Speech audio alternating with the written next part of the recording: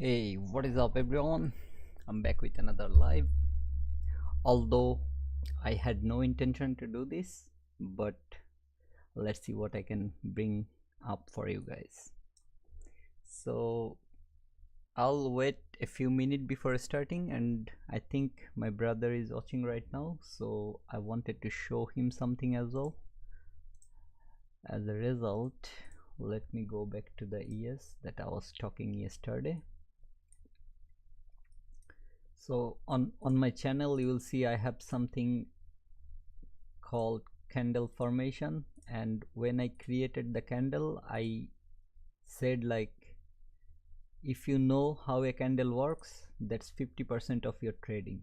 Okay, so why I said that is because on yesterday's streaming I already shared like how you can use the candles open, close, high, low, and today I will actually show you guys like how you can use those informations to enter into a trade as well, or what we wait to see before entering into a trade.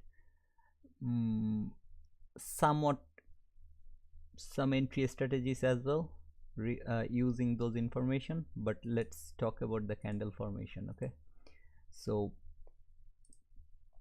yesterday what I was showing was something like, let's go from here. Okay,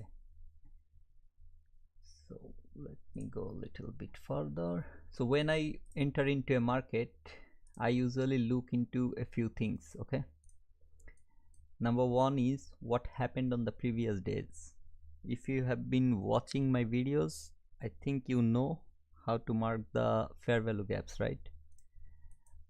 What is the fair value gap?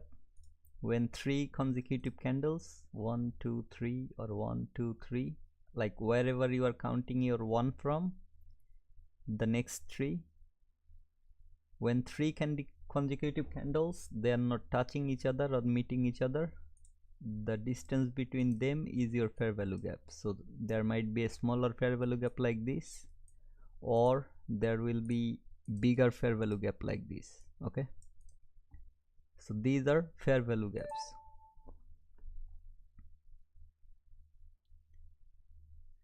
So what is a fair value gap? I hope you guys already know this, right?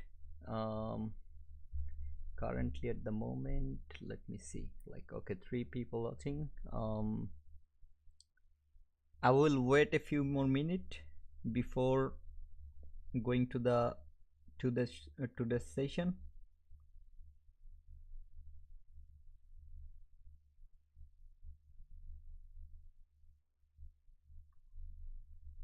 Just give me a moment. Let me actually share my information on the on Twitter as well, because people, I actually started straight away without giving anyone any sort of notice. So let me just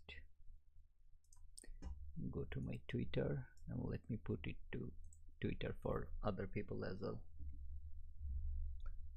And I might need to turn this on off.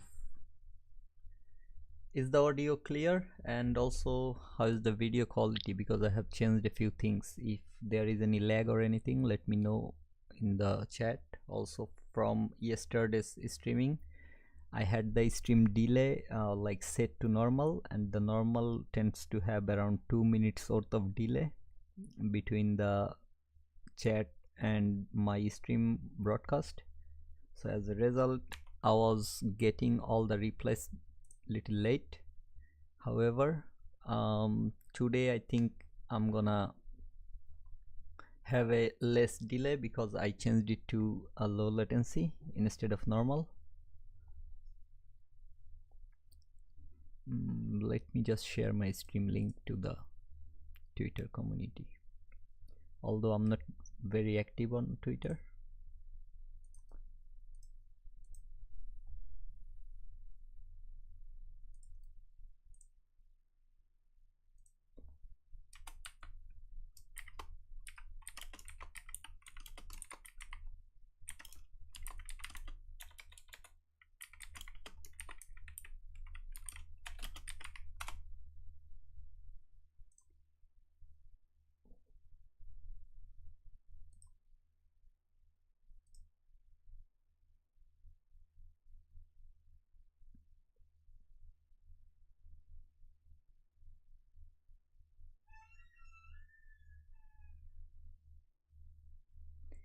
Also let me change the keyboard as well, because the mechanical keyboard sound may annoy some people, so I will just change it.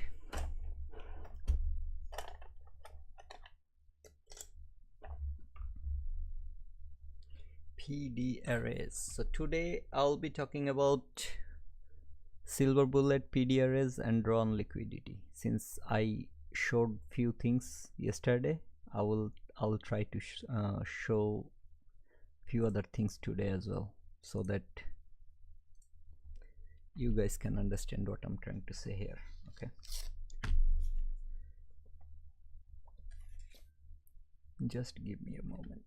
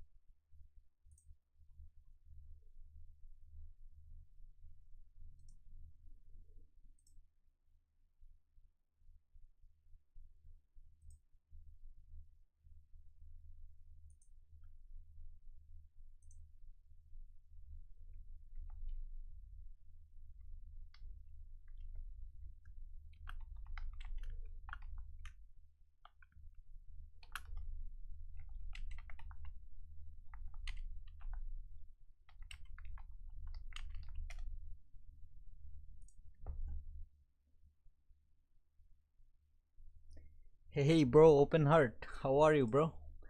Yesterday you had a question I couldn't answer properly. I don't know if you have got the answer or not, but today I hope I'm going to give you the answer. Okay, and also let me know if the video quality or stream quality is good enough or not, because I cannot see it from my end. Okay, so I'm really sorry about that. Yes, if I want I can, but that needs to like that will make me pause the stream for a while, so just let me know. Okay, so yesterday I was talking about the drawn liquidity, right? Fair value gap, I talked about it on my channel. I talked about two consecutive fair value gaps, like what happens when there are two consecutive fair value gaps, what it calls. Like I'm saying it because I saw it and learned it from ICT. So anyway, I hope you will find those videos. If you haven't watched those, I highly suggest you to watch those videos. Yes, you can call this on a breakaway gap, but it's also called the measuring gap. Okay, so keep an eye on that as well. If you don't want to watch it or learn it from me, go to the original ICT. You will find your answer from there. Okay, so that's one thing. The other thing is, yesterday I was talking about draw on liquidity.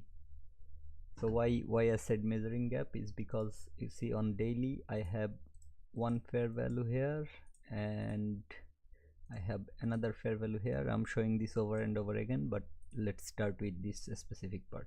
So one day I have this. If I go to 2 days, which is higher time frame, immediate higher time frame, what it becomes, the two fair value gap becomes only one.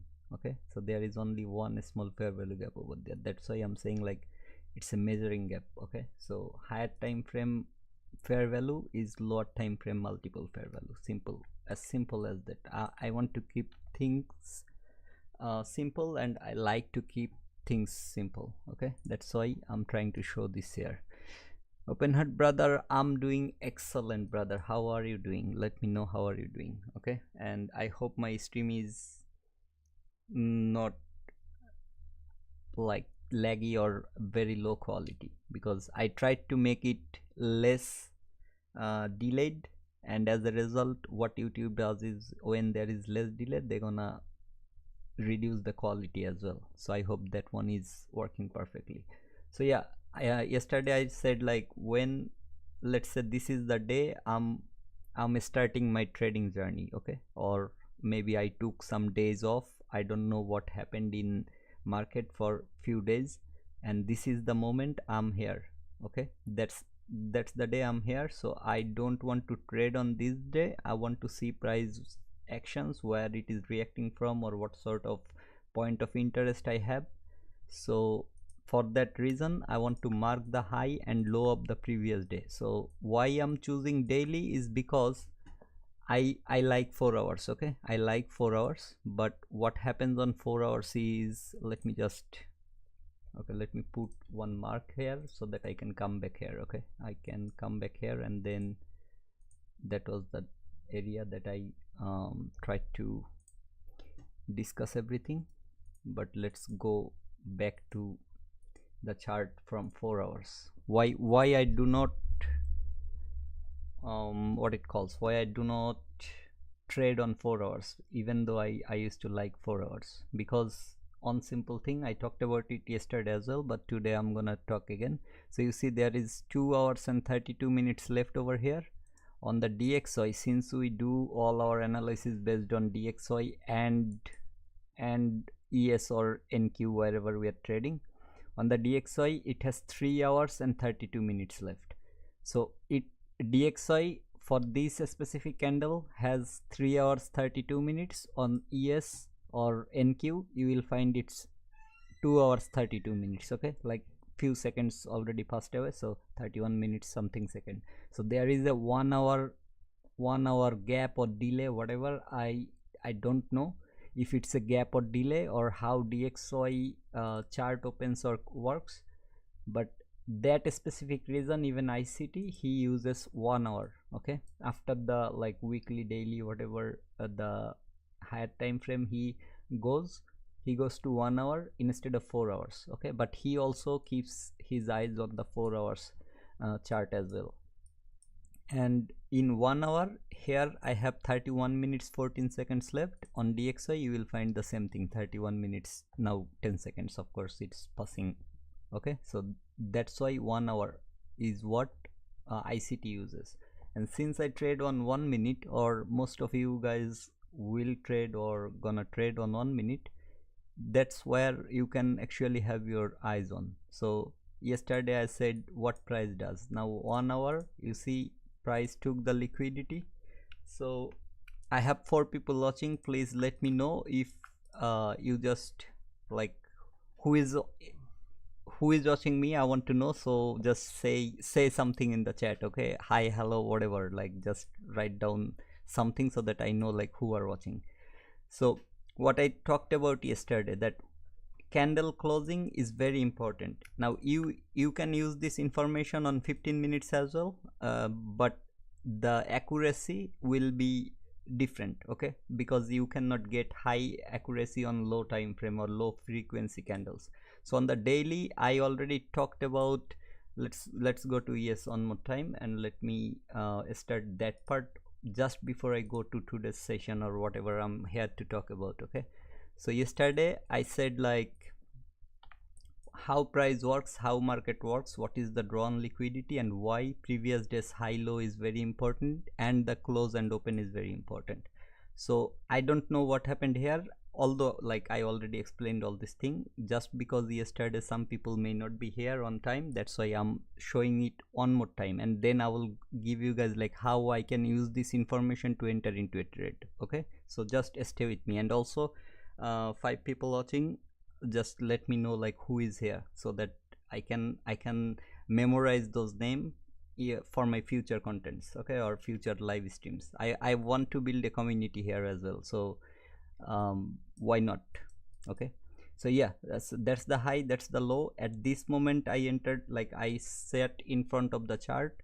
I don't know what happened before, what gonna happen after. So for this moment, hey Emmanuel brother, thanks for joining, thanks a lot for joining. So here what I can see, I saw price took the liquidity from high and the low, but it failed to close above or below. So this is something I'm confused, okay, because I don't know which way price gonna go since it took from both of them. So I need to look on the left.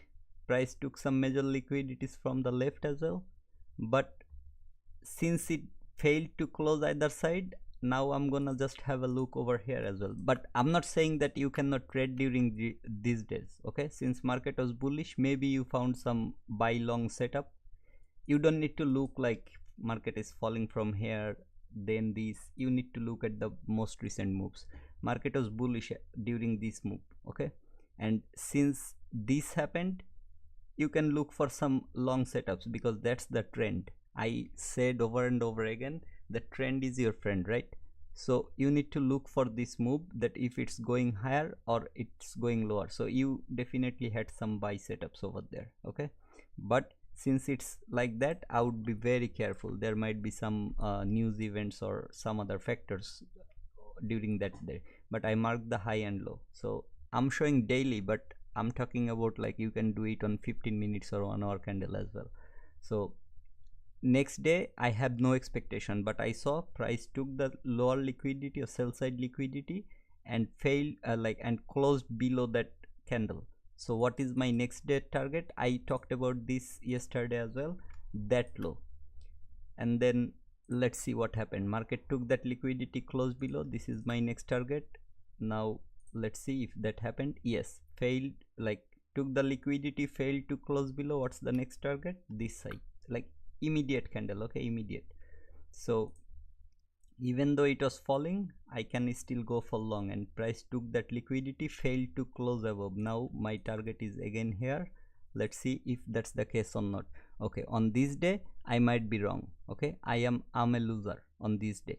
What I said yesterday, that you cannot be right 100% and you will have some losing days, and I also showed you the losing days as well. I said like I'm a loser on this day maybe, okay. So this is where I'm a loser. What price did, and I talked about the due. Remember I said it's due, so it will be due. So now what happened here is price took the liquidity from high, closed above. So I'm gonna look for this liquidity, okay. I'm not going short straight away, but this one is due, okay. Let's see what happened. Price gave a inside candle. Oh no, sorry, price took the liquidity from low and failed to close above. I might be loser again, but this on due, that's what I'm saying over and over again. Market coming there, market is coming also. I talked about the fair value gaps and other steps, okay. So took the liquidity, failed to close below, and here market has a high here, and this one also due from this candle, because it took the liquidity, it was due, then it took the liquidity from here, closed above. So let's see what happened here. Market came lower, this due is still due, it took the liquidity, failed to close below. Let's see like if my higher one is taken or not. So market took the liquidity again. I showed this yesterday, so I'm gonna show you like what we expect, why I'm saying like this sort of losing days, how I can avoid these days, okay. So let me go to, okay, let me first say something here. When a candle forms, okay, this is a candle, right? Like imagine this is a candle. Let me just remove that midpoint and make the background bit, regardless of the color. Don't think it's a down close candle, just think about it as a candle, and I'll say like what is a down close and up close. So this is a candle. How we use the information that I said yesterday and even showing today is, if it's a down close candle, this high must have formed before all this happened, okay, the closing, before the closing happened, simple. let's not go to the low, but the closing happened, because sometimes during news event price can come lower and then go higher, then again come and close as a red candle. So I'm not talking about the low, I'm talking about the open and close and the high. So how we enter into a trade is, when let's say this candle happened, right, it closed above that liquidity. So what I can expect now, I can expect that price gonna, you know, like open from this level, okay, and since I'm looking for a buy side liquidity, this one, I want to see market from this level is creating a low first and then it's going up high, and on that low I want to see some liquidity grab market structure shift on a lower time frame. I hope this part you got it.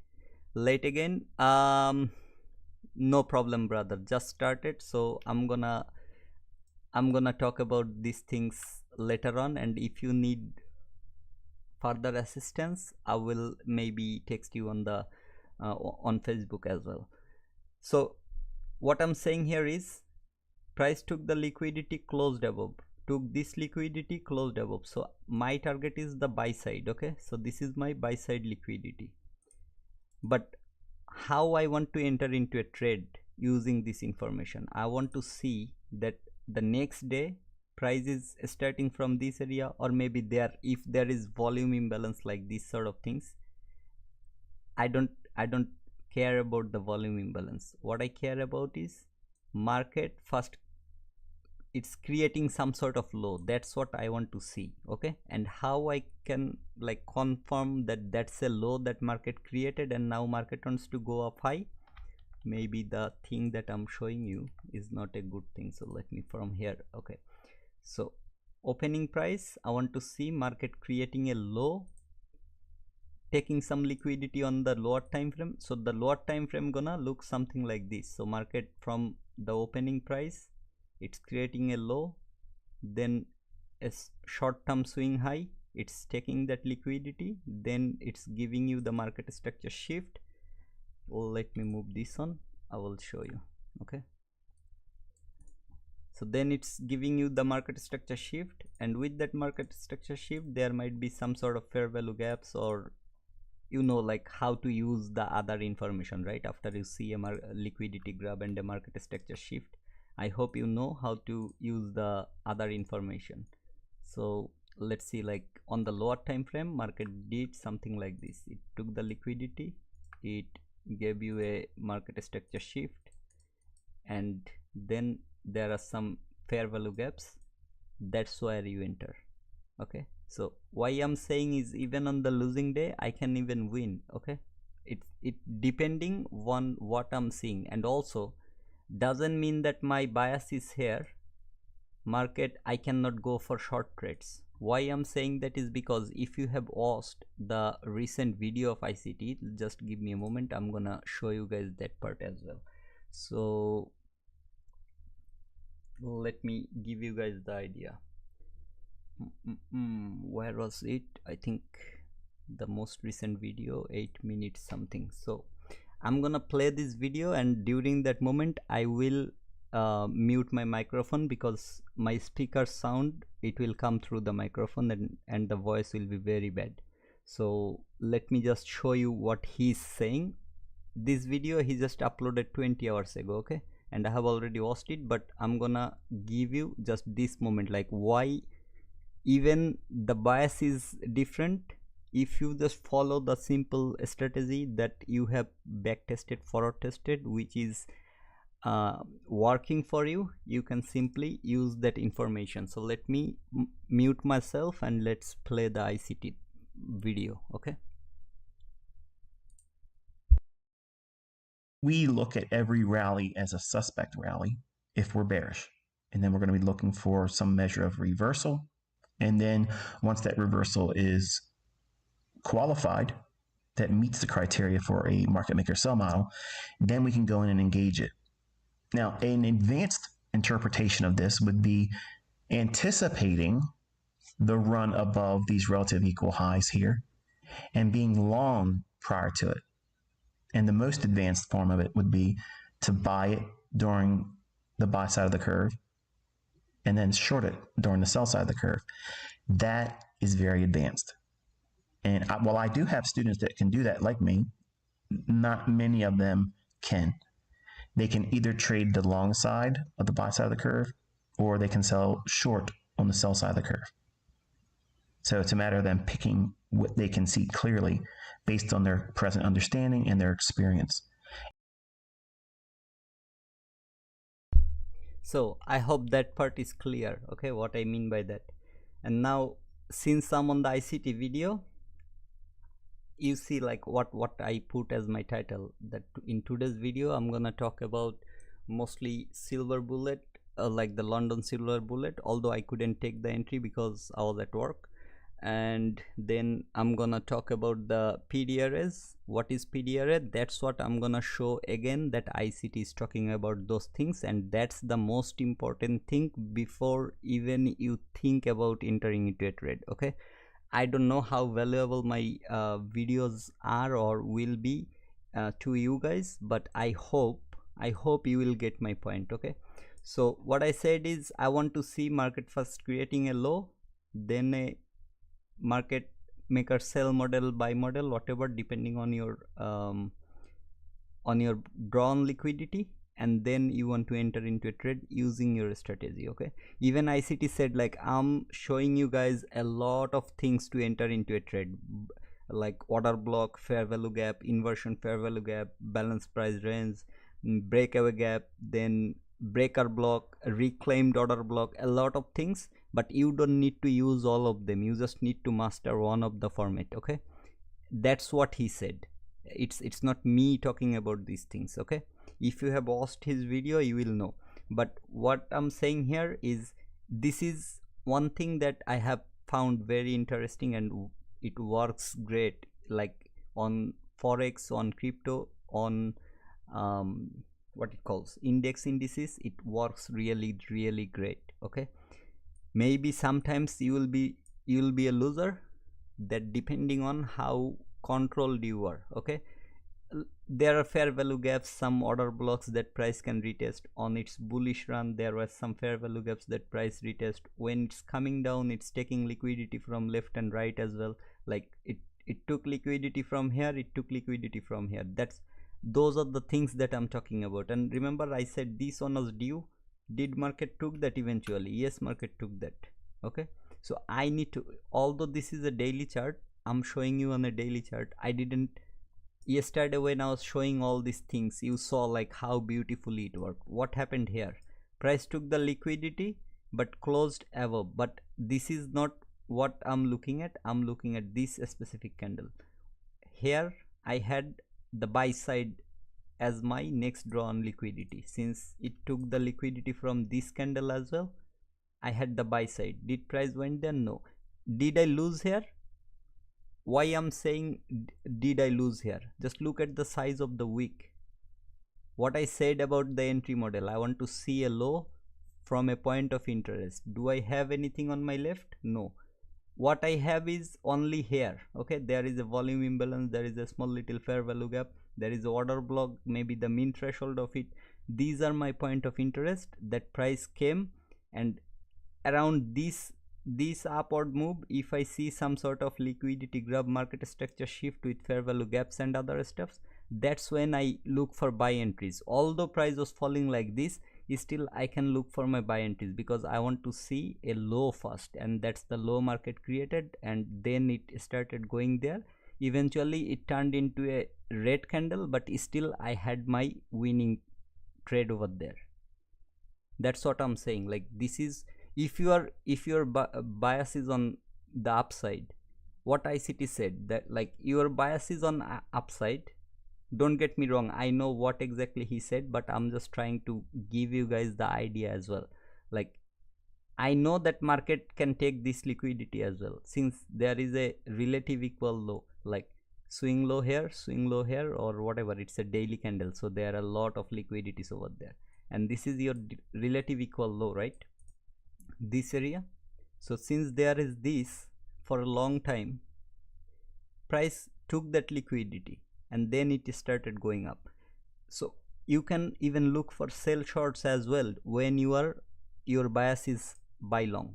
And then once market is at some sort of point of interest, higher time frame point of interest, and you are getting this sort of model that price took a liquidity inside of a higher time frame point of interest, and then it's giving you the market structure shift, that's when you enter into your buy. So even if it didn't go to that level, did you lose here? I don't think so. Maybe you will find some other place to like clean liquidity levels to exit out of your trade. Even let's say you didn't exit out, this is end of the session, so if you entered somewhere like around these areas of the week, you got all this way by the end of your session. You don't need to go until that long. That's what I'm saying. Like you will understand when you are executing some trades, maybe live or maybe backtesting your strategies, you will understand why I'm saying what I'm saying. Okay, so anyway, it didn't take the liquidity, it took the lower liquidity, and again the same thing, market came lower, closed below, came lower, closed below. So next this one came lower, closed below, next this one took the liquidity, then it gave a upside move. Now it didn't close above the high or it didn't close below the low. Do I trade here? I talked about this so many times on my channel and like on even yesterday's stream as well, but that's how you look for your setup. So for a buy long, you want to look for a what it calls intermediate term low, a market structure liquidity graph, this sort of form. And for a sell short, you want to see from a opening price, you see like there is a small wick here. Do you think that price created this wick after coming here and then going up and created that wick? No. When did price created that wick? Definitely before going this low. Okay, this wick was created definitely before going here and closing here. So that's why what you want to see for a sell short is from the opening level. Okay, so this is the previous day's closing. So next day I am expecting price to open from here, although there is like a small little volume imbalance or something like that, but just think that this is where I'm expecting market gonna open the next day.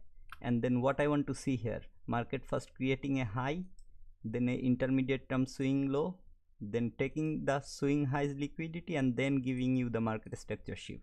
So that is the wick here that it created. Now if you are not like sure that if this is the high or this is the low, this is where your lower time frame, like higher time frame point of interest comes in.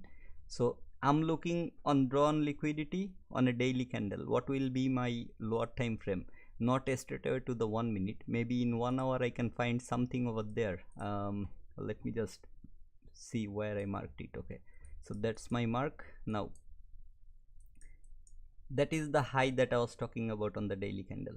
Remember the daily candle that I'm talking about? Let's see like if I can find it or not. I have 6 people watching. Everyone please let me know who is watching right now. So yep, let's see. Let me remove everything from the right side so that I can show you what I tried to say here. So that's the area I'm expecting price to create a high. Is that the area? Or okay, there was some volume imbalance. So mostly let me look here and let's see where price actually opened. 4 p.m. 20th. This is all 20. Okay, so 21 is happening from here. Okay, so this is where the new day started, not here. Okay, it's just because it's on the daily, that's why it like created a long line over there. So yes, so this is where it started on this candle. So where I was expecting market to open was this area. So market opened here, came little lower, then went up where inside of a hourly fair value gap. Can you see this one? I'm not going all the way up there, I'm just showing here. Okay, because that's where market started going lower. Now as you can see, like what market did during this moment, there are some previous hours liquidity that it took, like on the previous day there are some swings that market took, and then it started going lower. But you are taking entry on 1 minute candle. Oh, I don't think it gonna give me that candle, so let me go to 5 minutes and let's see if market actually gave me that or not. So this is where I'm expecting to enter into a trade if that's the high that I have marked. Now, did price took some swing highs liquidities on the left? Yes, it took some liquidities, but for market structure shift I have so many different things.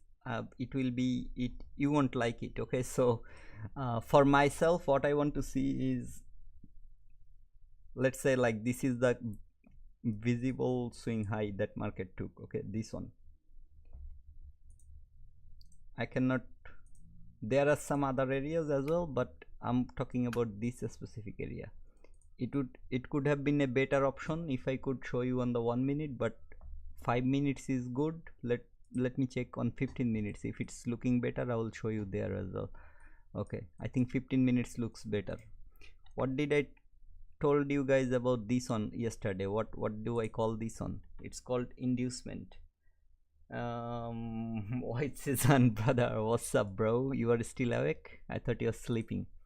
So this swing high, from this high and this high, when there is a swing high in between, it's called inducement. Okay, and when you see something like this, it's even better. And why you switch time frame to find a better setup is because look how beautiful it looks over here than the 5 minutes. I'm coming from a daily chart, right? So 15 minutes is good enough for me. Daily, then hourly, then I'm on the 15 minutes. So it took the liquidity beautifully here. Where is the swing low? Like where is the lowest point? I don't consider week as my break of structure. I'm sorry about that. Lot of you guys may be considering that. I only consider when a candle body is closing below the swing point or the point I'm marking as my market structure shift. So since there is this low as well, so I'm gonna go here. Where did the market structure shift happened? Not on this candle, because I don't consider that. If you watched my videos on my channel, you will know that I don't consider market structure shift as a week. Because what happened here, market took the liquidity. Yes, your stop loss is still intact for this time, but most of the time you will find a lot of fake what it calls market structure shift if you consider this.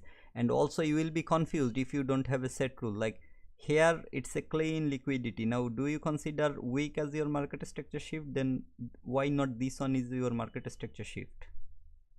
That's why I don't consider week as my market structure shift. I want to see body closing below, and this is a huge candle, a good displacement that has a very small fair value gap over there. If you can see that fair value gap, okay, I hope you saw that fair value gap. Now if you enter here, where will be your stop loss? You can put, since it's a huge candle, you can simply put here, or you can put on top of the fair value gap candle. And there is no other fair value gap on this move. Is there any other fair value gap? No. So that's my liquidity grab. I choose the shortest, like the lowest point for my market structure shift, because that's a swing high, low, higher high, as simple as that. I cannot consider this week as my market structure or this week as my market structure. I have set rules. That's what I trade, and that's how I trade. Okay, so market structure shift, fair value gap, you take your entry. And since there is a order block as well, but it's a huge week, so I don't actually want to put it like this and then like change the template to order block plus fair value, something like this. Okay, I don't want to do that, because it's a huge week over there, and the fair value gap was very small, like this much. Okay, so I take the entry over here. But if you are watching my friend's channel, if you are still like if you're here from his channel as well, you know like what he told about the weeks.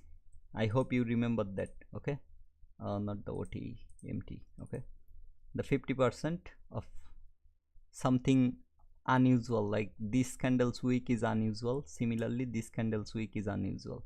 Now if you mark this candle's wick, let's see like what happened with this one single candle. This is your added confirmation. That's what I was talking about. What happened with one single candle? It came and closed below your 0.5 level. Didn't it? Sharmin Chaiti, hey, how are you? You mainly use this strategy for silver bullet, correct? I'm gonna show you, brother. I'm gonna show you. Just give me few moment, open heart, brother, because I want to talk about today's London session as well. I have a different thing for silver bullet, not this strategy, and I don't use this strategy like every time I see something like that, but I keep that in mind and then I add some other things with my confluence. I'm gonna show you step by step. So that's your unusual candle, although I think there was some news or something during this moment, that's why it created this huge candle. But what this inducement did is it closed below that 0.5 level, this displacement, it closed below that 0.5 level. That's a good indication that market is willing to go lower, because if it respected that level, like the very next candle, what it did, it went to that 0.5 level little bit, like one tick or two tick above, and then it created, like it came and recovered this low, creating exact equal lows. So you are in a very good situation to enter into a short trade, and then you have a fair value gap, you enter into the like enter on the fair value gap and then target whatever the liquidity you can find on your left. Okay, if there is nothing, so this is where I talked about a lot of time. I talk about like risk to reward. Okay, I'll give you guys some example why risk to reward is also important. Okay, some people has different view, I don't mind regarding that. This is the minimum thing that I target. Okay, if I cannot find a setup that has a 1 to 2 risk to reward ratio, I really don't want to enter into a trade like that. That's my personal thing. Okay, I'm talking about, since this is me talking to you guys, this is my personal thing. If I don't find 1 to 2 minimum, I don't go into a trade. If you see my channel, I have the lowest possible take profit that I have taken. The risk to reward is like this, and if I can see some sort of what it calls liquidity levels, I go for the liquidity level. If it's even like this, okay, I don't mind going like that, but not because I'm looking at the candle. I'm saying I have nothing on my left. Okay, I cannot see anything. Yes, if I go to higher time frame, I will find that, and that's what I can do, because I'm entering into if I'm entering into a 15 minutes trade, time frame, I can look for liquidities here, like there are some equal lows over here, and that's what I can target. It gonna take time, to hit your take profit. Same with your stop loss as well, it gonna take time to hit your stop loss if you're wrong. But that's how I trade. Okay, I'm here to teach the way I found my success. I'm here to teach that. And about your question, my brother, open hand ministry, let me actually go to the today's what it calls, the London session silver bullet. Okay, let me go there and let me mark something. So 3 a.m. to 4 a.m. now. Sorry. So now to show you guys this thing, I have to talk about something. You see this red box, this red box represents the London kill zone. Okay, London kill zone is really important. If you enter into a trade, or if you are looking for a trade outside of the kill zone, that will sometimes that won't work.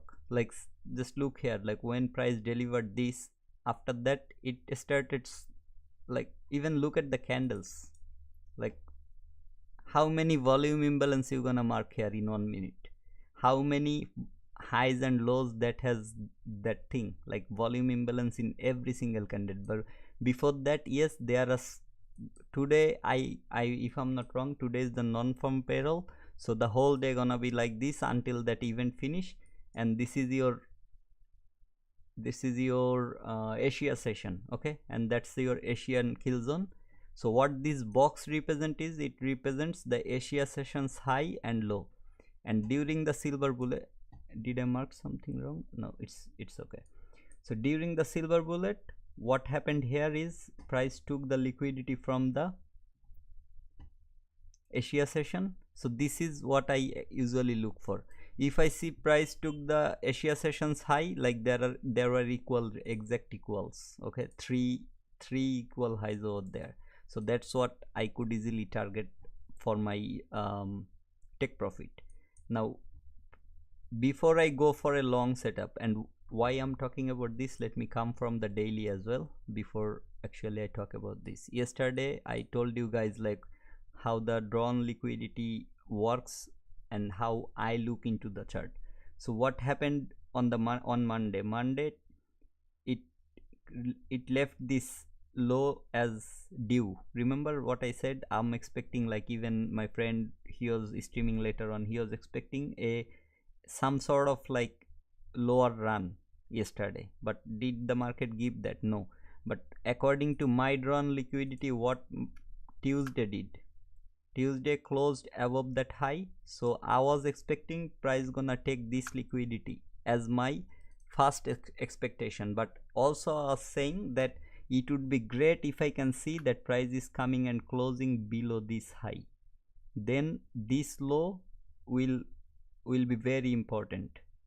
And why I was expecting that? Because I was expecting market to respect the order block, and there is the fair value volume imbalance that market has already retested or tested, whatever you can call it. But since there are a lot of other confluences going around, market is still going up. But why I'm not bothered about a huge move over here? Because it closed way above that liquidity level. So now I can just target this one, okay? And what I want to see is a low first and then a high. Let's see, like, if market created a low or not.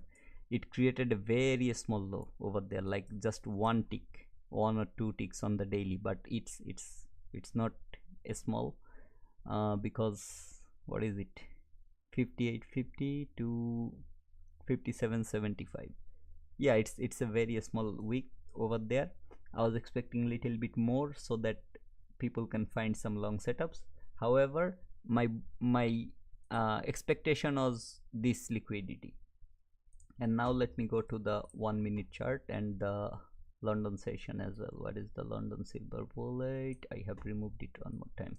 Okay, so you see there is a fair value gap that I have marked.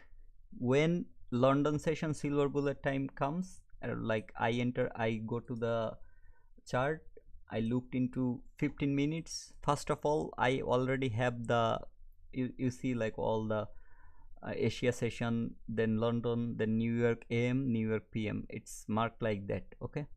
I think London is my red color. Yeah. So it took on the 15 minutes. Here is your fair value gap. Here is your Asia session low. That's your Asia session high or buy side liquidity. Price came, took that liquidity, then it started moving higher. Okay, so the moment price took that liquidity, I drop into 1 minute and then I look for my silver bullet setup. And let me mark the silver bullet time as well. So it's on the London session, it's 3 to 4. The way I enter, I'm just showing my setup, okay? Although the, like, it's very choppy, it's like, it's very dodgy, all the candles. It's, you cannot be you should not take these things into considerations. Like, you are not looking into entering into a trade when market is doing something like this. But usually the London session looks different on other days, and I hope you already know why market is doing what it's doing. The red one, right? You see, London started with choppiness. What London did, it took the Asia sessions high. Okay, yes, it took some other liquidities from the left maybe, and then there are some fair value gaps. But if I'm going for short entries during the silver bullet, I want to see it's taking its previous sessions liquidity from high or low. If it takes the high first, the next will be the low, and that price did, it took the high and then it went for the low. And there are some other confluences, of course. You see, like price went to the high of the daily volume imbalance or the opening gap, then it started giving you those market structures or break off structures, then it came below and came to the low, tapped into the midpoint or consequent encouragement, failed to go above, it came and then it broke below. And if you are not looking into a setup all these ways, you can easily look into setup around this area. Why here, like just here? I'm not even talking about this one. Why here is because you see, like it took some liquidity inside of a fair value gap. You want to see like some sort of point of interest with your liquidity, that gonna give you higher accuracy. And then can you see your market structure shift? Yes. Where is your only, it's also choppy sloppy, but where is your only fair value here? And what I said, like this sort of liquidity, it didn't take by then. Okay, like this fair value retest didn't take this liquidity. If I mark the sell side, you will see, did it took it before testing that? No. Now let me show you like why I said like risk to reward is important. That's my fair value gap candle side, that's my stop loss, not because I'm looking into the chart. And that liquidity doesn't provide me 1 to 2, but I target 1 to 2. Did I get that? Yes. And even on my 1 to 2, price didn't close any body below that. It came lower with a wick and then it started going up high, and then it started going lower again. But I'm already a profitable trader by now, if it's in my silver bullet session. So that's what I'm trying to show here. Like, okay,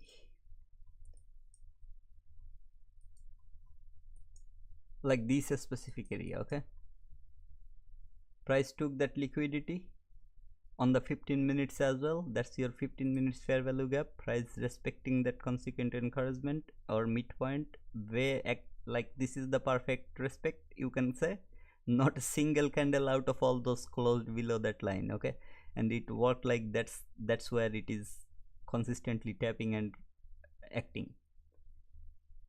Now I said I want to see some sort of fib levels as well. You see, like here is your liquidity as well, like there is a small low. It's choppy, it's not a good example, I know, but I'm just showing like why I take this sort of entries. Okay, this candle's body, like this one, that's where I have my mark. Shoot,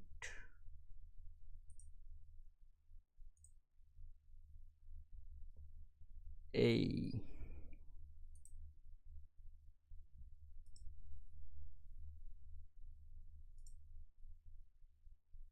okay, am I live again or no? Cause my OBS had a notification that I got disconnected for a sec. What's happening? Why it's trying to connect and reconnect? I don't know. Okay, reconnection is successful, thank you. I hope I'm back to the live again. Cause okay, Murad, yeah, thank you, brother.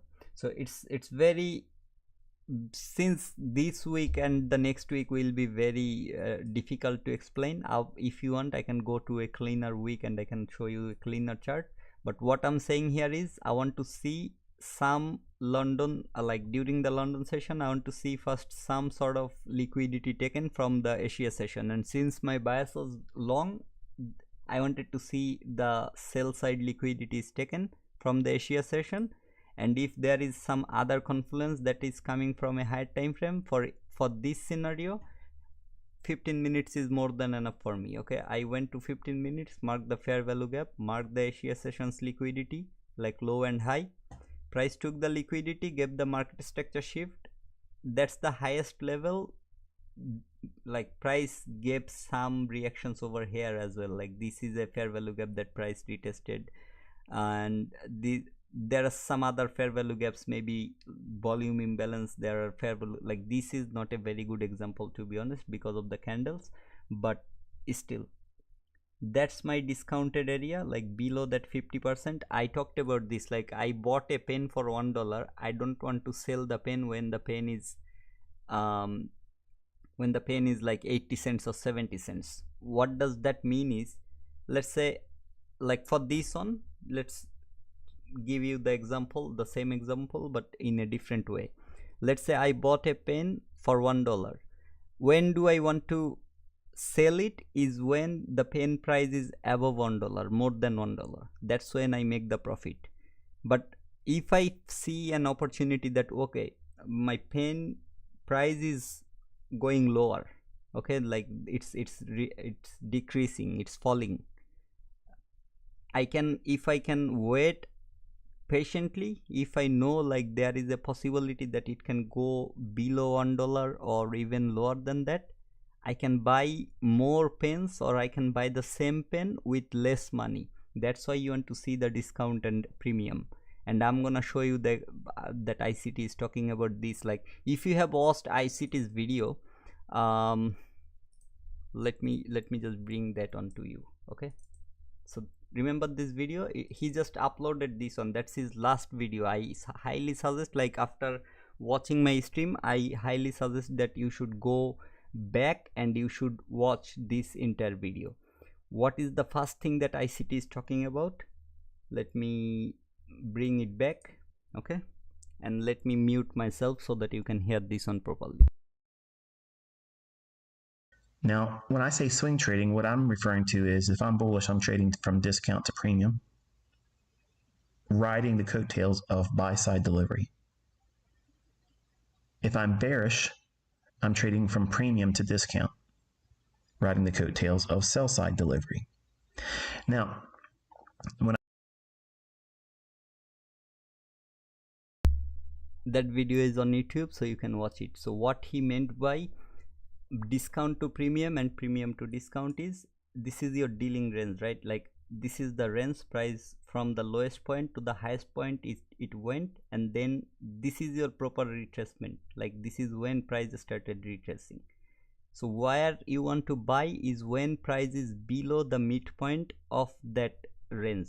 Why? Is because if you buy below the midpoint, you are already making that much. Okay, if market is going to go up high, the lower you can get it, the better it is for you, because you don't need to put a huge stop loss. Okay, I might have to choose the sell side on anyway. So let's say you bought it above the midpoint, let's say that you bought it on this order block. Okay, when market came here, you bought it. Where should be your stop loss? Not here, of course. If it's below here, you are stopped out here, right? Let's say you are putting it on the fair value gaps low, or maybe this candle's low. What gonna happen is, this is your stop loss, right? The same thing, if you looked into your premium and discount range, and if you try to enter here, wait patiently, enter here, the same stop loss, this is your fair value gap. I said, let me go again to the order block so that I can mark the exact level. So this candle's low is where I'm putting my stop loss, but same entry if I put here and the same stop loss, it turns like this. Okay, okay, let me move it there, brother, come on. Okay, maybe because of the, yeah, the peep, it's 0.25, but just look what's happening here. I'm putting 1.25 from this area, and since I'm buying in premium and going for the long, I need to put it like the stop loss is increasing by 0.25. Also my take profit is going higher, it may be moving above my liquidity levels. Okay, and then there comes your risk to reward. Okay, it's 3.6367, that's what it comes here. But the same thing, let's say I entered into the exact 50%. Okay, not even, I'm not looking at the low. Yes, this is the fair value you can target, but I'm just talking about the premium and discount and why it's important. That 1.50 and 1.25, the same target becomes how much? Okay, it cannot put here because of the 0.25. like look at the price over here, it's 75. If I put here, it gonna give me the like round figure over there, like 70. So this one was 6975 and that's my 70. Same thing, if I go here on the other chart, the price will be same, but just because of the drawing it doesn't allow me to put or align it with the exact same line. Anyway, what I'm trying to say here is I'm gonna go even lower. Okay, I'm not gonna take to that level, the level where I marked, which is 700. That's my level, and that's where my previous take profit was. So that's the exact level. It's making me 4.8r. What 4.8r means, for every $100, you can see here, like if I hit the stop loss, it gonna give me $100 loss, but if I hit the take profit, it gonna give me $480 profit. So for every sorry, for every $100 I'm gonna get $480 profit. That's what risk to reward means. And why this is important is because, let's say for the, in this case it's like trading views default account size. Okay, you can see like it's $2,000, but let me make it 50k. Okay, or maybe even 100k. I'm gonna come to this part as well. So now what's happening is, let's say I'm risking 1% of my account every time. Okay, I'm risking 1%. What happens when I risk 1% of a $50,000 account? I'm losing $500, and if I win one trade, I'm gonna make $2,400. Like in this scenario, why I target 1 to 2 is because of that, but in this scenario I'm gonna make $2,400. Now let's say this trade I didn't win, I lost only $500, right? Like 1% of my account. So since my minimum risk to reward is 1 to 2, what do you think, how many winning trades do I need to recover this 1000 and become profitable? Okay, how many winning trades do I need? I just need only one trade.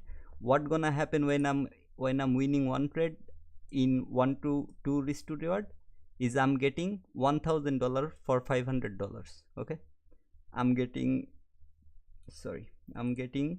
$1,000. So that $1,000 recovered my $500 loss from my previous trade, and it is giving me another $500 as my profit. That's why you need a risk to reward. If you don't have, like, that's why you need a minimum risk to reward. I'm not saying a risk to reward, a minimum risk to reward. Okay, I know, like yesterday I was talking about Steven. If you have known about him, or if you watched my yesterday's stream, I was talking about my first mentor, okay, who trades only support resistance.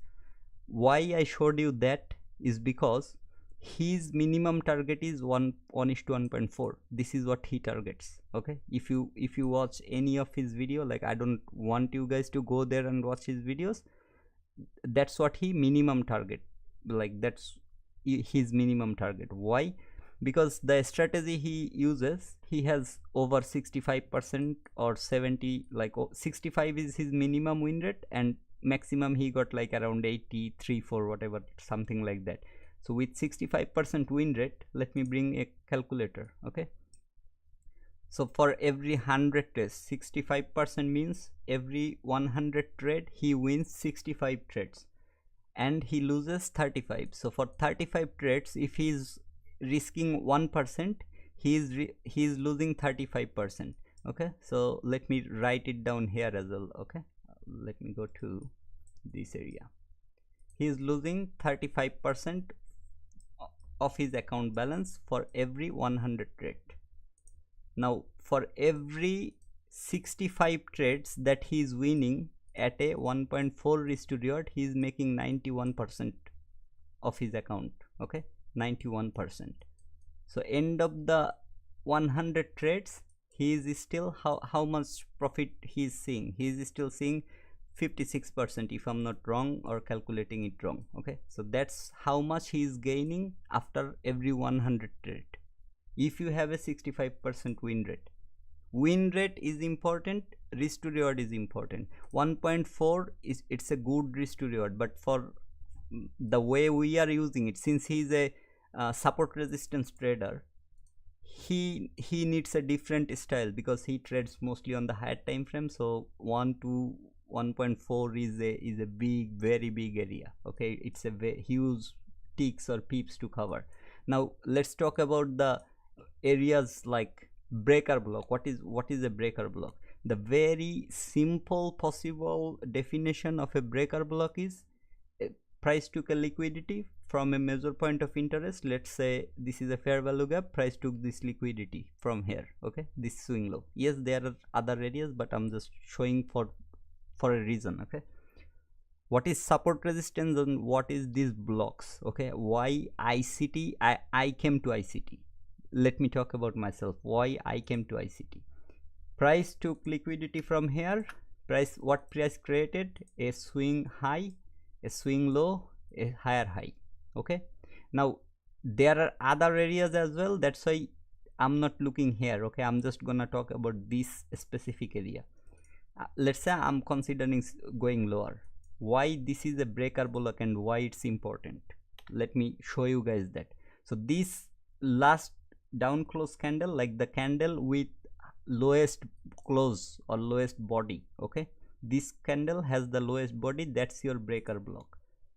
This whole set, if there is a set of candle, that becomes your breaker block. But for this second, let me show you this. What we expect from a breaker block, that it can hold the price, right?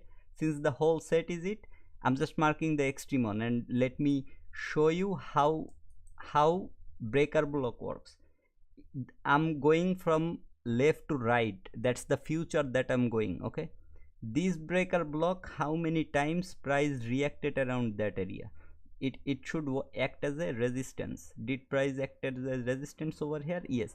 I'm not talking about entries or exits. Why support resistance? What is ICT showing us or teaching us is why it is creating a support resistance. Why price why price didn't close above this area, I don't know, like I'm just saying for the sake of the part. Okay, so why price didn't close above this area but the wick went up to that far? Because price wanted to take this liquidity. Like here you can see a tick over there, but I'm just, as I'm saying, like I'm just showing up from a random point that why the wicks are going higher, why sometimes price is going higher than the previous high or lower than the previous low, because there are liquidities. ICT talked about the liquidities, like the support resistance traders.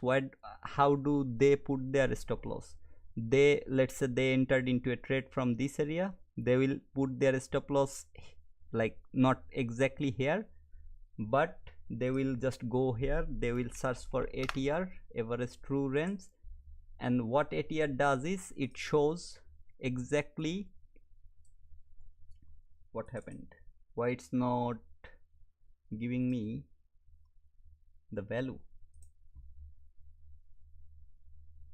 Let me go to 1 minute and see like if it shows anything. Where is my ATR indicator? Let me go back again. ATR. I'm gonna come to this part, so it's important, that's why I'm actually showing you. I don't know what happened to the ATR settings, because usually, oh damn it, I'm on the replay mode, that's why it's not showing me anything. Let me, what happened, man? Why it's copying price, blah blah blah. Reset chart. Now it should show me the ATR. Wait, what? I really don't know what happened. Okay, I can see it here, so let's talk about this. So although I resetted the chart, I forgot where I was looking at it, but let's say like there is the highest level and someone wants to enter into a short trade from here. Who trades the support resistance? What they do is they go to the highest level, they look at the ATR indicator, what the ATR indicator is showing when I put my mouse pointer here. Just look here. Okay, so what was the ATR? 1.93. so ATR, they will go with this, they will add 1.93, so it will look something like this. Okay, so that much area is what is ATR? Average true range. Okay, and if I'm not wrong, the ATR here is for 14 days period. Yes, 14 days. what happens is price calculates how much price moved in last 14 days on average. Okay, on average price moved like 1.93 or something. If I change to a different candle, I think it here changes or so. I think it changes here or something. Yes, so I have to look from here, but I don't know why the settings is like this. I don't use this anymore ever since I learned about ICT. But what ICT is doing, okay, I need to go back to that area as well, because I was showing you guys something, right? Where I was showing it here, I was showing you guys why breaker block works the way it works. Okay, I cannot find it.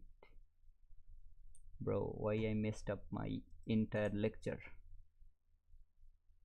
Just give me a moment to find it out where I was showing it. This was 63.95, something like that.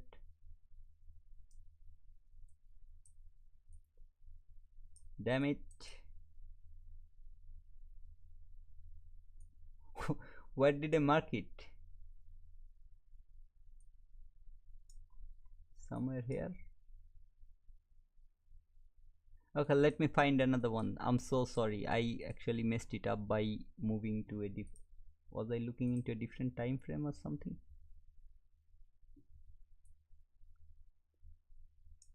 Okay, yes, I was looking here on the hourly. This is the one I marked. Okay, so this is your breaker block. Price reacted, came lower, went higher, doesn't matter. So when it went higher, what is a support resistance? When price goes higher, it should act as a support. It's acting, this is future that I'm showing. Okay, don't think like these areas didn't work. I'm showing you what happened in the future, why measure support resistance levels works the way it works. Okay, so I'm showing just one block. What I said about the breaker block, if it's a set of candle, it's the entire set. The original area should look something like this. Okay, but you should always look at your extreme on. That's why I'm looking at the extreme on. Okay, if I look like this, now everything is resisting that area. Okay, it doesn't make any sense like that. That's why I'm just looking at the extreme on. So it's acting as a resistance here. Yeah, resistance here. It's acting as a support. It's in the future. I'm showing you in the future. Now let's go back to the past. Did it acted as a resistance, then market came lower, when broke above it acted as a support, and then went higher, again support, again went higher, finally it broke below, it started acting as a resistance. Now go back to other areas as well. Let's see what happened. Did it acted as a resistance, all this, I mean, I hope you guys are getting my point. Okay, if I find any other area, that's the extreme on that I took. If I took the entire block, you could see these areas as well working as that. Now here I'm pretty sure the candles are deleted. Yes, because it's on the, I'm showing you on the ESG, and during this moment the contract finished, like the previous contract finished. So when the previous contract finishes, they deletes the candle like this. Okay, you cannot see anymore on this specific pair. You can, however, you can see on the ES1 semicolon or whatever, you can see here the full chart. So if you want to know more, you can try by yourself by going here. Okay, you can go on the ES chart and you can look into here that how that specific block worked in the past. That area, just look here, like whatever you can see, did it acted as a resistance? Yes. Resistance? Yes. Resistance? Yes. Resistance? Yes. Market, what happened during this moment, I cannot see, but at least I can see like there this small little wick that is available to me. Did it act as a support when market went up? Yes. Then if I mark the other areas, I could find some more supports over here, but since it's way above that area, let's go where market tapped into those areas. So what I'm showing here or trying to tell you guys is the breaker block or the low or the high, like order block. What is order block? The opposite candle of a move, the extreme on is your order block that we say, but that's the very like most simplified definition. So let's say in this move, what is my order block? or maybe from any other area. Like let me just reset the chart and let me choose a random order block. Okay, I'll choose a random order block. So let's choose from this specific move, or maybe like from here. Let me see what happened on the next. Well, so market is giving some downwards move. This is my order block. Okay, the extreme one, although the set of candle, but I'm just looking here. Like I don't know if it's actually order block or not, but why I'm saying is, let me look on the left. What happened? This area, the area of the order block, it acted as resistance when price was coming from lower, like from higher areas to that area. It acted as a support. Maybe on the left I can find the same level acting as a support and resistance as well. So acted as a resistance, went up.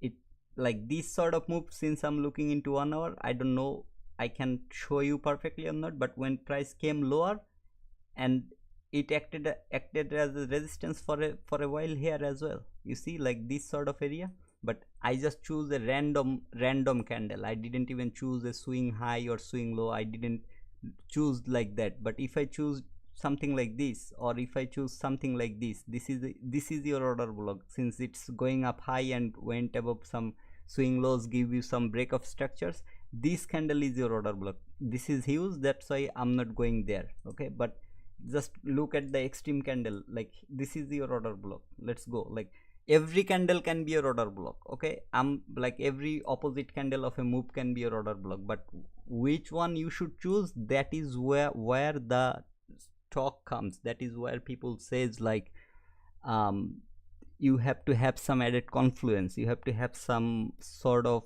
understanding about the price action, about the market. Why saying this? In future, like this is the candle I marked, this is everything that happened in future. Okay, when price came around that area, it respected that area. What I said about order block, it's the set of candle. Now if I mark the entire set like this, you will see lot of time it's acting as a support and resistance. So it's acting as a support here. Let me now cancel my let me just look where I August 28 to 23. Okay, 28th August. Let me cancel the replay mode and let's see what happened in future. Okay, the candle that I marked. So the moment price came lower than this, what happened? Why price is reacting around these areas? I had it marked. Don't think that I was looking at it. You know what I did over there, right? So did price acted as a resistance when in future when price came to this area? This is what support resistance trader trade. Okay, and what ICT taught us is price came into this area, but can price come again, and then when can it go lower, and when it's going lower, how far can it go? That's what ICT strategy told us. That's why it's in other form people calls smart money trading. Okay, smart money concept. That's why, because support resistance is giving you a area. Okay, you don't know if you want to enter here, or if you want to enter here, or if you want to enter on the high. All you know is this is your support zone. When price hits it and comes outside of your support zone, that's where you want to enter into a trade. That's how support resistance people like measure support resistance areas. Like look here, look here, what happened? Came here, resistance, came lower, finally went above, when came here, acting as a support. That's what I'm saying. Like they knows that when price, like with some strategies, of course I'm not saying straight away. Just look, the one that I marked somewhere random, in future it acted as well. Here acted as a support, when came lower, went up high, came lower again. Let's see if price came any more to that area or not. No, but that's the final area where price started going lower. So until this far you will find lots of supports and resistance. So support went up, came here again.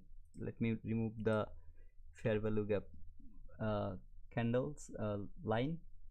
See, tapped here, went up, tapped here, went up, came to the middle, support, went up, came lower finally, again this is some sort of resistance, right? So price found some resistance, tried to send lower, but finally went up. I'm just saying that this is how support resistance trader works, and that's why your order block, your breaker block, those are important. And which one is your best order block, which one is your best breaker block, that depends on how you are interacting with your market. I had a lot of things drawn over there, right? I just deleted something like weekly fair value gaps high or something. Anyway, it doesn't matter, I will fix it later on. But just take any random candle. So for this downward move, what is your order block? This one. Price came there, again send lower, came there, send lower, came there, send lower. Now would you look into this in the future? That depends how that area reacted. Okay, you don't need to mark every single thing, because this area provided what it was supposed to provide. It went there, respected that area, took the liquidity, again like whatever the liquidities it was generating, it took all of them. And also it came to a higher time frame point of interest. This is weekly unfilled fair value and volume imbalance. So the liquidity was sitting somewhere around this area, that price took from that area, okay, from this retracement. So that area's work is done, job is done. You don't need to look for this one for future references. But if you understood what I was trying to say on the support resistance thing, you will understand that yes, even though its work is done, it can still be a viable area, because on the left that area and these areas are aligning, okay, on the left, because that's where price found its support. This is where price found the support. So anyway, I don't know if my words are making any sense to you guys or not, but hey bro, you are here. So yes, I talked about this on like discount into premium to discount, because when you want to buy long, you want to buy in discount and then you take your profit in the premium. When you want to sell short, you want to buy in the premium when price is high, and then you want to take your profit when you get the discount, okay, like when price comes to discount. I was actually talking about that, then somehow I moved into a support resistance sheet.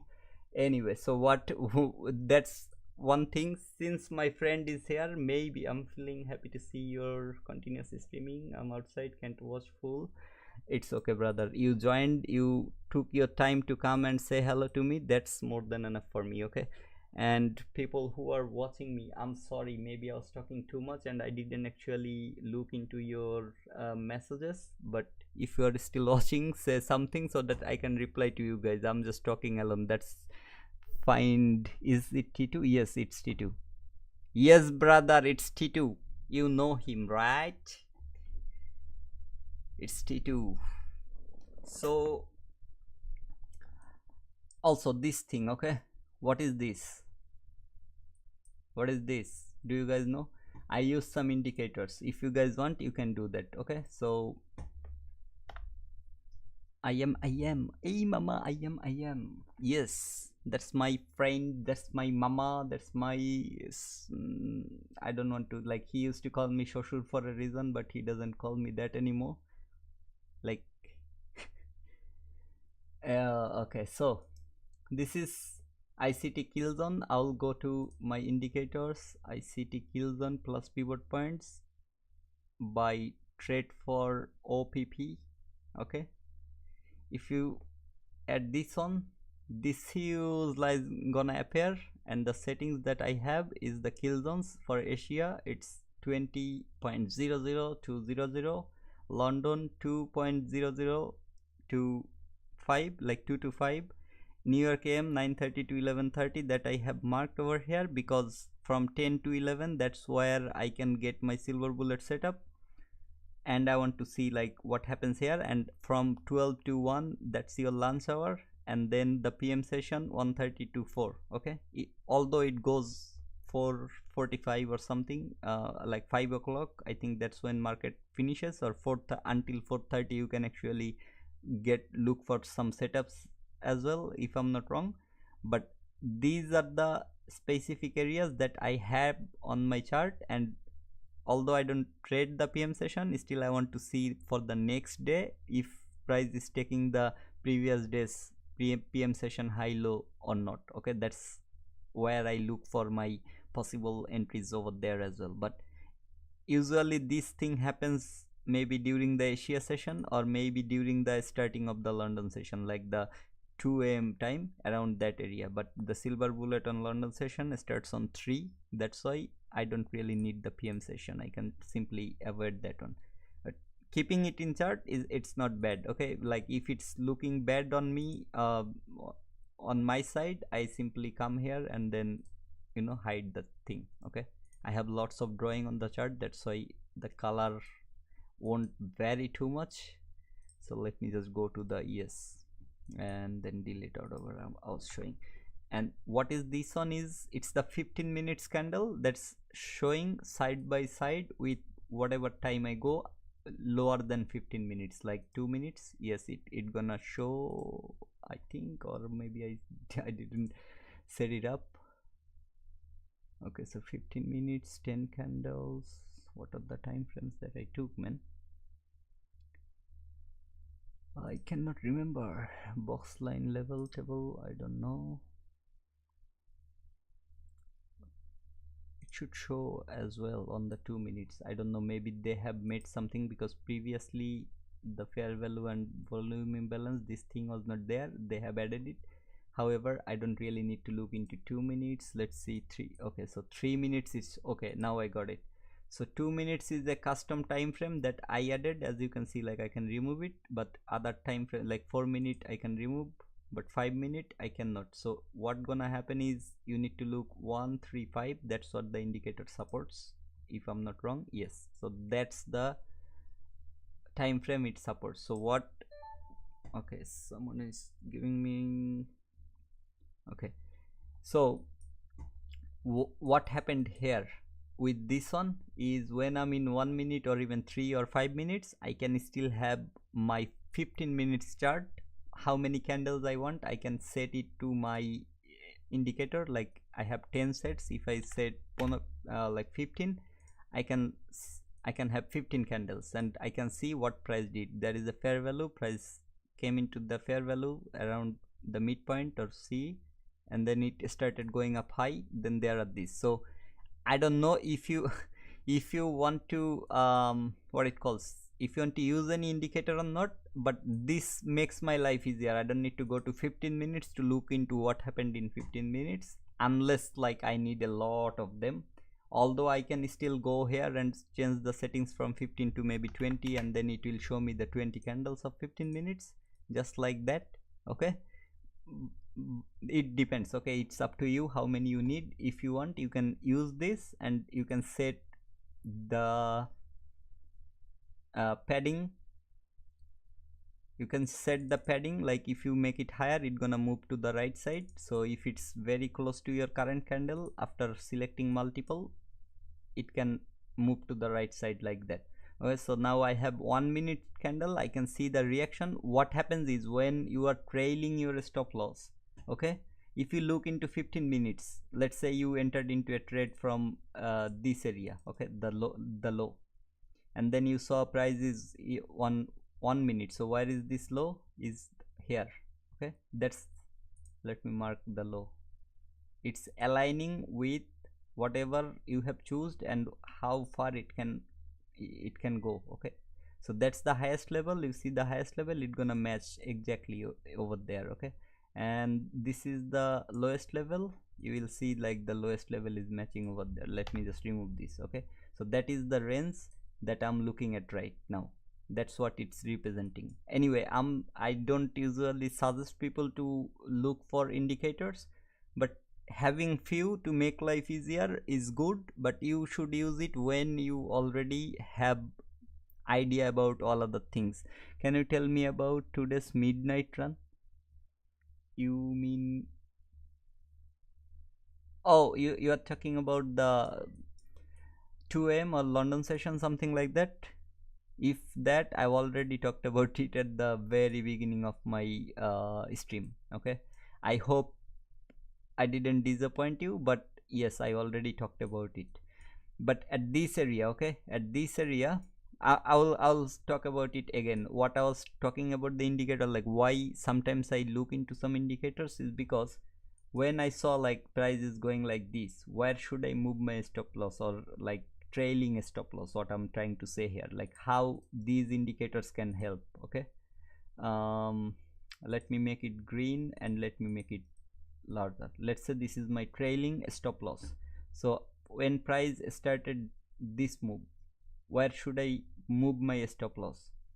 Now on 15 minutes I can see there is a volume imbalance, there is a fair value gap. This is helping me that when I saw price reacted and respected from the midpoint of this fair value, I can consider to go like this. Like I have a idea like where exactly on the 15 minutes I'm putting my stop loss. It's better to now trail until this fall, like the low of the fair value gap candle, because market can come and fill it up by 100%. It's nothing like, how to say it, like it's not impossible like that, but that's a possible area that you can expect market will not come, okay, because of this reaction. And then when market went above, where can you move it? There is a order block on 15 minutes, but on this specific area, what can you see? Okay, let me come like this, okay, and let me change the padding. Why I'm showing this indicator is because you can actually use it in your advantage. When you have some option, you should use it. That's what I try to say. Okay, so you see this order block area, I'm putting my mouse pointer on the order block side. Where is the order block side? On the left, on 1 minute candle, it's here.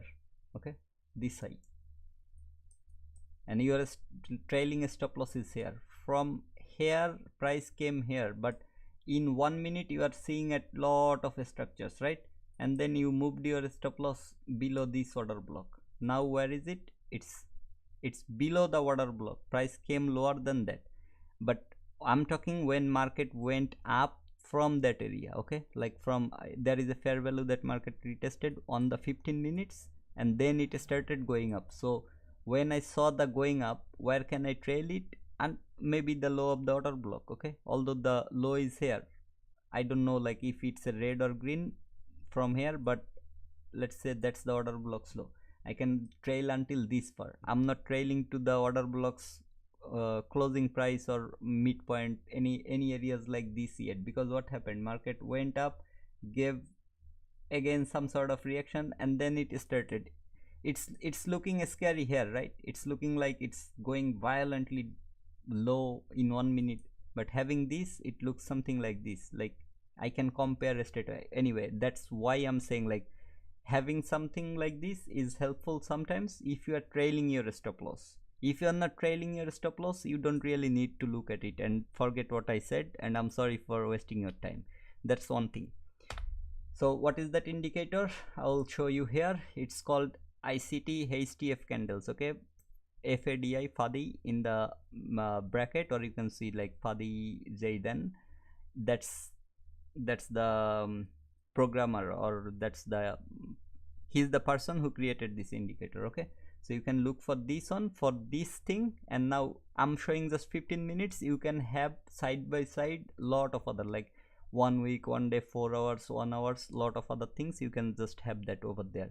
If you need, you can use it anyway. But that's one thing.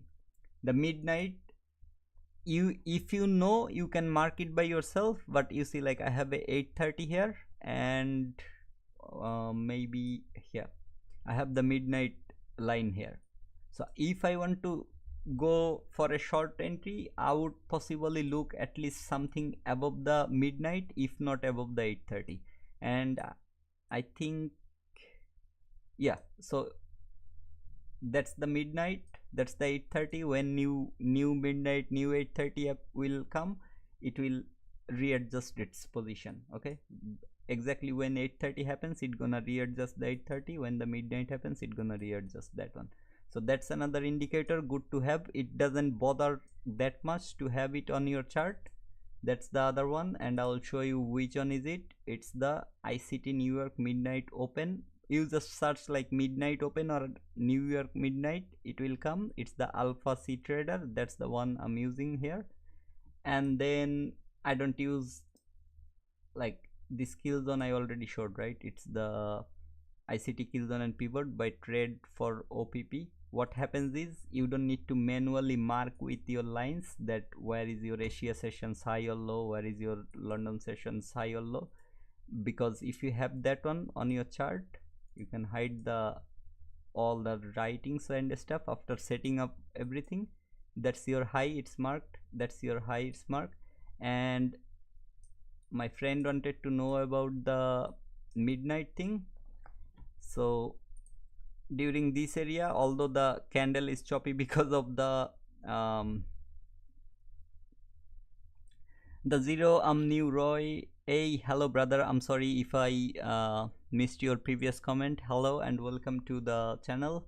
Thanks a lot for joining, and I hope you're finding something interesting over here. If you like my stream, make sure you liked it, and also if you want, you can subscribe to the channel to stay with me for the future contents. So yes, during the silver bullet, this day I didn't trade. Yesterday I talked about my job, right? So I was at work the whole day, but what happened is, like, usually what I look when I'm trying to trade during the London session, I already talked about it, so I'm gonna give you some small little idea about it. There was a 15 minutes fair value gap around this area, okay, if I'm not wrong. Not looking into this, I'm just looking into my sessions, okay. So I had fair value gaps over here.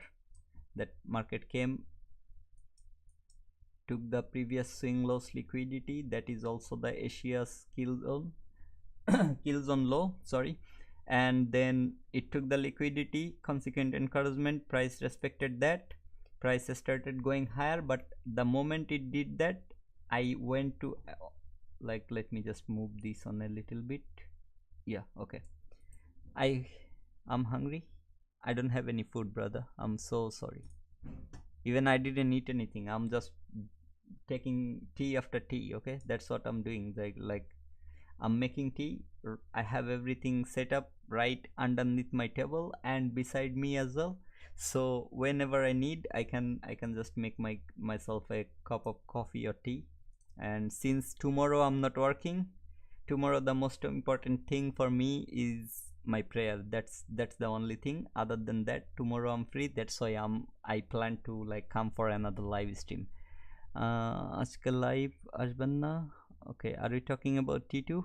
Nope, I will watch his stream. Okay.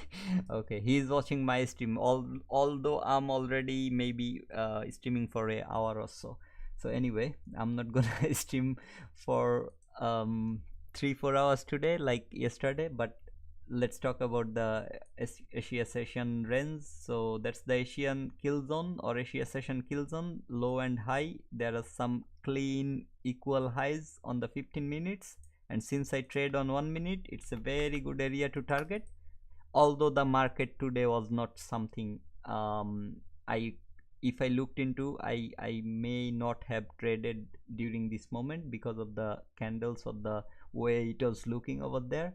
However, that's liquidity inside of a 15 minutes fair value right before my silver bullet. Where is it? Okay, I think this is where I was talking. Yeah, and then during the silver bullet, what I wanted to see, or what I looked here, is there is also a recent swing low that price took the liquidity.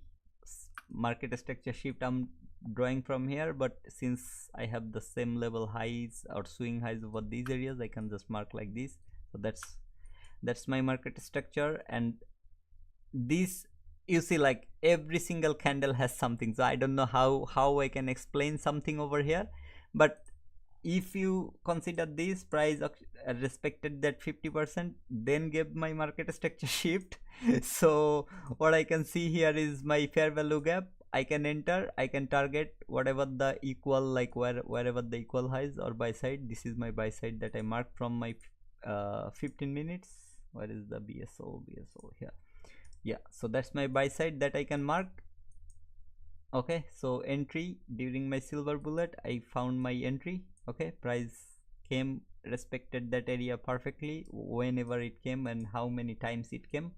Also, I talked about the premium and discount. If you go from high to low, that fair value is the only fair value that falls into your discount. Like the fair values, I mean, come on man, what sort of chart is this? What you expect me to talk about this area? Anyway, so that's my discounted area, which is at least below 50%, so entering into that fair value is pretty good. Okay, but since it's not clean, like the candles, the charts, the way it reacted, I don't want to take any trade during this sort of movement. Okay, as simple as that. But it delivered beautifully, and the entry would look something. Since that's my 50%, I would at least love to take the entry on the 50% line. Okay, as simple as that. Fair value gap candles low, I already showed them what it could look like. Come on, anyway. And then equal, maybe on its way up, I could like take some partials around these levels, since there are equal highs here as well on the 1 minute. But the chart, it's not something that it's a kids playground. Okay, or it's a maze. So during a maze like this, I don't want to run through these things. Okay, that's why I didn't run. But if I find a clean chart, if I find the clean setup during this time, I could have made this much. Okay, maybe here or here, that's 4.6 or something if you are talking about the risk to reward.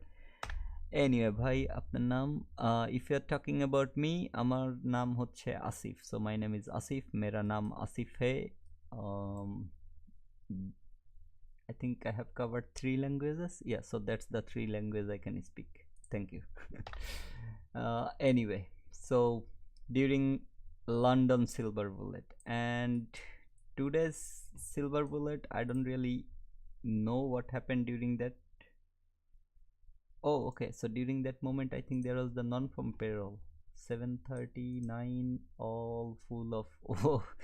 If anyone has the courage to enter into a trade during this, you can. I don't have the courage. I have no problem saying that I don't have the courage to enter into a trade when it looks something like this. Okay, our learnings, I don't know how impactful it is, although it's a red folder event.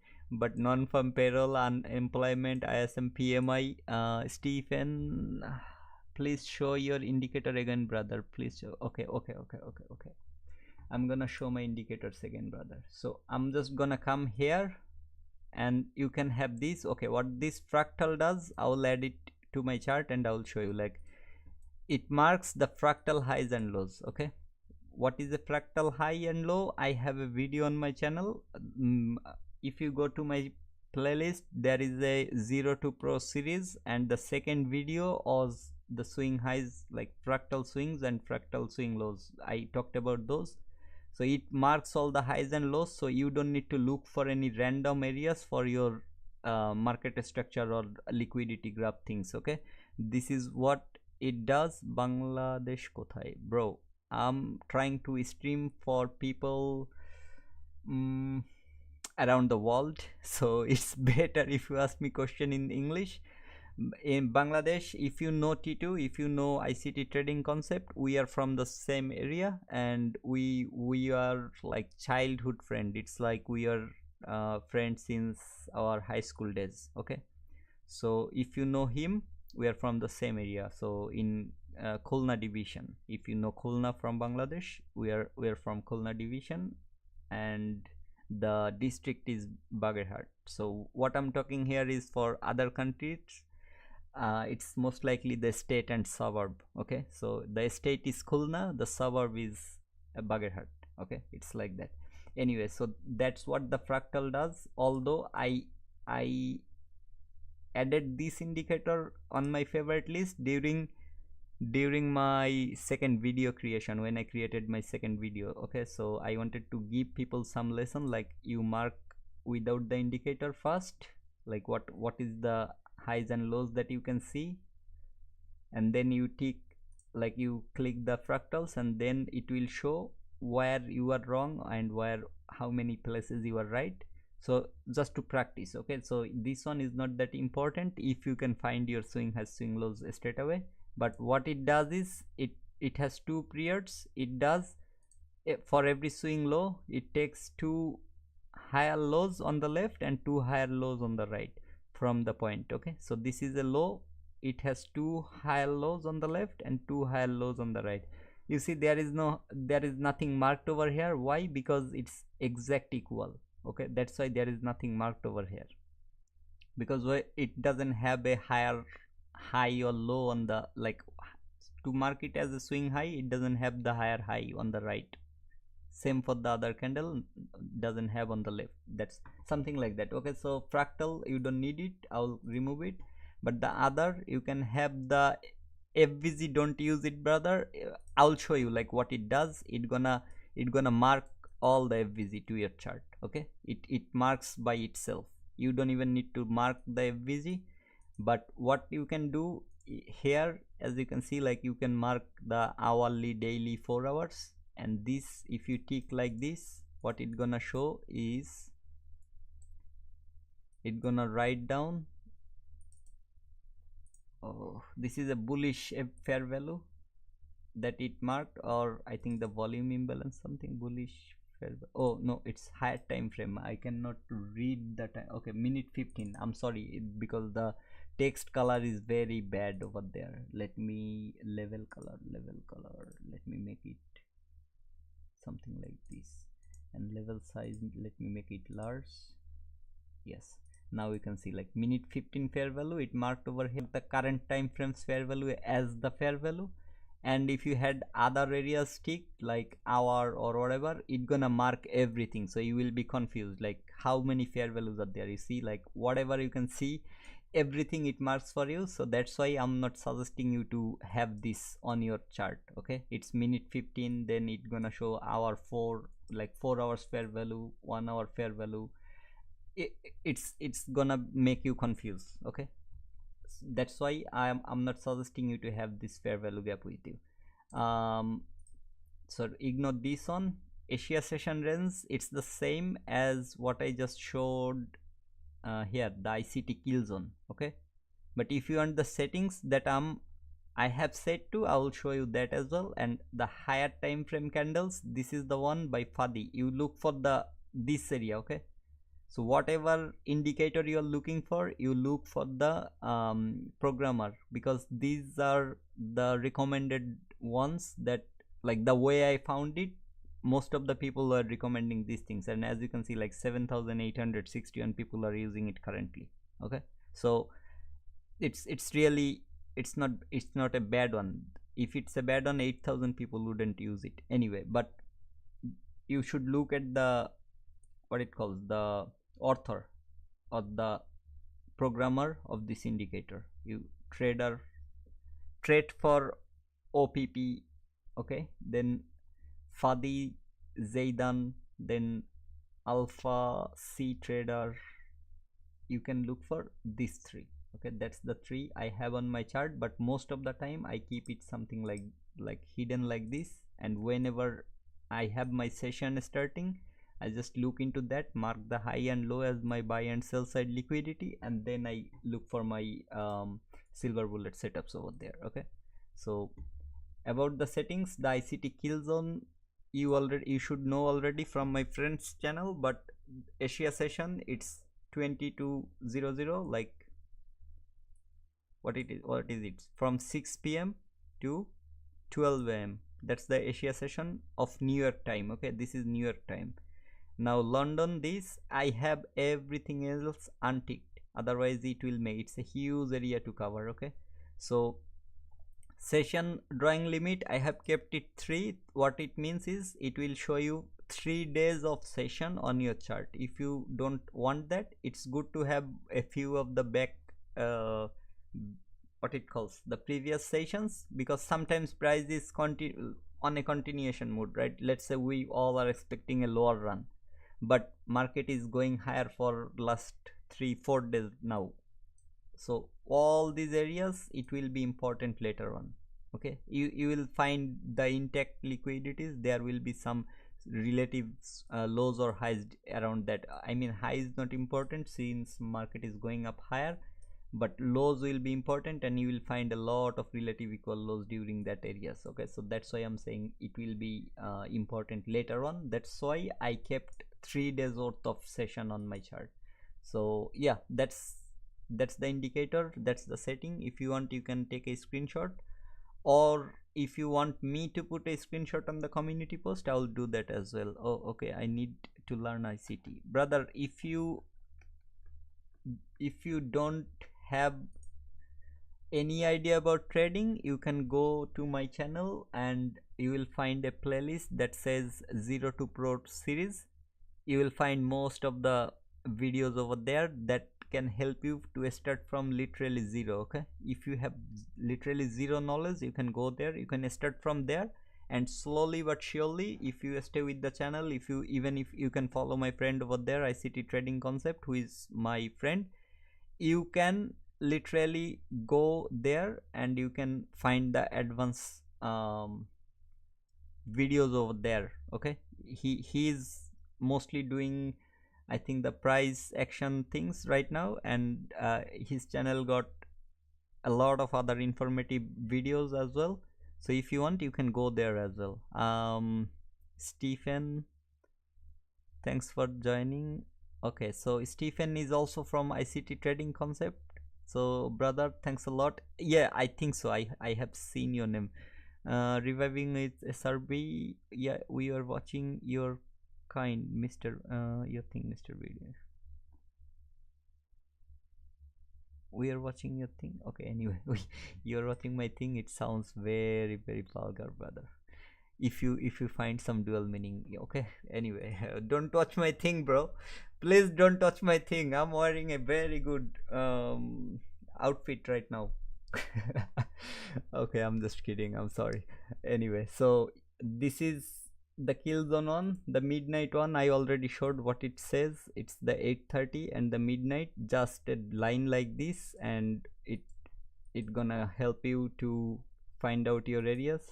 So 15 minutes has some sort of thing. I don't want this high to be violated for a lower run, but I'm not saying like it gonna go lower straight away from here anyway, because I don't have anything on this chart. I have some things drawn over there if I didn't delete it. Okay, not happening, I think, anytime soon. Not happening anytime soon. That's the midpoint of the daily fair value, if I'm not wrong. Yeah, yep, brother, yep. So the only thing that can stop now, I think, the order block. If that is not stopping the price, then price is going for this relative equal highs and the unfilled fair values or the breakaway gaps above here, up there. Okay, that's the only thing that price can I mean, I'm just kidding, bro. I'm not expecting a huge run like this. However, I was expecting a upward move from yesterday, because you see the close.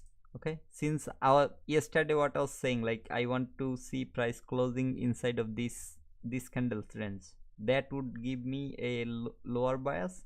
But since it closed above, I was expecting this move, but not this huge. I was expecting the buy side liquidity will be taken first and then price may go lower.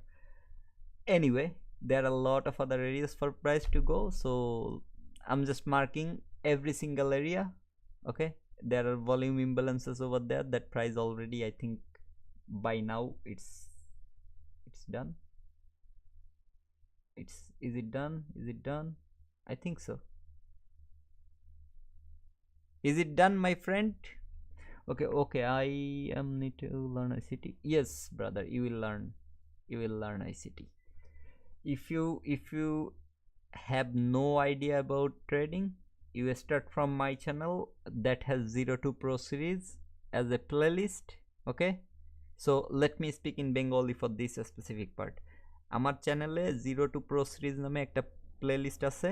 এই প্লেলিস্টটা থেকে একদম first lesson থেকে শুরু করে last lesson পর্যন্ত what ever I have provided, আমি যেটা এতদিন পর্যন্ত আপলোড করছি ওইগুলা দেখলে অ্যাটলিস্ট ট্রেডিংয়ের মানে চার্টে আমরা কি জিনিসগুলা দেখি, কি বলে, এদের নাম কি, এদের ডেফিনেশন কি, এইগুলা দিয়ে আমরা কি এক্সপেক্ট করি, আমরা সব কিছু ওই জায়গা থেকে জানতে পারবো। এবং ওইটা জানার পরে আমি এখন যেসব কথাবার্তা বলতেছি যে মার্কেট এইটা লিকুইডিটি নিছে, এইটা ফেয়ার ভ্যালু গ্যাপ এইখানে রেসপেক্ট করছে, এই করছে, ওই করছে, এই জিনিসগুলা তখন মাথায় আসবে। ট্রপিক্যাল মিউজিক, ওয়ালাইকুম আসসালাম রহমতুল্লাহ brother, how are you brother? Thanks for joining. I think you are a bit late, and since you joined here, let's see what I can provide you at this moment. So ICT, okay, so since you joined a bit late, if you haven't watched this video of ICT, okay, I highly recommend you. It has been uploaded 22 hours ago, and I talked about these things throughout the stream. What he said here, I talked about those things. You go and watch and finish this entire video. So I hope you remember on my first stream I was talking about the discount and premium. This is what I was talking about, and luckily somehow he actually posted this video after my stream. Okay. So I don't know if ICT is following me or not, just kidding bro. Anyway, discount to premium, buy side delivery. What he means is when price is in discount, that's when I want to enter into a buy long. Okay, and when price is into premium, that's when I want to enter into a sell short with the other confluences, of course. Okay, so discount to premium, I already talked about it on my channel, but if you want, I can give you a short example like that one more time. So let me get back here. So that was the London session silver bullet that I was talking about, and this is where I was planning to enter into a trade inside of, like, if I was home and if the market was not showing some shitty candles like this, okay, like these sort of things, I could have entered into a trade during my silver bullet, and instead of entering on the high of the fair value gap, I could target this area because that's the low, that's the high that market is retesting or reacting from.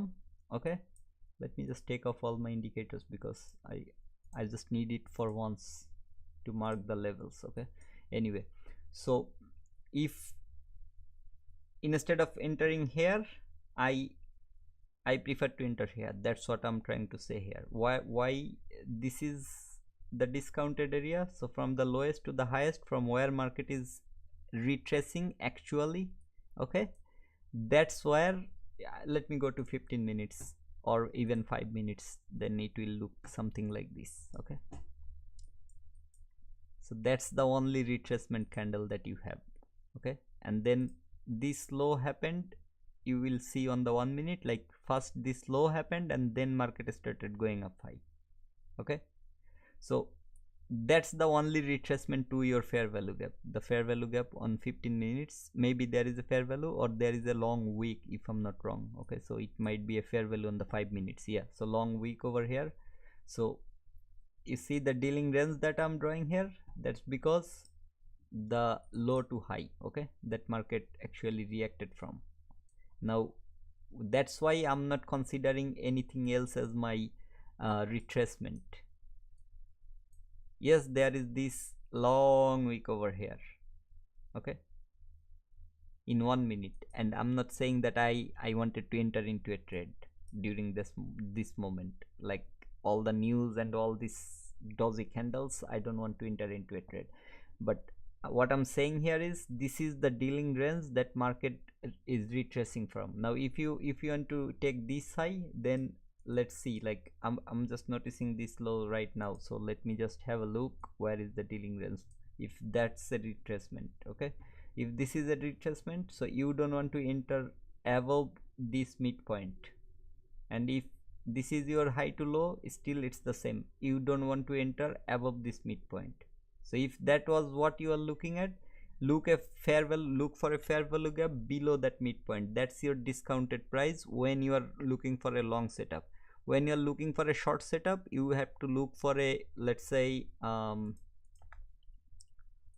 this is a high and this is a low, that you are looking for a short setup, and that's the fair value. If the fair value is above this 50% level, then you look for a short setup. I'm not saying like this is a short setup, I'm just giving example, okay? Because this is definitely not a short setup, it's just a retracement of this one, okay? Price took some major liquidities from the left inside of a 15 minutes fair value gap, which is your Asia session low, and that's your triple equal high is your Asia session high, okay? The kill zone, Asia kill zone, and that's what could have been my profit target. But anyway, I'm not here to give you that one, just simply the premium to discount and discount to premium on ICT's channel. He was talking about this sort of dealing range, okay? Not this, but I'm just giving you example of what you should look for, okay? Anyway, that's what I was talking yesterday as well. So yeah, I think I have told you what I wanted to say for today's stream. I don't really know. Looks juicy, right? It looks juicy here, right? Let's see what NQ did during that moment. Yeah, it's juicy too here, bruh. It's juicy, bruh. Although like it's bit different over here, but like what it calls, it's not as relative equal as EQ did, okay? Just look at the midpoint, it didn't come lower, but NQ has some juicy points as well. Now all we need is a yeah, I got you, brother. Thanks a lot, brother. Thanks a lot. Hope you got my point. Let's see, like after looking into a chart, see if I can find some areas where I can actually show you why I use the OTZ or optimal trading zone, that sort of. Okay, so since you guys are here, let me give you my OTZ, okay? If you want, you can use it, or OTE, optimal trade entry, and I have it extended to the right, but I'm gonna just untick that area so that you can have all these levels. I hope you can see this, okay? And let me just take off the negative 1.07 because that one I kept for forex trading. Sometimes like this much area, it can cover all your spread if you are looking into the major pairs or pairs with low spreads. You can have, that's the spread I want to add with my stop loss. That's why I have this level, but it's not a major level or something. It's something that I have calculated for my own model, okay? Like the back testing I was doing, this thing worked perfectly for me. That's why I added that. You don't need it. So the -27, you don't need it either, but that's like if I enter into the 0.62 area or like the 0.7 on, if I cannot see anything on my left, or let's say there are a lot of relative equals, if you go a bit higher, or if you go, how to make it easier to understand, let's see. Okay, let me just come here. Let's say like you have some relative equals here, okay? Maybe like this, and let's say there are some relative equals here, okay? Maybe there are some other highs like this over here. So which one you should target? Yes, you can take some partial from this relative equals, and then you can target or leave the rest of your position open for this liquidity. But what I want to make my life easier, okay? That's why let's say like I entered somewhere around this area. Let me give you, so let's say like this is your liquidity, that's your market structure. I entered here and I'm looking for some sort of entry. Let's draw from high to low. I don't know wherever I can show you that one, whatever. Like let me just put it, let's say I found a fair value gap around this area, that's where I entered. And I mean, forget about whatever is inside, I'm just showing you the levels, okay? So usually that one will be my stop loss, and that 27 will be my take profit. This 2.33, this is the calculated version. Okay, like no matter what, if you enter into a trade with these three lines, the 6 on or 6 to level to the point -27, you will always find it 2.33 because it's calculative. You are entering the level every time, your stop loss is at this level every time, your take profit is at this level every time. So this 2.33, no matter what, if that is what you are entering, targeting with the stop loss at 1, target at -27, and take profit at what it calls the entry at 0.62, this is what you will always get. Now target and stop loss same area, if you enter into a trade at this area, you will get 3.33 because it's little bit higher than where it's showing.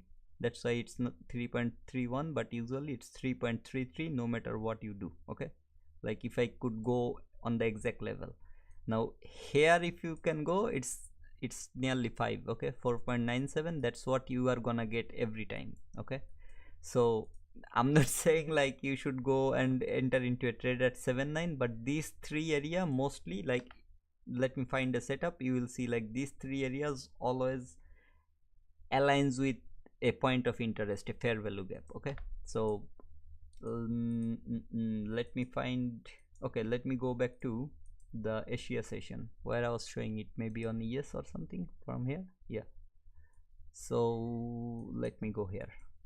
I want to make my life easier, as I'm saying over and over again. So first thing first, I want to see if there is anything here or not. I mean, this time it's I don't know how to say it. You see, like between the 6 to 7 on, there is a fair value right here. Okay, I'm not saying that your entry is here, but there is a fair value, and that's the fair value is high or stepped right here. And what I said, 6 to entry, you got your entry. Okay, I want to make my life easier, as simple as that. So that's why I use whatever tools are available over here. So why I'm streaming? Why am like what am I using to stream? I could stand on a road with a pen and paper and I could shout. Because the technology is available, I'm using the technology. Same thing here, if it's available, I'm using it in my benefit. I want to make my life easier, I made my life easier. Okay, don't get me wrong, that's my model. Okay, that's my setup, that's the optimal trading zone. A retracement like this is a very healthy retracement, because it came here, respected. Yes, price can come even lower, but okay, it's healthy, it's a healthy retracement. If it goes below this 7.9 level, then you should be worried, because there is this order block, there is a fair value gap, these areas price are not respecting. Well said, thanks a lot, brother. But yeah, I mean, this is my psychology, right? What I do, it's my model, it's my psychology. I love this way, that it's less stressful. If I have something that is always calculative, it gonna provide me always the same thing, same exact same result gonna happen whenever I'm hitting a stop loss or a take profit. It's the exact same result every time. Okay, I don't want to make it harder for me.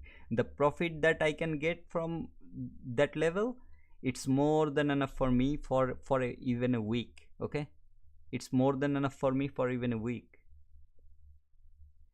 So why should I bother to, you know, like go for higher than my expectations?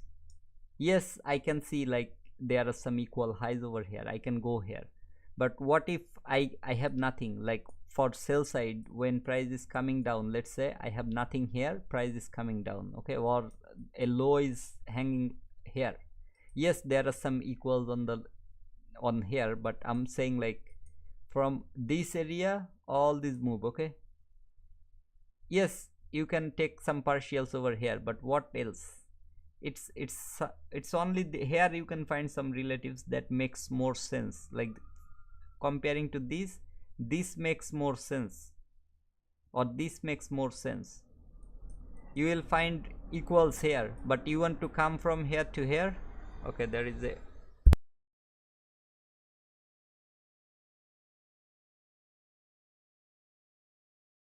I hope it's not the cleaning like street cleaners at this moment, because I'll be doomed. They make so much noise, and my house is right beside, like my room is right beside that bloody road.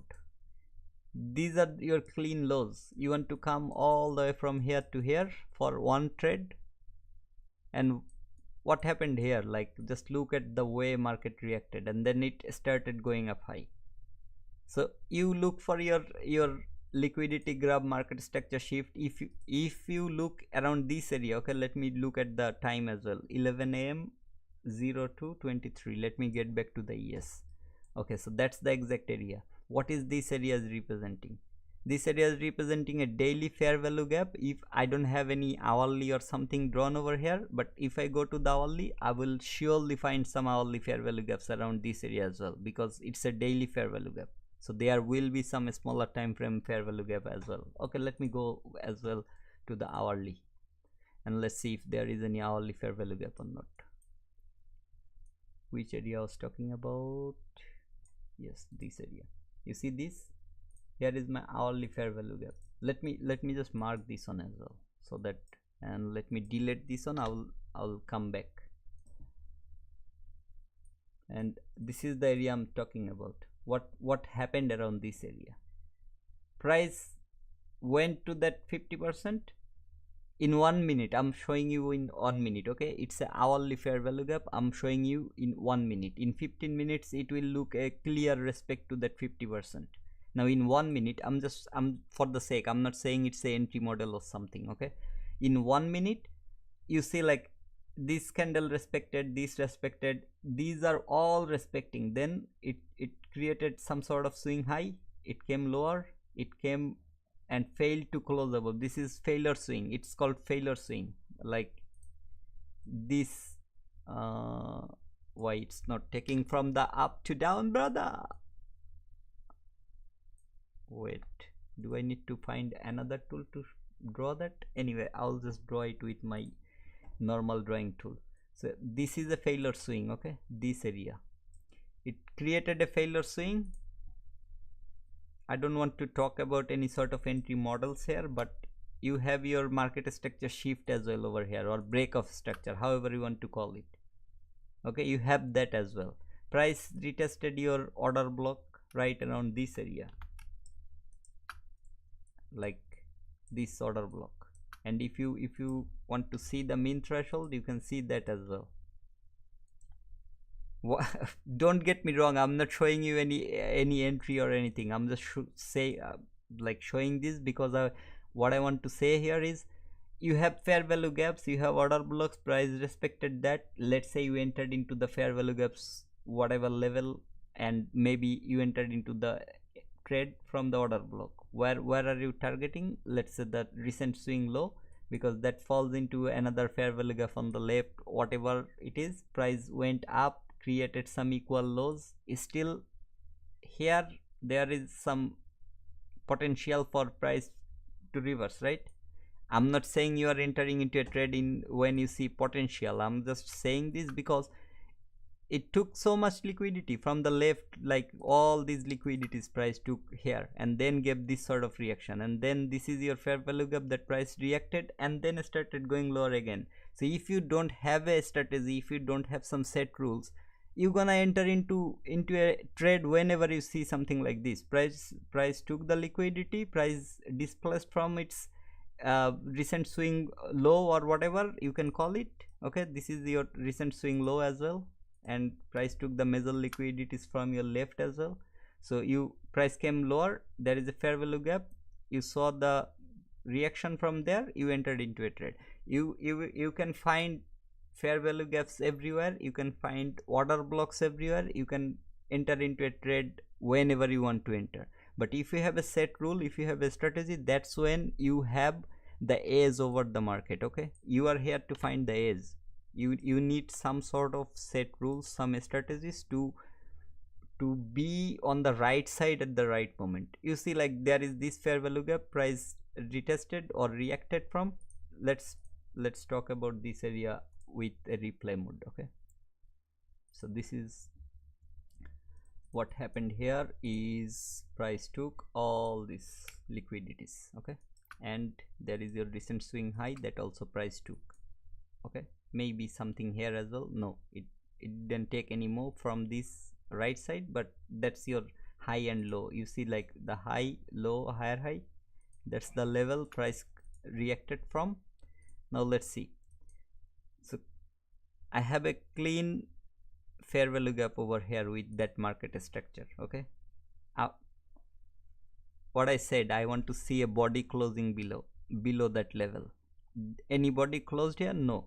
But let's say this is my market structure shift. I'm just giving you some sort of example because this can be a possible market structure shift in a lower time frame. Okay, like I'm in 1 minute, maybe 30 seconds or something. There you can find some body over there as well.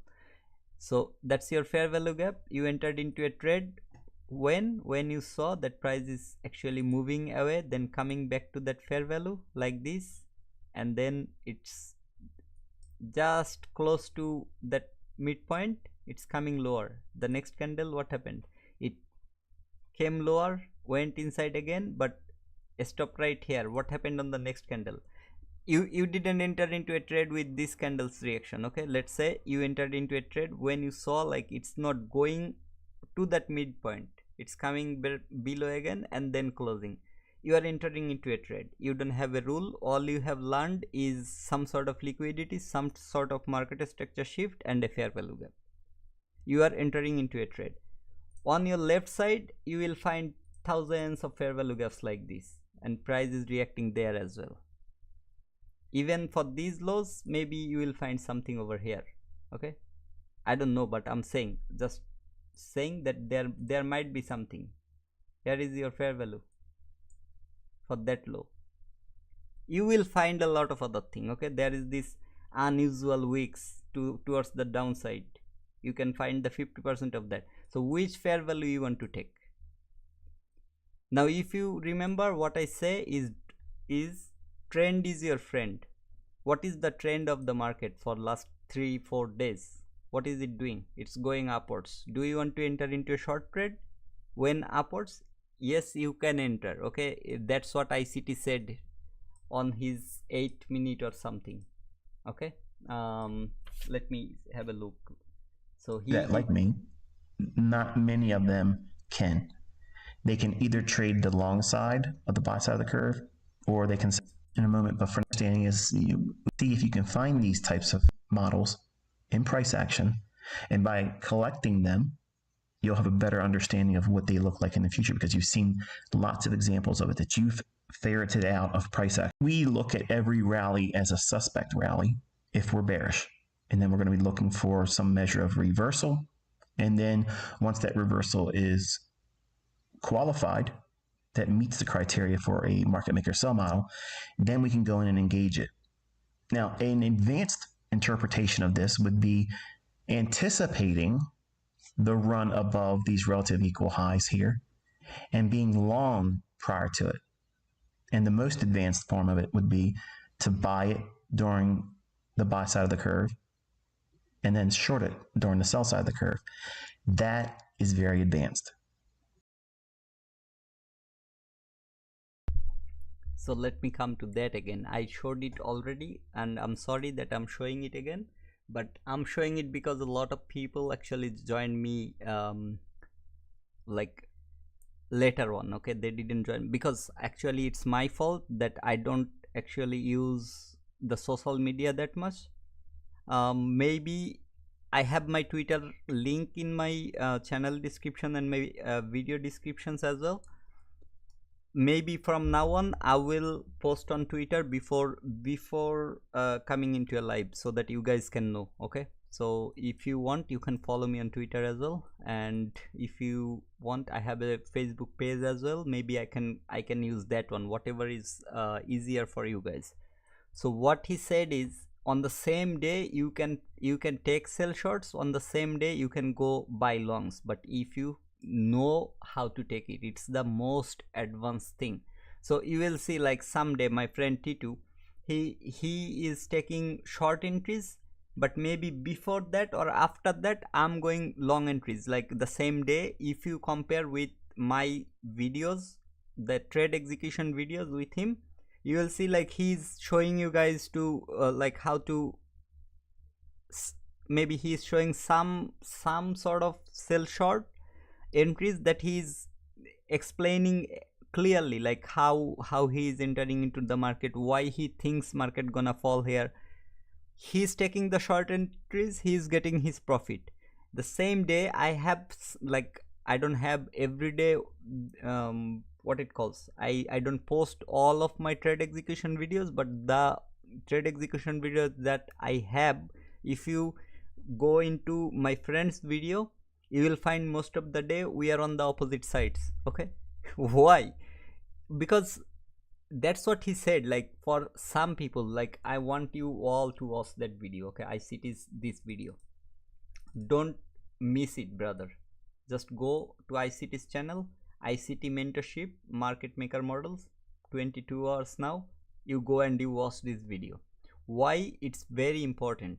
Yes, during this speech he said like being on both side is really hard, it's very advanced. Okay, some of his students can do that, but most of his students or ICT traders, they either go for the longs or the shorts only, because they find the cleaner setup. Whichever side they find is the cleaner setup, they goes to that side only. Okay, it makes more noise than many. ICT makes more noise than yeah, maybe because the thing is, I already, like during the first half of the stream, I already showed like what support resistance traders are looking for, how a water block or breaker block, this sort of things works. If you are a support resistance area like trader, how those areas are working as a support resistance trader. So this is the order block, right, of this bearish move. Let me mark this on. Okay, I have nothing on my right side, but let me just mark this full order block, and let me go to the left side. Can I find some resistance over there? Yes. Let me go even more on the left, although the perfect example could have been this set of candles, but since there is nothing from here to here, I'm not gonna look into that. In 1 minute I cannot see anything, because the most backward thing is even way higher than where the price is, like way lower than where current price is. So I choose the very wrong example. But anyway, this is why, like these areas I already showed. I think you should go and check that part out of my stream. And I also talked about the risk to reward. Okay, so the reason I talked about those things is that's my model, that's my setup, and I love trading that way. Okay, so you should have some set rules. Like I used to trade, and also you need to back test and forward test just to know like what works the best for you. You can just target the liquidity that can work best for you. It doesn't matter, you don't need to follow my setup, you don't need to follow what I follow.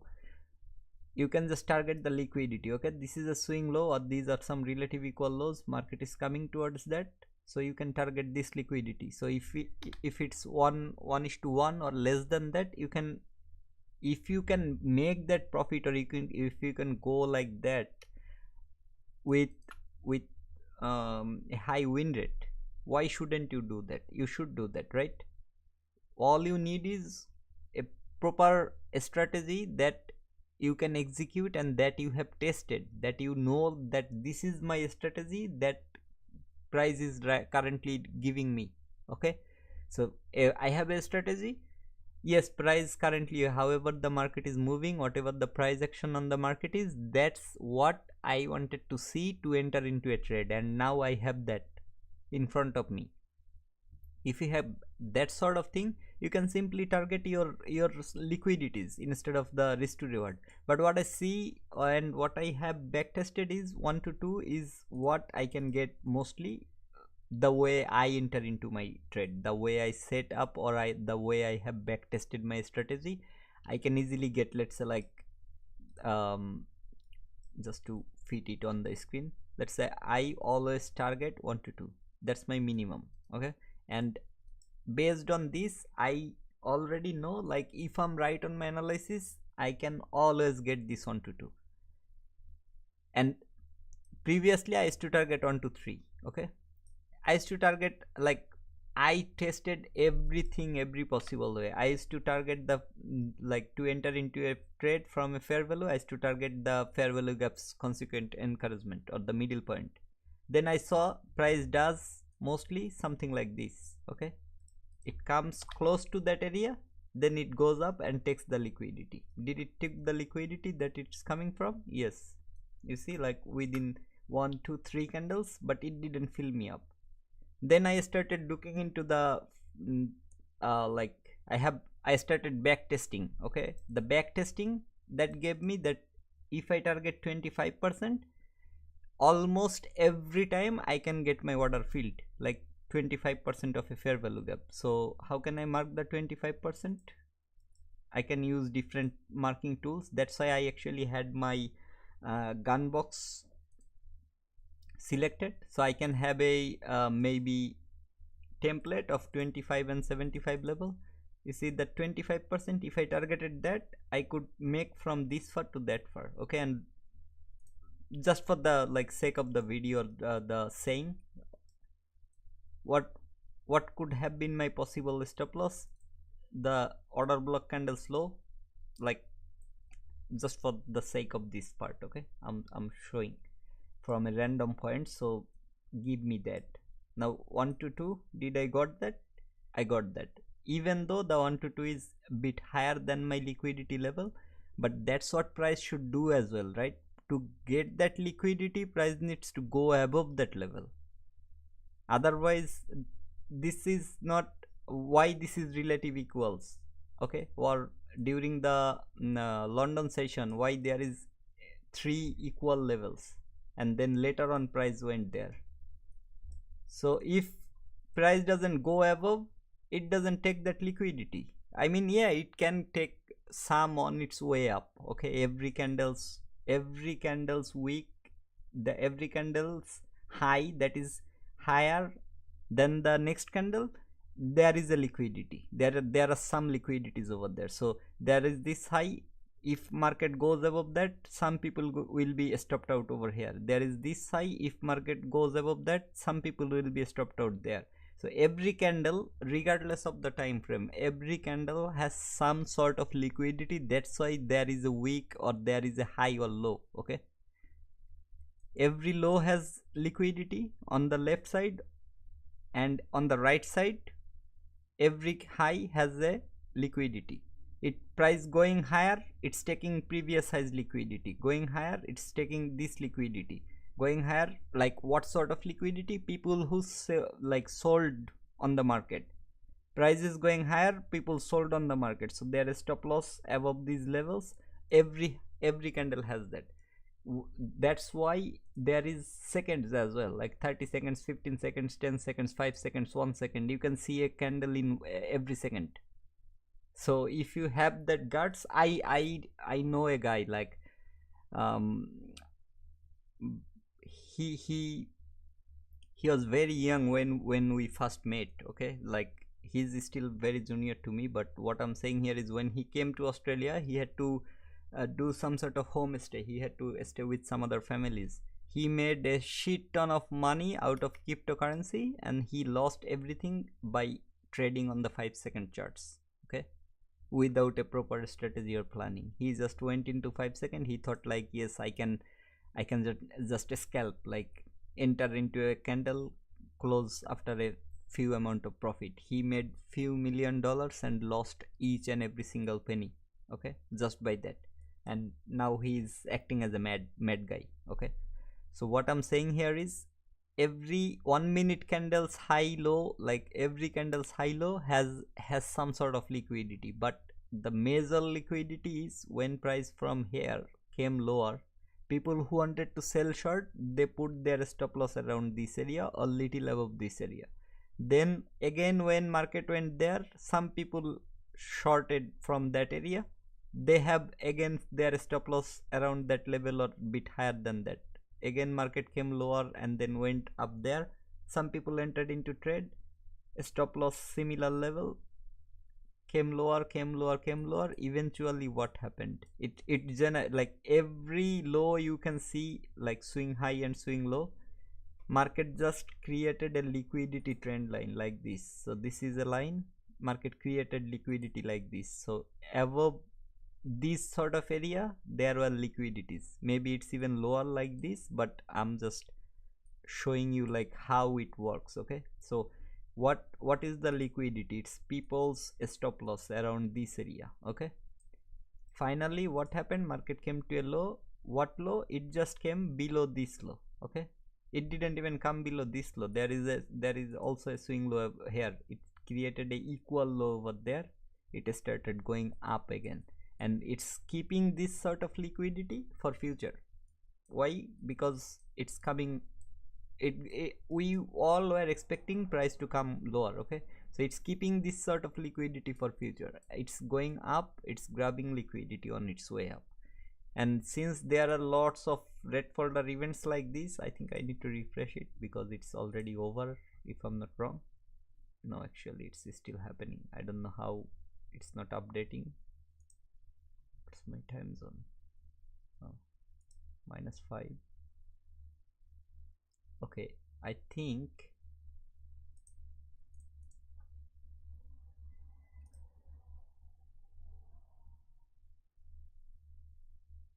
is it happening right now? I'm a bit confused about this one, okay, because the time zone doesn't make sense.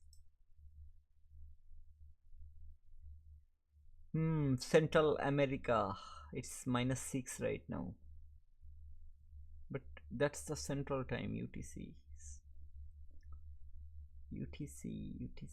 I think they have the daylight saving going on from now on, or what? Let me see if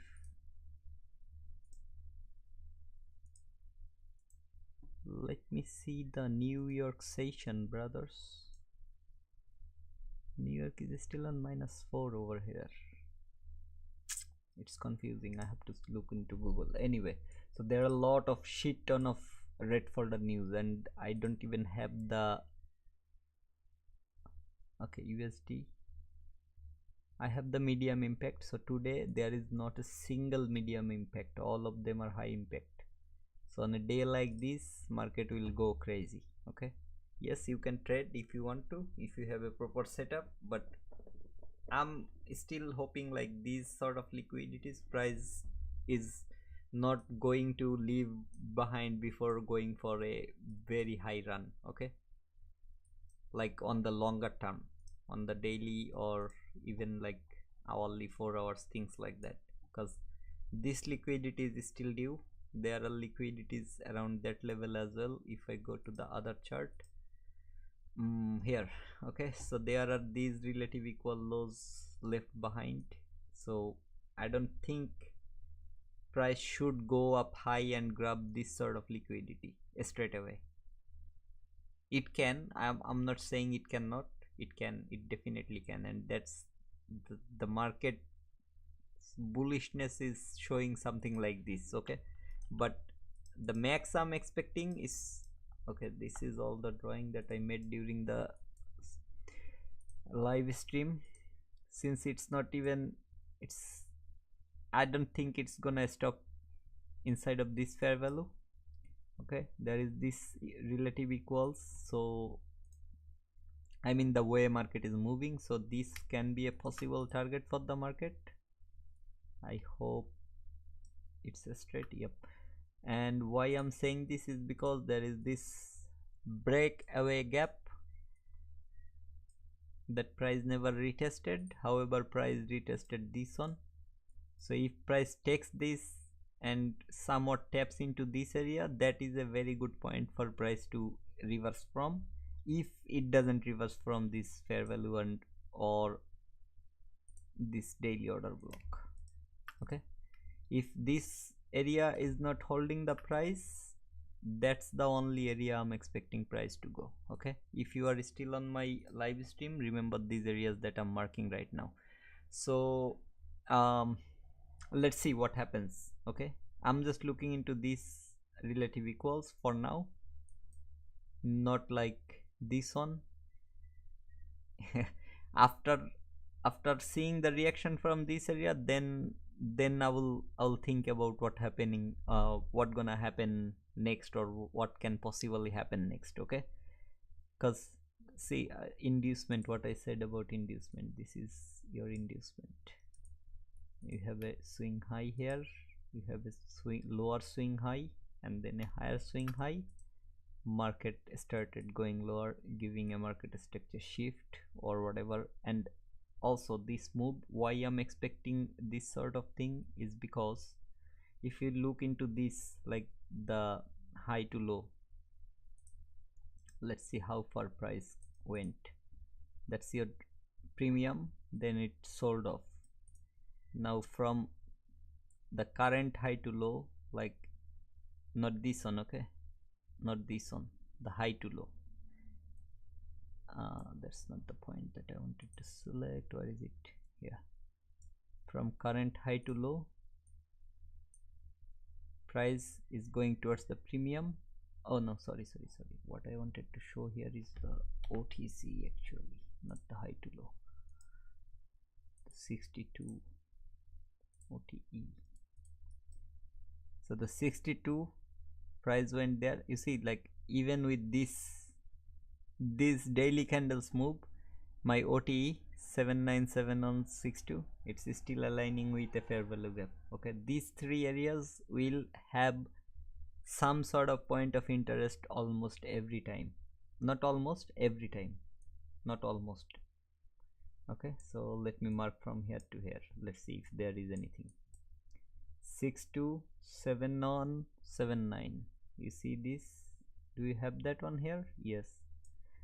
Why I'm saying this area, now we will understand. Like with the strength that I can see, I'm expecting this liquidity from now on. And what I talked about the draw on liquidity, it's exactly doing that. Okay, and with this candle, I don't think by the end of today market by any mean is coming lower than this level. If it comes lower than that, then I will go for sell short until it takes at least this liquidity. Okay, that's the only time I'm gonna look for sell short, like when market is reversing from a higher time frame point of interest, and it's reversing, like it's giving me some sort of indication of the previous day high or low, whatever it's leaving behind.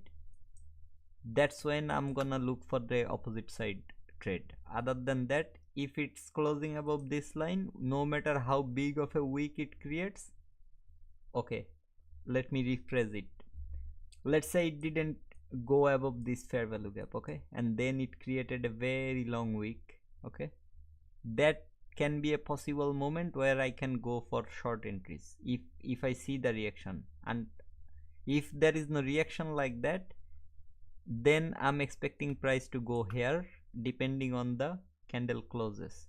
But if after, let's say tomorrow market is going here, okay, around this area, and that is today's high wherever this day is finishing, if market is tomorrow closing around this area, I'm gonna target until the liquidity is taken. Maybe I'm wrong, maybe this order block can hold, whatever, I don't know.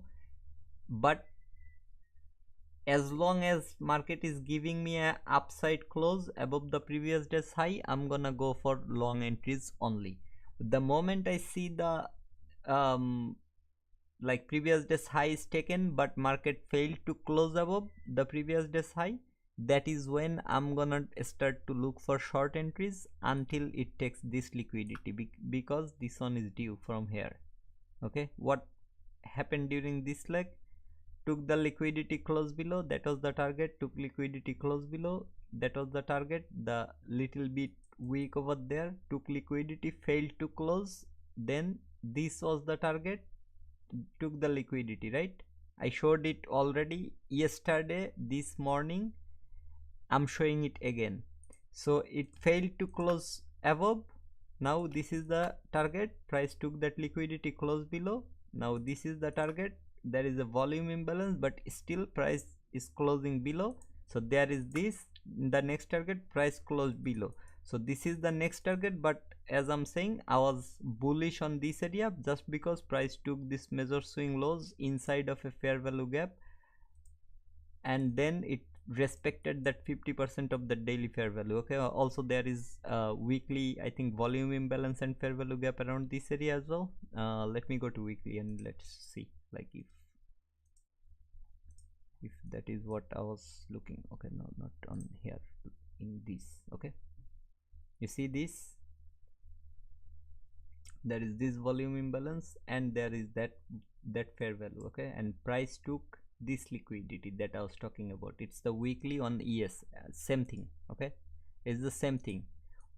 Why you didn't see any of these over there is because I think I have this, it's adjust contact for the adjust for the contact changes. I had that one, that's why you didn't see this sort of fair value and volume imbalance around that area on the weekly. Okay, so anyway, what I'm saying here is price was here, respected that area. That's why I was expecting these 2 days to be a green day. Why also is because price is coming lower after a fair value retrace. It's coming lower, right? It took the liquidity, like previous liquidity, it took this sort of liquidity. Now I'm expecting price to at least retest to this fair value. Okay, there is a volume imbalance, so let me put the mark like this. I was expecting here, so on Monday price didn't go through that area, that's why on Tuesday I was expecting a green day. Okay, it happened, and expecting a green day, but not like closing above the previous day's high. Okay, so if it closed below this, I would go for short entries for this liquidity and whatever like I can find on the left. It didn't. So now until I see a close below of a previous day, I'm going for long. That's as simple as that. Even though there will be some short entries, there will be some other things as well, but until I see something like that, I'm not going for short entries. Okay, that's my rule, that's my point of view to the market. It's working perfectly the way I showed on the first stream, the way I showed earlier on this stream. Okay, it's working perfectly. So until I see a close below of the previous day, I'm not going for the short entries, I'm only looking for long entries until then. And there is also, I want to see like the reactions. That is the like least possible amount of analysis that I want to do towards the market. Okay, so if price respects this fair value, okay, if it respects, maybe like after here it can come lower, close below the fair value. It would be great to see that it's closing below the previous day, and since it's anyway gonna close above, I can still expect for 2 days swing high as my target. Okay, I'm thinking, I'm predicting, okay, that price made its highest level to this level. It can go to this order block, but as I said, like this is most probably this runs target if it's not respecting the order block and the fair value that I have here. Okay, I don't want to go for higher than daily time frame. If I'm trading on 1 minute, just 15 minutes analysis during a day is more than enough. Okay, for for just 1 or 2 entries. Okay, if I go to 15 minutes, maybe I had something around that area. You see, like around this level, what happened? Let's talk about this area. Okay, although I didn't see into the chart before, but it's okay. I don't need to look anywhere else. So let's look here. Price took the liquidity, gave the market structure shift. Okay, on the 15 minutes. So when price took the liquidity and gave the market structure shift, I can simply drop down to 1 minute and look for okay, can I find it? Can I find? Okay, yeah. So I can look for possible entry setups around these levels. Okay, I don't need any. Okay, I actually forgot to mark all the 15 minutes fair value, but what I'm saying here is I can look for possible entry setups. So that was my 15 minutes liquidity, I mean low that price took the liquidity from. On 1 minute, what can I see around this level? What price did here? Okay, since it's a huge move and during a news event, maybe the example won't be perfect, but let me show like what price did here. It took some equal lows inside as well. So in 1 minute, here is my liquidity grab. I don't have anything other than this low. From this low to this low, that's my highest point. I can mark the highest up close candle. Can I find any entry around this area? I don't know. Like if you want, you can answer me if you have the answer. Okay, with this candle, if I have any entries or no. What happened with this one? I'm not counting the wicks, only the body. When price went above that body, like this range, I can look for possible entries, because what I said today is like this entire week the market will be very risky to enter. Okay, it gonna take liquidity from sell side by side, sell side by side. That's what gonna happen, and whenever there is a huge move, you hardly will get any entry. Yes, if you force, you can find a lot of entries, but I don't know how it will be profitable in long term. Okay, so from here to here, this is your reaction. There is no fair value here. Okay, let me make it bigger so that you can see. So this one candle's wick made like messed up all the fair value, all possible fair value. Yes, this wick is very important, but what happened? So let me just go to the empty. Okay, what happened? When price was coming lower, it disrespected straight away that week. So is price going any lower? No, but there is your order block. Price respected that order block. So let's see if it respected your order block mean threshold or not. Yes, it respected the mean threshold. Okay, like now some people likes to look for mean threshold like this. It respected that, but do you want to enter into a mean threshold or into a order block entry from here when price is going up from here to here and took the equals, took the other liquidities from the left? I mean, I cannot. Okay, I cannot take entry like that. When my easy buy side liquidity is already taken and then price is giving me this move, I cannot, because it happened because of the events. This sort of move, a 1 minute candle like this can give you like maybe $1,500 $1,200 worth of profit depending on how you are entering. So if you are entering into a order block, where will you put your stop loss? Okay, I have 4 people watching, so I don't know like exactly how many people, but I'm just looking into my thing and I'm saying, so whoever watching, if you enter into a trade, a order block entry, where is your stop loss? I want some answer, please. Like write me down, where is your stop loss? I will show you the time. That's 8:14 a.m. candle. Where can be your stop loss out of all these things? I want to know.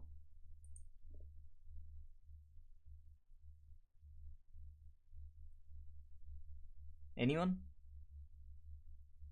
I hope my stream is still working and it's not too delayed. If it delayed, then it will be a big problem, because I have already reduced the quality just to make it more responsive. Okay, so anyway, if you don't know or if you didn't understand my question, if your entry reason is your order block, where will be your stop loss? So that's your order block's low, no matter like where you are entering. Let's say you are entering on the order blocks this range, okay, like the opening price. I don't care what other says, I'm here to teach you why. I will give you the logic as well. Okay, so that's your order blocks low. You can maximum give your stop loss one little tick like this, or maybe two little tick if it doesn't fit your choice. But you can, the main stop loss should be your order blocks low, but since price week can sometimes come to the same level and that will stop you out, that's why I'm saying maximum on pip. Why is that? Is because if you are entering because of this order block, your price should not take the order block's loss liquidity. I mean, it should not break below the order block. Why I'm saying this is because if you are entering here and if you are wrong about this trade, no matter if you put your stop loss here, price, when this order block is violated, where will price go next? What do you think? Just look here, you have three exact equals, you have multiple equals over here. Maybe if I look like relative whatever, like I can consider relative equals as well. So where is it going? No matter where I'm putting, it gonna take stop me out, and that gonna have a high impact on my trade. Okay, because let's say I don't target any risk to reward, I just target the liquidities. Okay, but what gonna happen with this? Instead of this much 1.25 or whatever the handles, 1.25 handle of stop loss, I'm giving it 3.50. It's taking literally double the money that I was supposed to give it. If I'm entering into a trade, why ICT, maybe on the gap video, like the fair value gap and other things that I have made on my channel, I have showed where ICT is putting his stop loss and he's talking about those things. Why I'm saying this here is because let's say I entered into a trade based on a fair value gap. Okay, so let me I'm just giving you some examples. Okay, let's say I entered into a trade based on a fair value gap. This is a fair value gap, I entered into a trade. Okay, now where should be my stop loss? Since candles weak can cause some damage, I have to put the stop loss a little lower than the fair value candle. Okay, so where can I put the stop loss? This candle, this candle, this candle, these three created the fair value. That's the maximum I can go, and the minimum where I can go is the low of the candle that has the fair value. If it's a huge fair value or huge candle, I can go here. If it's a small fair value, the maximum I can go is this low, because to respect this fair value, price will never go lower than that fair value. I mean, it won't come lower than that fair value. Yes, sometimes little bit of the wick comes, but that wick should not come lower than this candle or this candle. Okay, why? That's called high probability. Okay, that is why high probability, low probability, high risk, low risk, this is what comes. Why I'm saying this is because if price disrespect your fair value gap, okay, you will be stopped out no matter where you put. Now you entered into a trade on this fair value, this is the reason you're entering into a trade. Why your stop loss needs to be on this low? That makes no sense. Okay, and if you want some proof of it, I will just quickly, just give me 1 sec, I will just search on the ICT's advanced gap theory video. Okay, I'll start make it straight to you guys, like I don't want to search when I'm not looking what it calls. So I want to show you guys that I'm searching for this thing as well. So advanced, I talked about it yesterday on my stream.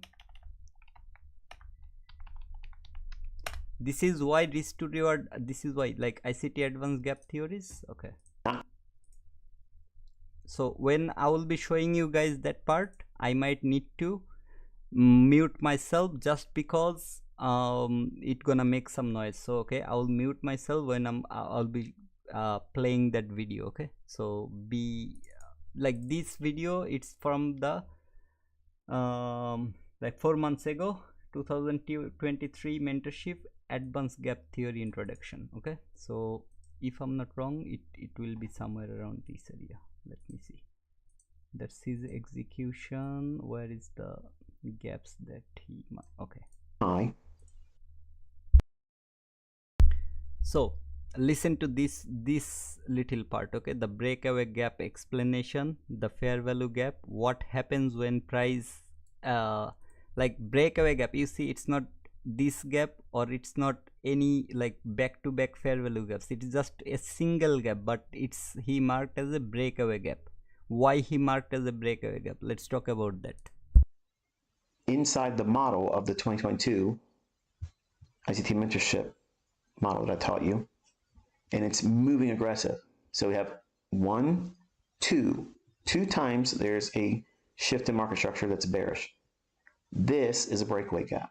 Breakaway gaps must have some context as to why price should see. For instance, this is a bearish breakaway gap. It's breaking away from a level that we would already anticipate being some measure of short. Okay, some context around this level, we would expect to see some kind of respect of that level. Okay, so it's a higher time frame weekly gap high. We've already been there on Monday, repelled lower. We created a short-term high prior to it here and then ran up to it there, and then it took that low out there. Left the gap. That in itself is the 2022 model. Then it breaks again, returns back into it here. What did it leave? Relative equal lows.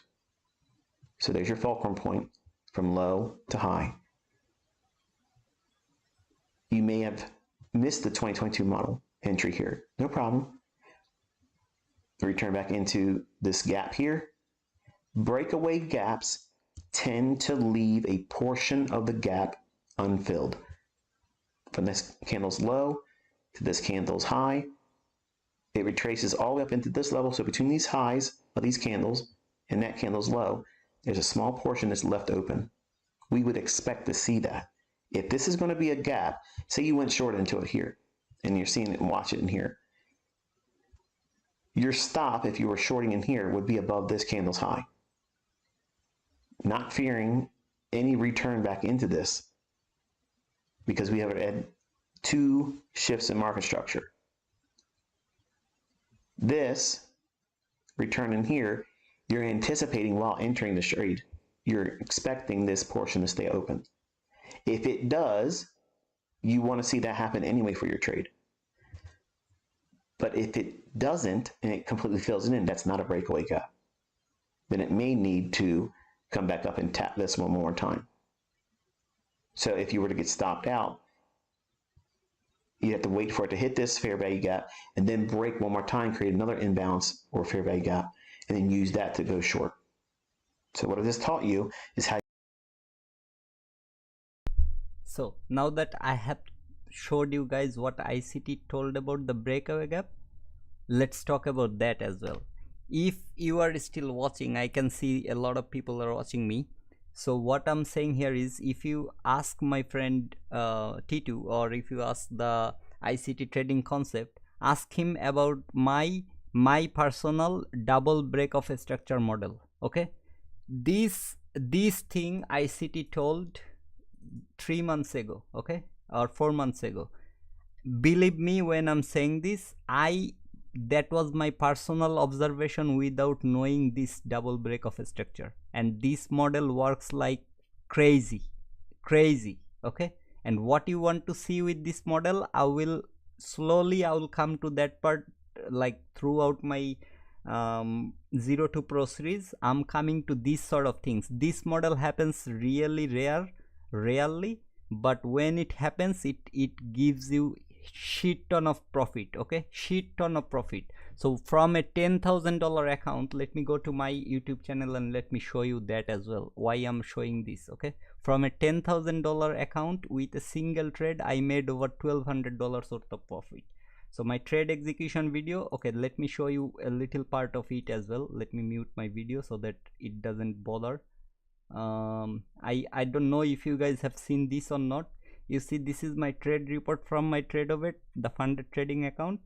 On this day, I already talked about this, that on this week I didn't trade and I was not feeling like it, so I closed my open position. I went to bed straight away. My health condition was not good enough during this moment, and then I didn't trade the entire week. After that, from 9th October till 13th October, I made over $5,000.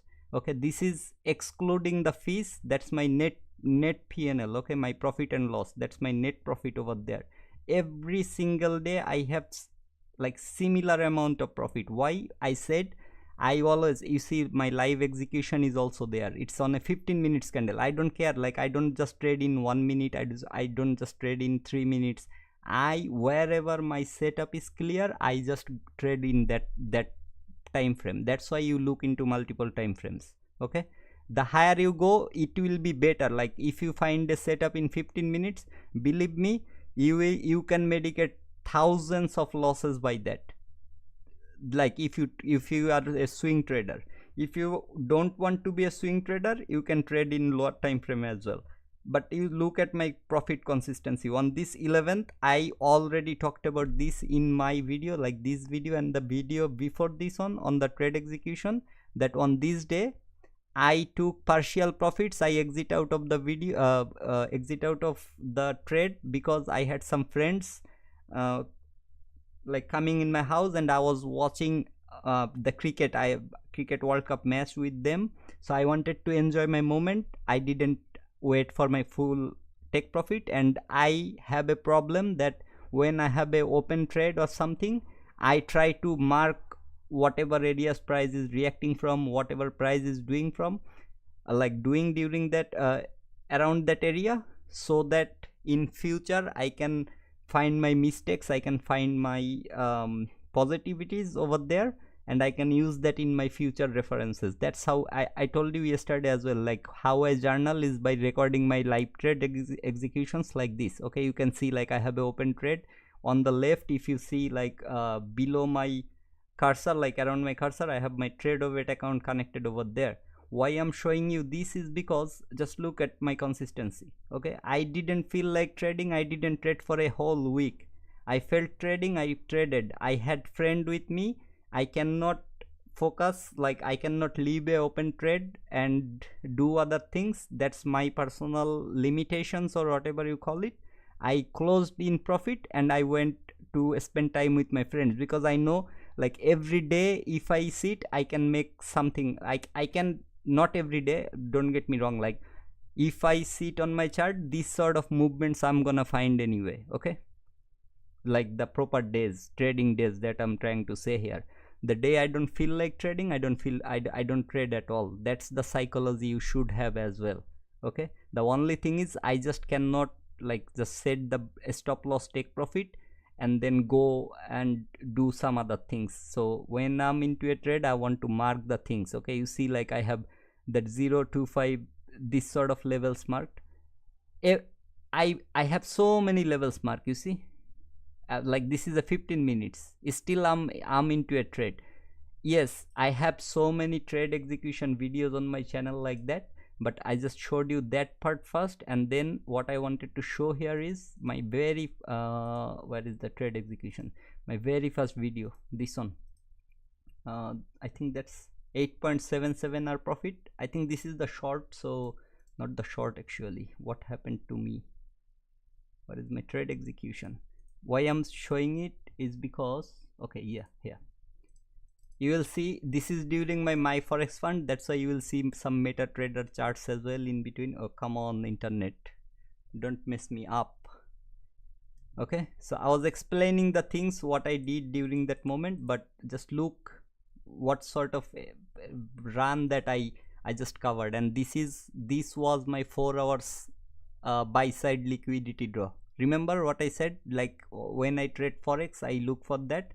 So this trade I took on my um, MetaTrader 5, which was on the my forex fund account, and this was the move. Like from here I targeted all the way here, and I will show you like exactly what happened right after hitting my take profit. You see that 4 hours buy side liquidity is marked over there. That's how I marked it. There was a 4 hours fair value as well over there. Just look, like 4 hours buy side liquidity, price just tapped over there and then started going lower like this. The price level I started from, it came even lower than that. So that's what exactly ICT was saying. Like here I had I literally had the market structure shift, I had the break of structure, everything over there for going low.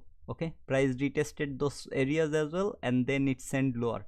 So ICT talked about that as well on his latest video, that people who are anticipating price to go for a liquidity fast and then a lower move, they can buy and during the higher run and liquidity grab, and then they can wait for the sell, like the setup or the model which he was talking about is market maker sell model or market maker buy model.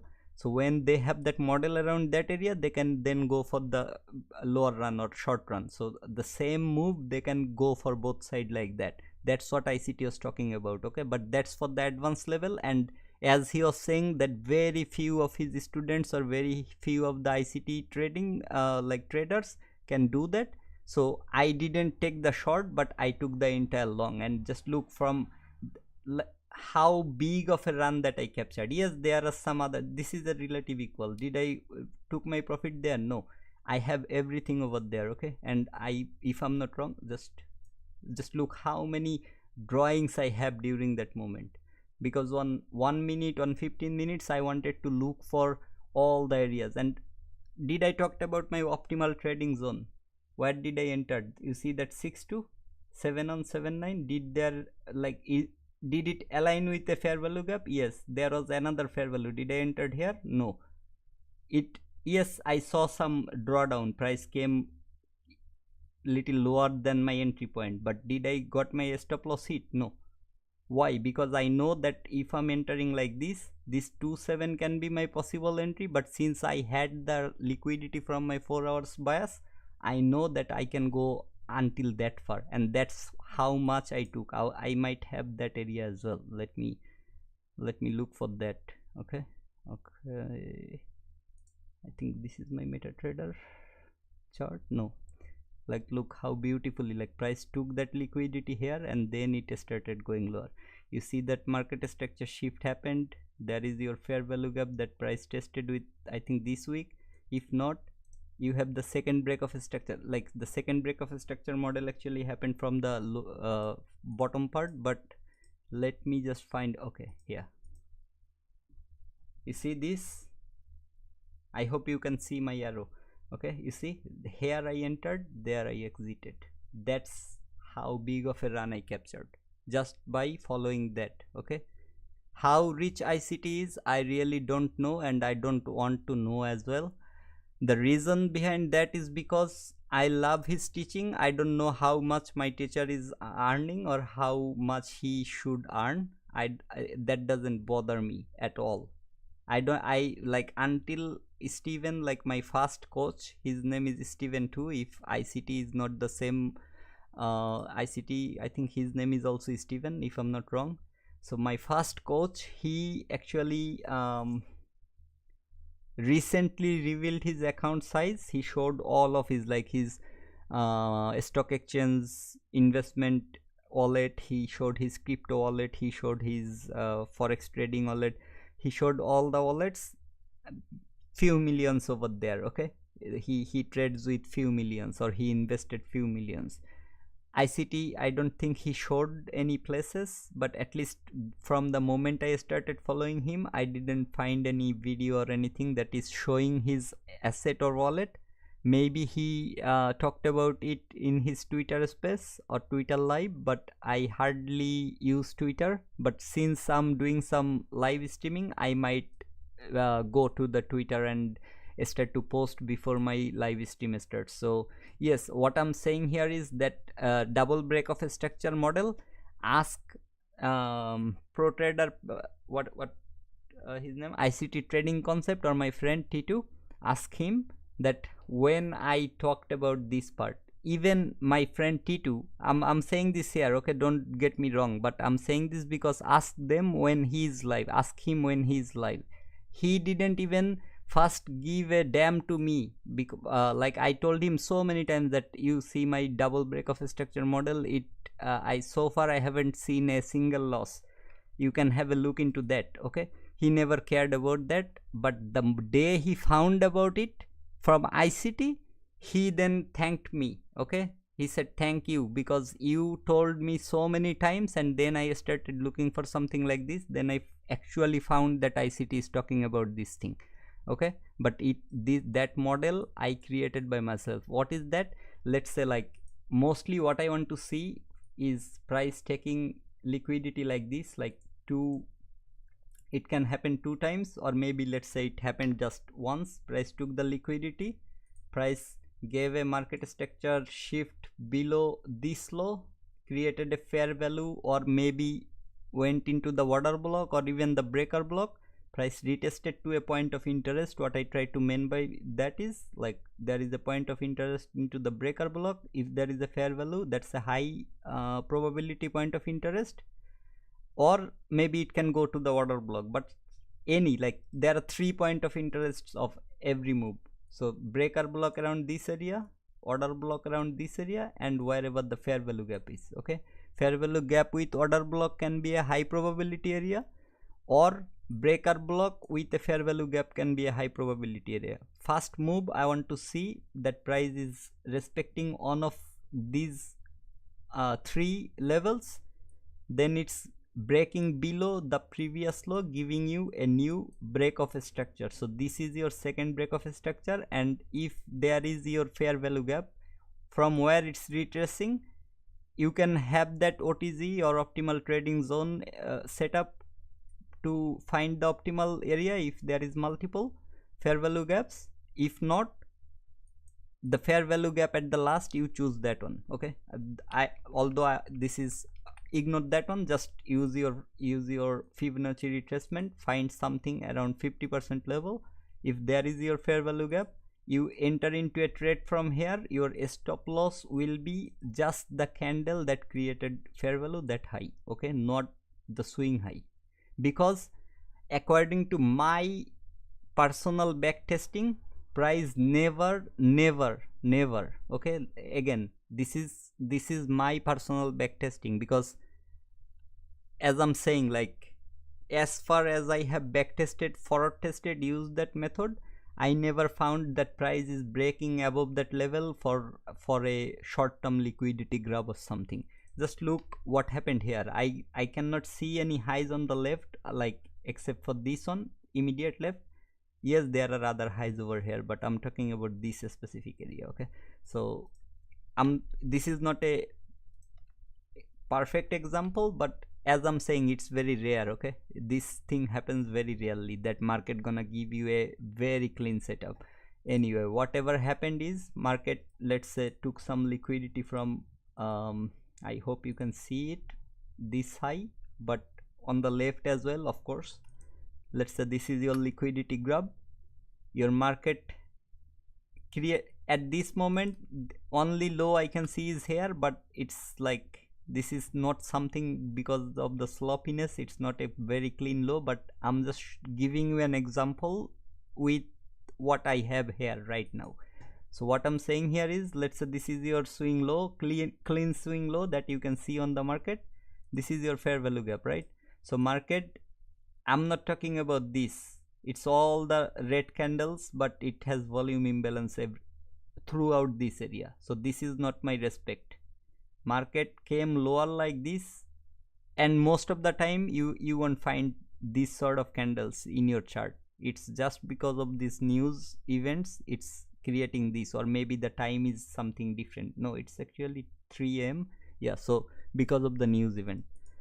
So price created that low to high, came to the fair value, it came lower than this swing low. Okay, this is your second break of a structure. I'll give you this one. Okay, this is your second break of a structure. What is the high here? What is the low here? So let me draw the OTZ.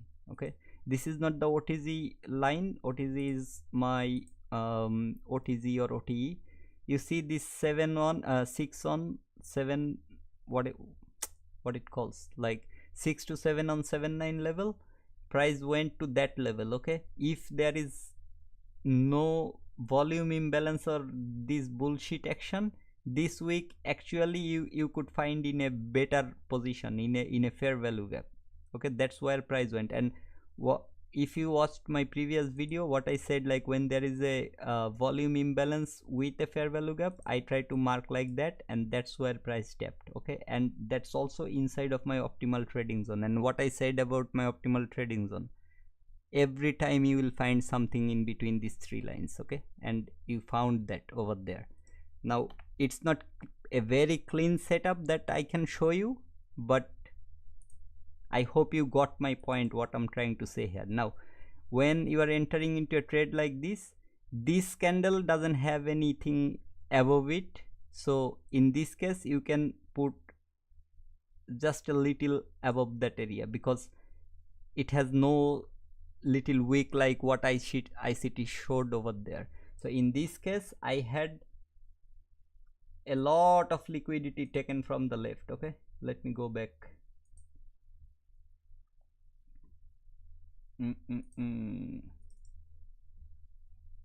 Okay, it was very clean for me. 4 hours order block plus fair value. You see this, price went there, price reacted from there, took the liquidity, went up, came lower, failed to close below. There is something called box setup. I'm not gonna talk about that, but for this specific moment, look here, the order block was respected. The low wick of the candle, the 50% level, it was respected perfectly. So market was not willing to go any lower. I took the riskier approach in this case. Okay, I entered into the first break of a structure. I entered into that because liquidity, that's your market structure. You see, like I have it marked as well over there. So I entered into a riskier approach, but I had multiple fair values over there, but I didn't enter into that. Now this sort of setup, whenever you find with this stop loss, where is your take profit? Just look, with this little move I already have 4.33. why I said like risk to reward is important. Okay, if you put it here, okay, on the swing high, what is happening? You are expecting price to go that far, then you are wrong about your entry, brother. Why should you put your stop loss on that high? Yes, if you want to be little more safe, you can use this fair value gaps candle side. That's the maximum you can go. Okay, but that is your candle. Since it's a small candle, that's why I'm allowing myself or allowing the price to go until that. I don't want price to take this liquidity. If it's taken, then this second break of a structure or my reason for entry is invalid. I'm not in a valid trade. Okay, it can go and grab that liquidity one more time, and then market can go lower. And most of the time you will see price is not like taking that liquidity from, like it's not going above that fair value gap candle side. Okay, most of the time, because what ICT said, breakaway gap tends to leave some portion open. If some portion is open, how your stop loss is going to be hit if it's above that candle high? Okay, it's never gonna be hit because it gonna leave some portion open. And then what happened here? Price came, like the amount of area, the area that I have is, just look how you are getting affected with your wrong stop loss selection. 4.33, by giving it this much breathing room, it's becoming 4.33. if I put myself into a position where I am allowing it to go somewhat up there, You see that candle, it turns my 4.33 to 3.25. Now I'm putting my stop loss on the swing high or the order blocks high. Now it's 2.6. The same freaking entry is becoming something like this. Now if I go, let's say like this, let me put it here as well. Okay, let me put it here, and that's my clean liquidity. Okay, like clean equal lows I can see. I am not expecting here, I'm not even looking here, I'm just looking here. Okay, just for the sake of this part, what it turns 1 to 4. Now what does 1 to 4 mean? If I invest $500, it's $2,000 worth of profit from a $50,000 account. $500 is 1%. Okay, so with 1% risk of my account, why I talk about this percentage risk? Okay, I can take until $5,000. Let's say I have a $50,000 account. Okay, I'll just put 50k.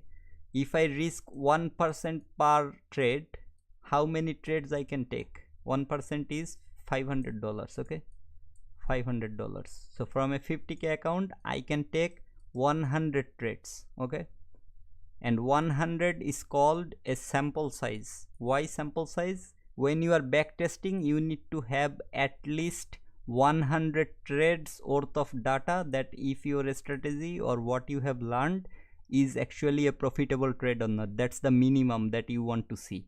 Now I need 100 losing trades in a row to lose my 50,000k account if it's my personal money.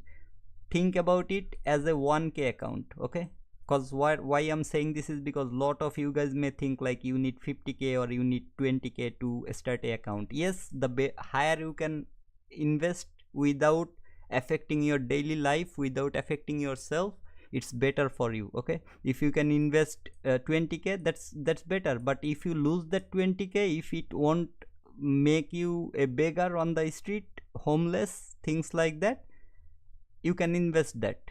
If 1k is what you can like easily give up on from yourself, like 1k, it's nothing for me. Okay, I can lose that money, it won't affect my daily life, it won't make me a homeless person, then you go with 1k. And now with that same 1% risk, that 1k, you need still 100 trades to lose that money. Okay, no matter what is your account balance, you will always, if you risk 1%, you will always need 100 trades. Now 100 trade by 100 trade, what I mean is 100 losing trades in a row to lose that money. But from a trade like this, if I get 1 to 4, like 4% gain.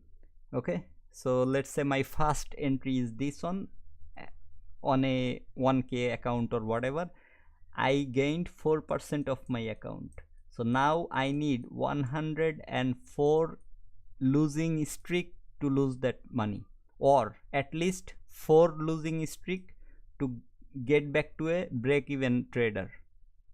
And within this 4 losing streak, if I win even one more trade, I will add, based on what is the risk to reward, I will add that many more trades to become a break-even trader. I'm already a profitable trader, I will be a break-even trader based on what my next trade did. If I lose the next trade, I will still have 3% in my profit. If I lose the trade after, I will still have 2% in my profit. I'm still a profitable trader. But what gonna happen if I trade 10 times, or like by the fourth time, if I win one more trade, that can give me a setup like this. Okay, let's say this is my clean low that I targeted. This is 8.75. Now I have added another 8.75% to my account after 3 losing trades in a row. So I had 101% in my account, because remember, after the first 1:4 win, I had 104%. Now I lost 3, I had 101.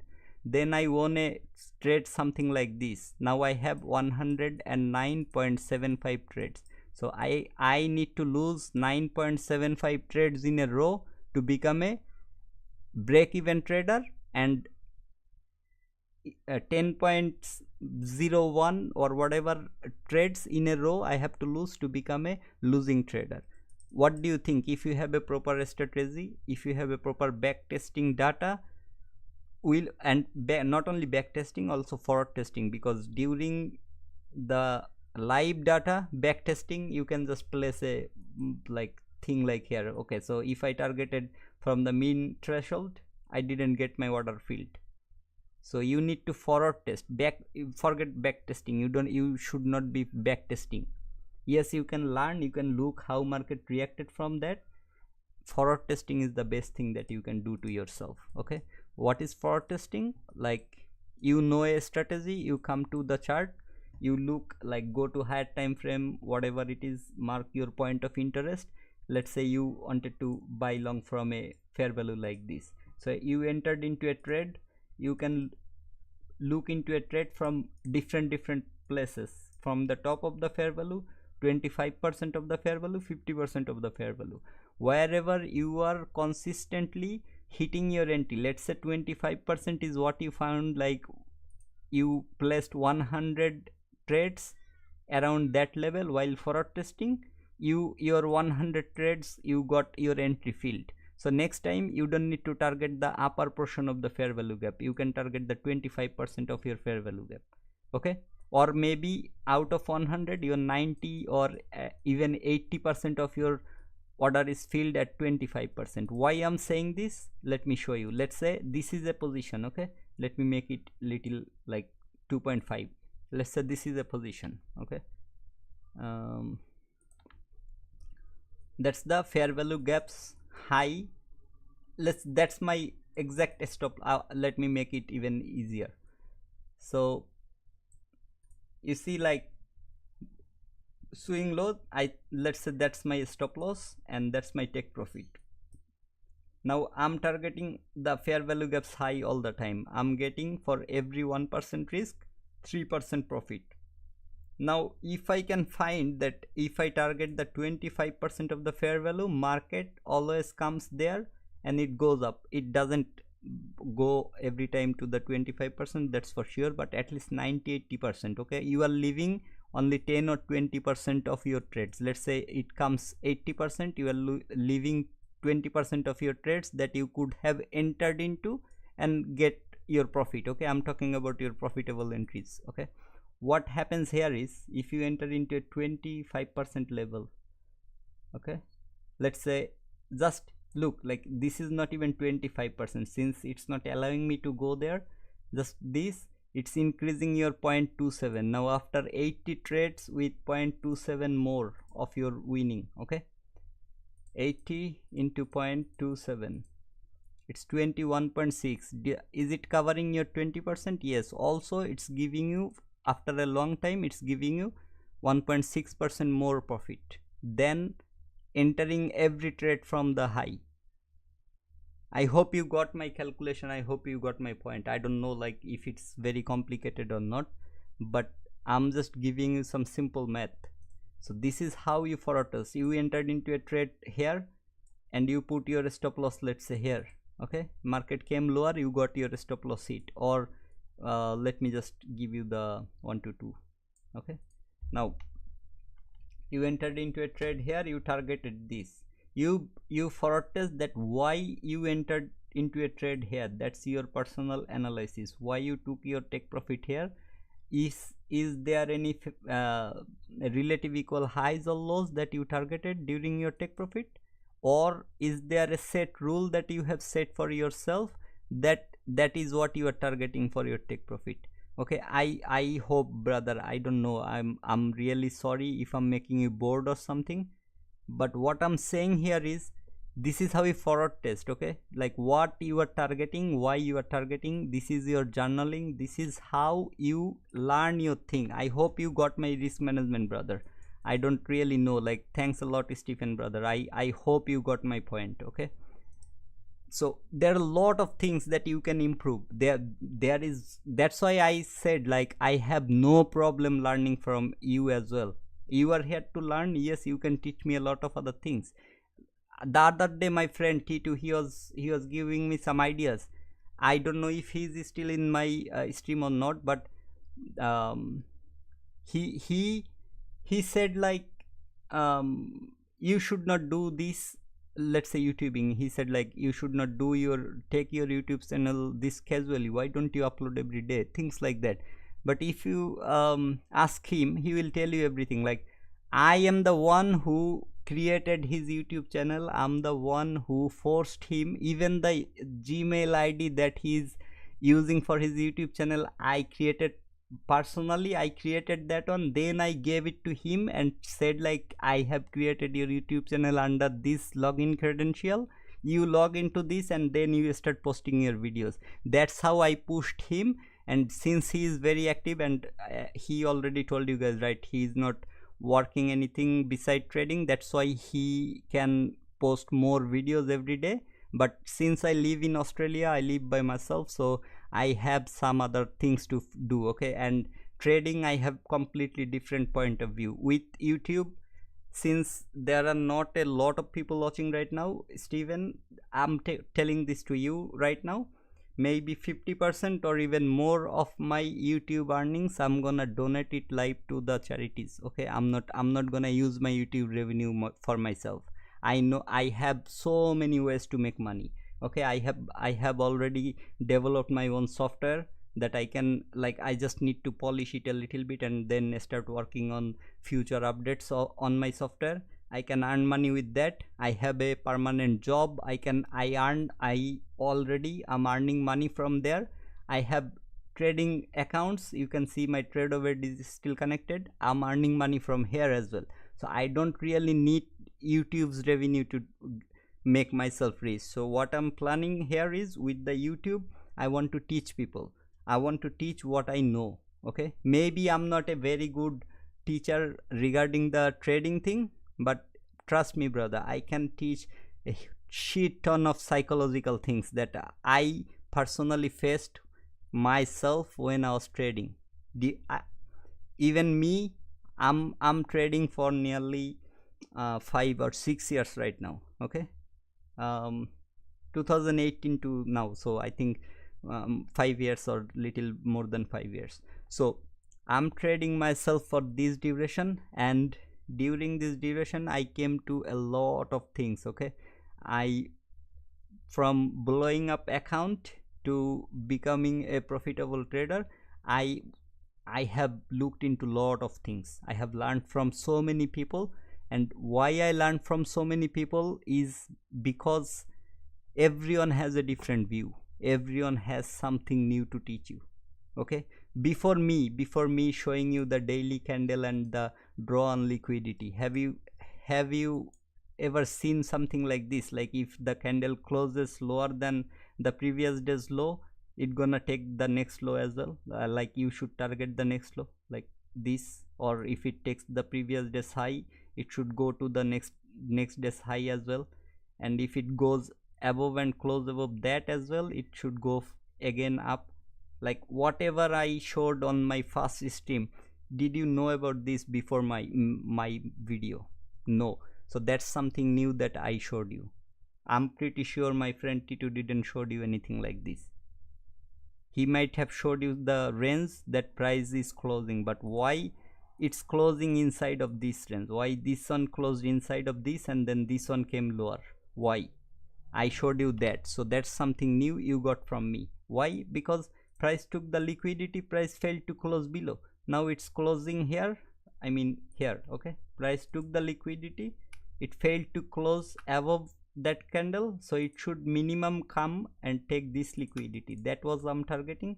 Now it came, took the liquidity and it closed below. So now what is the next? This. So this sort of things did you saw before me? Did anyone else showed you this? No. But I found it from ICT as well, okay. But it's a maze, it's like a puzzle. I solved that puzzle, okay. The first day when I learned about it, I thought I can say what will be the next candle color. Believe me brother, even after all these years, first I thought it can be the candle's color, that price is going to be a green candle. Then it took the liquidity close above, it's going to be a green candle. No, it doesn't work like that. It's not the candle color that we are talking about. We are talking about the draw on liquidity. Since it took the liquidity from the previous day's high and closed above, it should take, the next day should take whatever high this day created, and that's what current day did. Now if looking at the candle size, I don't believe price gonna come back anytime soon from like to this level. So this, if that's the highest level by the end of today, tomorrow that will be the draw on liquidity. Even if there is a fair value that price is respecting, or if there is a order block, whatever, you will see before market going lower, it gonna take this liquidity first and then it will go lower. And if that happens, then there will be lot of very good short opportunities during that moment. Okay, so that's what I'm saying, like everyone has something to teach. And what I was saying is, from my YouTube revenue or whatever, even if I don't care if I get it or not, because I am doing the charity already with my own money, so I don't really need YouTube's revenue. But if in future I get anything from YouTube, it's gonna go straight towards my community that I'm building here. Like a portion of it, and rest of it is going to be donated to some orphanage or some maybe rural development, whatever. I don't know, like homeless. I haven't thought about any specific things, but that's what I have. How much time you got liquidated? I don't know how much time I got liquidated. Okay, I got your point. How many times? Okay, let me show you something since you asked. Okay, by the way, trading journal. Okay, I lost shit ton of money because of companies like this. Okay, why it's not coming to my other side? What's happening? Is there anything? Okay, I don't know why I cannot bring it to. Okay, let me. No, not on the trading view. Just a sec, brother. Just give trade journal. Open here, please. Why is it not opening on the other side of my screen, and it's not allowing me to bring it there as well? Why? Okay, let me take a snapshot and I can bring it up there, like my early days of. What the hell, bro? My Microsoft Office is somewhat rigged.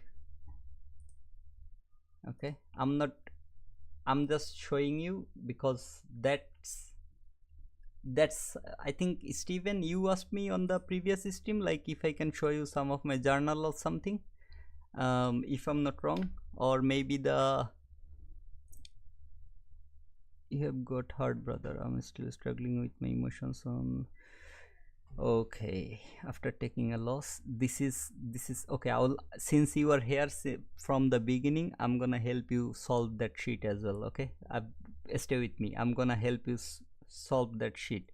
How long you gonna live tonight? Not too long. Maybe after giving Stephen some sort of, because I know how good of a person he is from my friend's stream as well. So since he is here since the beginning, I'm gonna talk about my. This is my first. You see, like I had to take the screenshot because it's not, somehow I don't know why it's not moving to my bigger screen. So this is my trade journal right here. Okay, you see, this one was during this. I will help you, brother. I will help you. I promise. I will help you. I have a lot to share regarding the trade psychology. I will help you. Trade journal. This one was during my FTM, my forex fund days. Okay. You see, my first week I started really good. I made, I think this was the 10k account.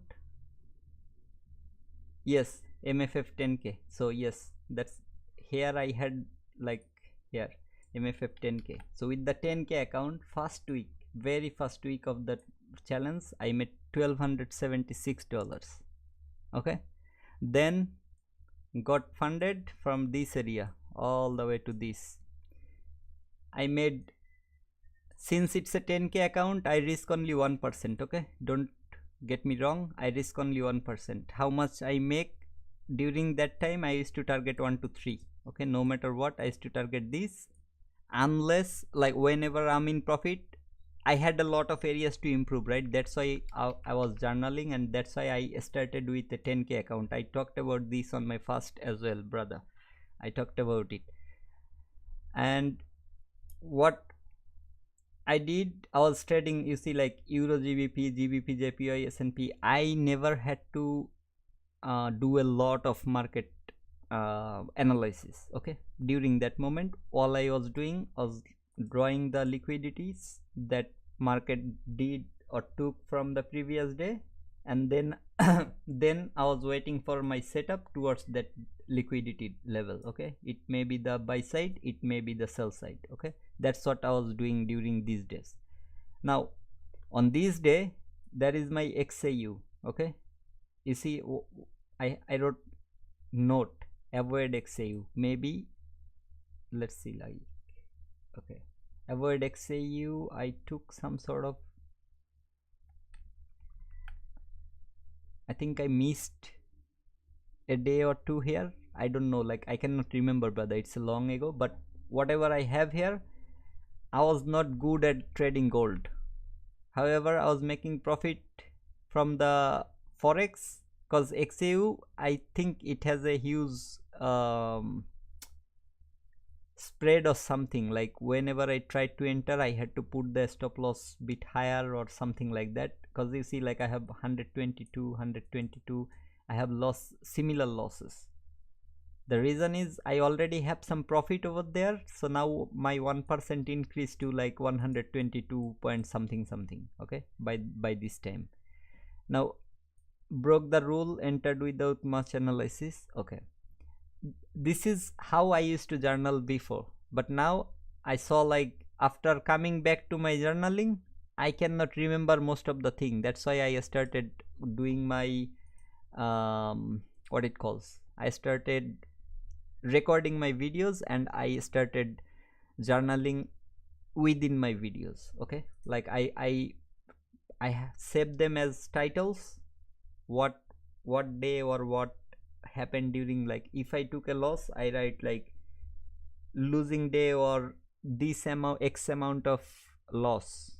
Okay, and then later on I revisit that areas on my, you saw my setup, right? I have a dual monitor. On the other monitor, I try to play the video, and on the chart I try to come to that area, and then I try to find out what went wrong exactly around that level. Anyway, so about Stephen, brother, you are struggling with emotion or revenge. Thing is, I have a set rule. Okay, I only trade silver bullets. Now you can trade all the macros that you learned if you have learned it. Okay, only if you have learned it, you can trade the macros. I think 4 macros that he suggested, my friend suggested every day. You can trade the macros, or if it suits you, you can trade all 3 silver bullets. I will give you the silver bullet ideas. Why I'm saying this, you will understand. Okay, now this is me. Okay, this is me talking, so I'm gonna teach you the way I trade. I'm not gonna give you someone else's idea or someone else's trade. And ICT also said, like, you learn the concepts, you observe how market reacts to that area, then you build your own strategy around it. That's how you learn it, right? Let's say I'm a computer science engineer. Okay, so if I start to write a programming language, or start to build a software, am I building a software that I'm using the programming language I have learned and using it for a different software or different thing that is not available there, or am I making a software that is already available there? definitely if it's my own, something is going to be my own, it will be new. But what I'm using to build a new software is the language that everybody else learned. Okay, so you will have your different software version, you will have your different strategy version. Even if you are a support resistance trader, you will have a different support resistance strategy, that if price does this inside of this support or this resistance, that's where I'm going to enter. Now it will differ from a thousand of other support resistance trader, but you found that with your back testing, forward testing, however you found it, that it is actually profitable, only then you use that strategy. If it's not profitable, you start to modify your strategy. Now that's the strategy thing. Okay, let me talk about what I try to do. I think you asked for the indicators, so let me just go for the kill zone again. What I personally do, this is my London session. Okay, you see the London session reddish. Let me change the color. I think you will see like that color change. So yes, that's my London session. What I see is the blue one is my Asia session, and this is my New York AM and PM session. So first thing first, what I do is I sit in front of my computer during the London session before, like at around 2:30 to 2:45. Okay, at least 15 minutes 20 minutes before my silver bullet starts. I try to look into the price, like where currently price is it. First thing what I do, okay, I'm actually giving you some idea about how I trade. I hope that will help you. So what I do is I first mark the low of the previous session or the Asia session, and then I look into the current price level. Okay, where current price is. So around 15-20 minutes of 2 a.m. I like 3 a.m. which is my silver bullet session. Okay, so let me go to 3 a.m. and then 4 a.m. This is my London silver bullet. So if I come, like depending on your ability to mark the things that I'm gonna talk here, you can find out like how much time you need to mark those things. You have to be in front of your chart at least 5 minutes more than that duration. So for me 5 to 10 minutes is more than enough. That's why I try to be in front of my chart around 10-15 minutes ago. Okay, why I come to at least on the 15 minutes candle chart. After marking the high and low, I come to 15-minute chart. Wherever price is currently at, I look for possible point where price can react from. What is the possible point I can see is here, and where was the price prior to that is close to the sell side liquidity, and market was going for a huge upward move. So what I can expect from market after taking the sell side liquidity, I expect market to go higher. That's the trend is your friend. I'm saying this over and over again. It was on uptrend, even though I find like maybe I found some sell short while I was marking the chart. I didn't go for sell short. I waited for market to take the previous session or some sort of swing lows inside of a point of interest. In this case 15 minutes fair value gap, there is a swing low, price took that liquidity. Now only I will look for a buy setup around my silver bullet time. Okay, and your fair value gaps or whatever, it can happen before your silver bullet time. It is coming from ICT, not from me. Okay, but your entry has to happen inside of this time. Your take profit can happen after the silver bullet time as well, but entry, like wherever you are entering. So I saw the liquidity grab happened. I saw like market is giving my structural shift over there. I saw multiple fair value gaps here, one here is another one. Okay, and my OTG, if I'm not wrong, it gives me some sort of entry around this area. So price tapped here, that's inside, although the fair value was like before the silver bullet, the entry happened inside of that time frame. Now I took my entry here, And what was my target? Yes, this high, sometimes it takes like this sort of consolidations you will see for longer period. So if you don't want to go for the Asia session high, at least find a suitable place where you can have a set reward to risk ratio. Okay, for me what I said, like this is not a take profit stop loss, but for me what I said is I look for at least 1 to 2. Okay, at least minimum 1 to 2. So let's say that's my stop loss, although it's not, but I'm saying that's my stop loss, that's my minimum take profit.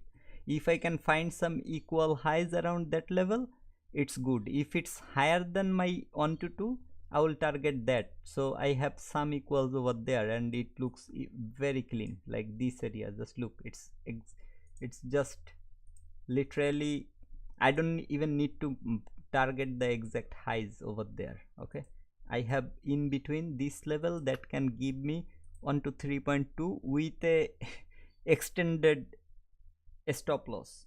Now this is what I only trade. Now why I'm saying this is because to avoid your losing trade, first you need to identify that it is actually taking, you need to wait on its way. You found so many structural shifts, maybe liquidity. Now unfortunately the day I'm making this video, it's bloody choppy, but I hope like this way you can understand what I'm trying to say. You will find so many structural movements over there, and you can go for short trades. Okay, now ICT already talked about it. I showed you that you can go for shorts or longs, but since you are struggling to be a profitable trader, what you should do is you should only look for trades that you have a bias on. Okay, I had bias on the upside, I looked for a buy long trade. But if I was a profitable trader doing longs and shorts every day, then I might have looked for some sort of entries before my session as well. Okay, but if since you are struggling, whatever your session is, whatever your strategy is, you only look to enter into a trade during like whatever your bias is telling you. If it's going higher, you look for setup, no matter how clean of a move it gives on its way down. If your bias is on the upside, you only wait until that market structure shift happens towards the upside. Okay, you wait till that. That's one thing. Now another thing that I do, okay, I'm talking about my personal thing. Why I showed you like my on my YouTube channel I have a whole week that I'm earning $1,000 or more every day, and I don't have a single losing day. Why? If I find this entry, and if let's say I made this 1500, 1600, whatever, like if it's $100 investment, I found this 300, depending on your account size. Like me, I don't risk more than 1%. Okay, on my funded account I don't risk that. If my personal account, if the setup is what I said earlier, like double break of a structure or my A plus setup, only then I risk more than 1%. I don't look into how many units it's giving me. If 1% is giving me, let's say like 8 is giving me 0.99, it's not even 1%. If I put 9, it's 1.12. I don't even put 9, I just put 8. Okay, this is one thing, risk management, brother. I'm giving you that as well. So 9 or 7, whatever, like whatever allows me to have my limit in 1%, within 1%, the maximum I can go. Sometimes you will see like if you have a bigger stop loss, let me make it little bigger, and let me just move that, like hide that indicator. Okay, to make the chart clean, let me remove this as well. I'll show you here. Sometimes depending on the candle or the fair value or the swing points, whatever it is, you will have a different size of stop loss. Now if I go to create limit order, it's like only 1 is giving me 0.52, 2 is giving me 1.04. Yes, I can consider this little, but if you are finding it hard to consider, I wouldn't even extend it from 1 to 2. as simple as that. Now sometimes you will see you put a little less, okay, like let's say the stop loss is right like this.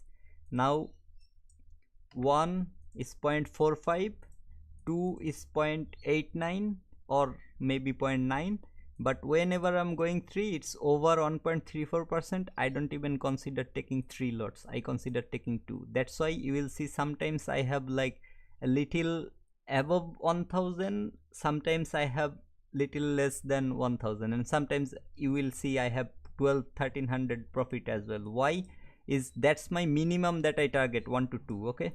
So now when the draw on liquidity, most of the time I find at least some additional, you know, additional risk to reward ratios over there. That's why it's like 1000 plus, sometimes 1300 as well. And when I'm in profit, my 1% gets like from 500 it goes higher, right? So whenever I'm more than, I'm making a profit, let's say I made $1000 profit, so on my next 1% there will be $10 more to my 500, so there will be my 510. Now with that 510, if I go 1 to 2, it will be $1020, okay. So it's always I'm whatever I'm risking from my account balance. I'm not risking from the equity, okay. Equity is what I started with, balance is what I have, so I'm not doing like that, okay. So that's your silver bullet. What I tried to show here is, if I have a winning trade on the London session, I don't even bother to take a entry on the New York session.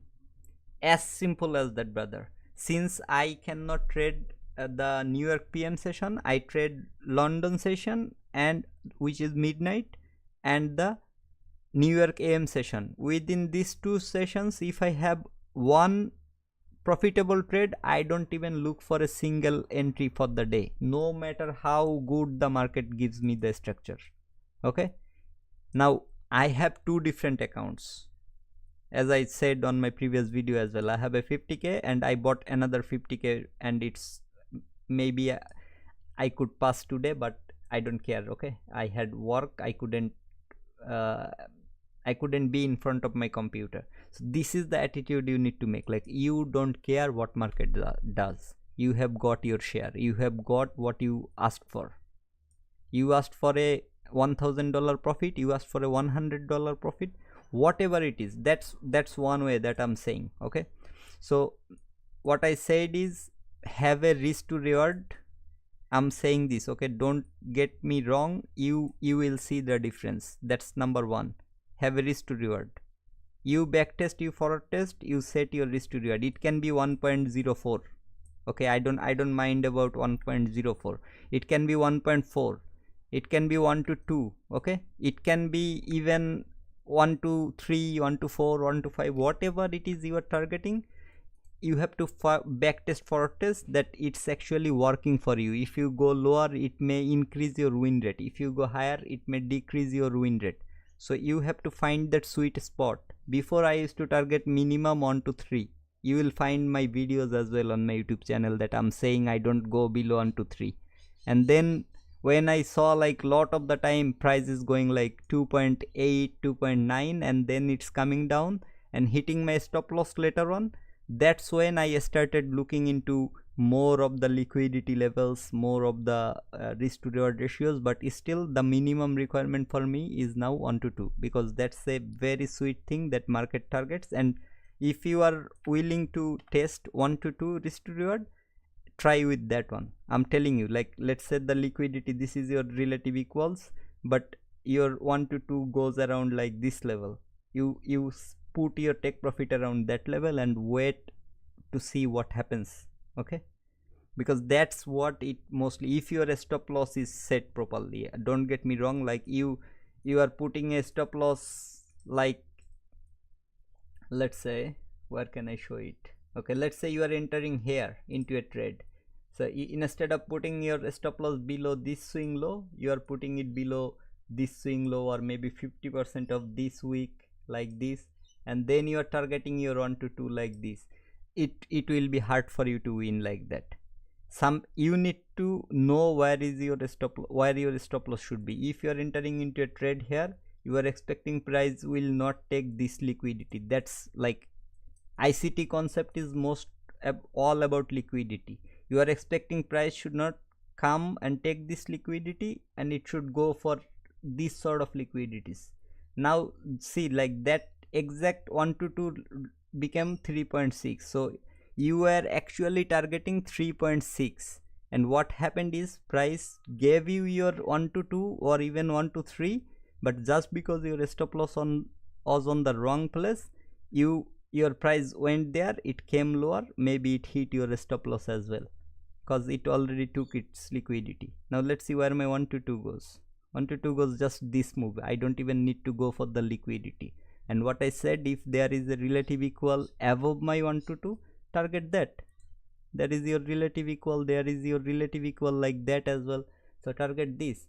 So by targeting this, you are not getting the 3.6 mistakenly, but you are getting 2.7 willingly. Okay, that's what I'm trying to say. Anyway, so have a risk to reward.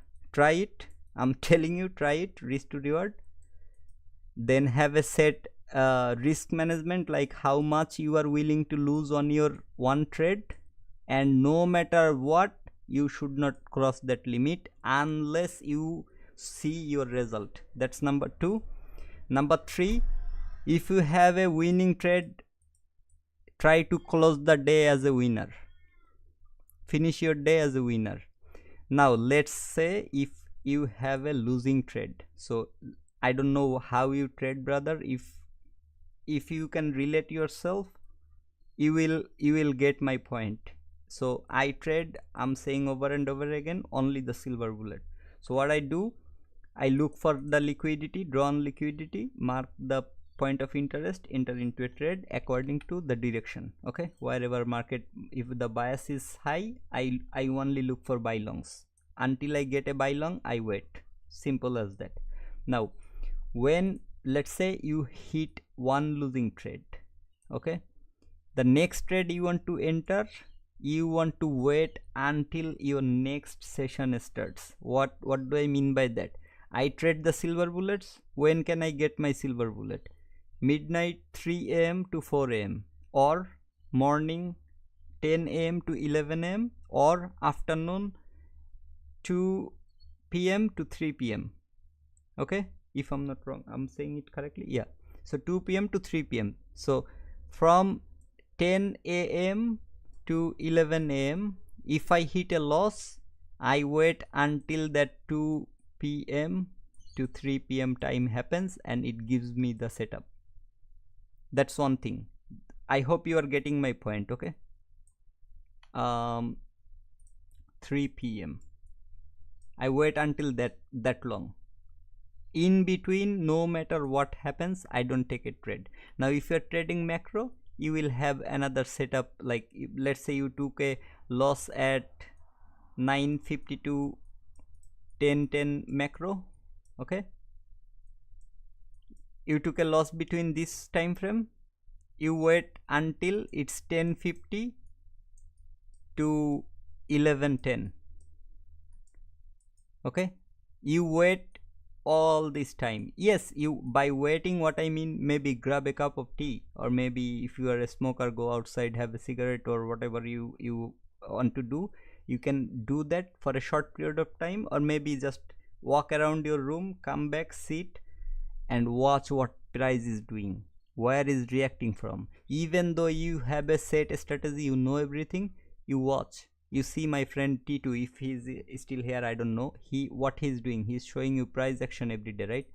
Like why price is reacting from here. He's trying to teach you guys. At the he's sometimes wrong as well, right?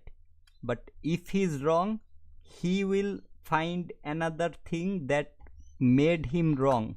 That's what you are learning from the market. Now I mark this line, market is reacting here. Is it a truth? No. But why market is reacting here? This can be a possible support and resistance that I showed you. Like this is the order block, and what I showed you earlier in this stream, like how does the order block work in the past? The same area worked in the past, the same area worked in the future. Maybe that's what happening here, but also I have another order block here, or maybe there is something else that I'm not seeing in 1 minute. So that's what I'm saying, like if you lose, get something for yourself, like treat yourself. If you're sitting in front of your chart for a long time, maybe just stand up, walk around your room, have some water, then sit back, watch what price is doing, but do not enter until you find your setup. Now macro has different rules. I think he T2, I really don't trade macro because as I said, I only trade silver bullets. But during macro, I think T2 said like he only trades uh, um, for yes maybe 20 pips or handles, something like that, and NQ 5 handles, something like that. I actually forgot, brother, don't get me wrong, but I cannot remember, like something like this was your target during the macro. So if you have to backtest. You cannot trust me that my double break of a structure I didn't give me a single loss yet, or I only win because I look into the chart, I see Asia's low is taken, now Asia's high will be the target, or there is the relative equal high that will be the target. It's not gonna happen like that, brother. You will see sometimes price is not even taking the high, but it's going lower. Why it's going lower? Maybe there are some intermediate term liquidity levels that price took, but you are afraid to enter into a trade that could have been a huge trade, but you never saw some sort of move like that before. That's why you forgot, you didn't enter into a trade. Just think about Tuesday, okay? My other, okay, my laptop is off, otherwise I might have like turned on the camera and showed you on my laptop. I can turn it on if you guys want to, but I hope you trust me. So yesterday the setup entry that I took, oh sorry, not yesterday, on Tuesday, because today is already, in Australia it's already Friday. Anyway, so Tuesday the setup I took, I I was actually, after taking the setup, I went to my friend's stream and he said like, yes, there are some clean setups that I can see, but maybe you cannot see, but I don't want you guys to enter into any trade during this moment, things like that. I cannot remember exactly, but he was saying like, what I know you don't know, that's why you shouldn't enter into a trade here. Okay, so why he was saying that you need to first look for those things by backtesting, forward testing by yourself. You just cannot like what it calls blindly believe someone. You have to backtest and forward test. So what I'm saying here is, if during this moment, if let's say you got your first macro as a loss, your second macro, you wait until then, whatever happens in between you don't trade. Okay, no matter how good, how beautiful the market structure shift break of a structure is. That's one thing. Another thing can be, you set a rule for yourself. Let's say if you took 2 consecutive losses a day, okay, this is why I actually I'm again, this is everything, brother. Okay, I know liquidity is everything, but this is everything for you to become a profitable trader. Let's say you took 2 losses and you set a rule that if I take 2 consecutive losses or back to back loss, I'm not gonna trade anymore for the day. Turn off your computer, just go to bed, go outside, have some fresh air, relax. Like, don't think about you lost $100, it is never gonna come back. Just think, if you stick to it a 1% rule, you lost 2%. Now if you had a risk to reward that can give you 1:2 risk to reward, the next day, you first trade you enter, if you are a profitable trader, you already recovered your previous day's loss. Okay, and since you are a profitable for the day, depending on your condition, I don't know, like if you want to look into the chart for the next silver bullet, yes, you can take 2 trades, like 3 silver bullet trades if your setup is clean. I'm not saying don't take it. Okay, maybe let me rephrase that.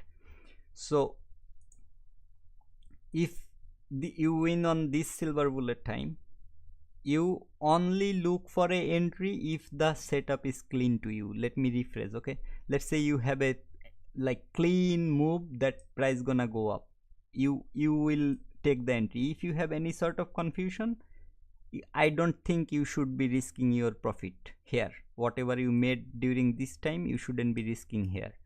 Now after that, I don't know if you need to look and wait the whole day in front of your chart to look for a third entry or not, but I wouldn't. At least I don't do that. Like if I have a, let me talk about Tuesday, like the setup. Tuesday, during this moment, within 8 minutes, I made $1,250 on my each account. So $2,500 in total. Okay. Within 8 minutes of my entry. So it was somewhat around like 12:10 or 12:30 at the night. Usually it's currently it's 6 a.m, 6:30, nearly 6:30 a.m in the morning in Australia. I'm still awake, right? I'm not even trading. So that's my usual life. Like from a long time, from the student life, I used to like stay awake until late, study, then like practice my programming languages, try to manipulate some of them to build something new, things like that. But why I'm saying this is, after making the profit, I went to bed, and within maybe like not straight away to bed, after taking some refreshments or whatever, mental refreshments and physical refreshments as well, I went to bed maybe after 30 minutes. Okay, after closing the trade, I closed my PC. After 30 minutes, I went to bed and I slept a long sleep, peaceful sleep. I didn't even wanted to look at the chart for one more minute after taking that profit. If you can build a habit like that, you will be profitable, granted. And what I'm saying here is, if you lose 2%, let's say 2 trades, you don't want to trade for the third time or for the day. Okay, so the next day, if your first entry is a good entry, or you have analyzed the market properly, that 2% loss is already recovered with a 1 to 2 risk to reward, with just one single trade. And now on the next trade, if you have some sort of setup, you can risk maybe less than 1% or 1%. And if that analysis is also correct, now you are 2% profitable. Your loss is already break even on the first trade. Second trade you are profitable. If you are losing here, if you have the courage, since I said like back to back 2 loss and you close, so that's maybe your first loss. If you have time, if you have energy, if you are a trader like that, look for a clean setup here. If you cannot find any clean setup, still you are closing your day as a profitable trader. Remember, like this day you are making 2%, and from that you lost 1% on the second trade, so you still have 1% in profit. If you don't find a clean setup here, don't trade on this day. So now you have recovered instead of 2%, you have recovered 1% of your loss.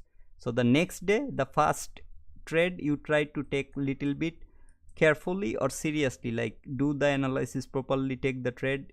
If you are profitable here, again you have now recovered that trade.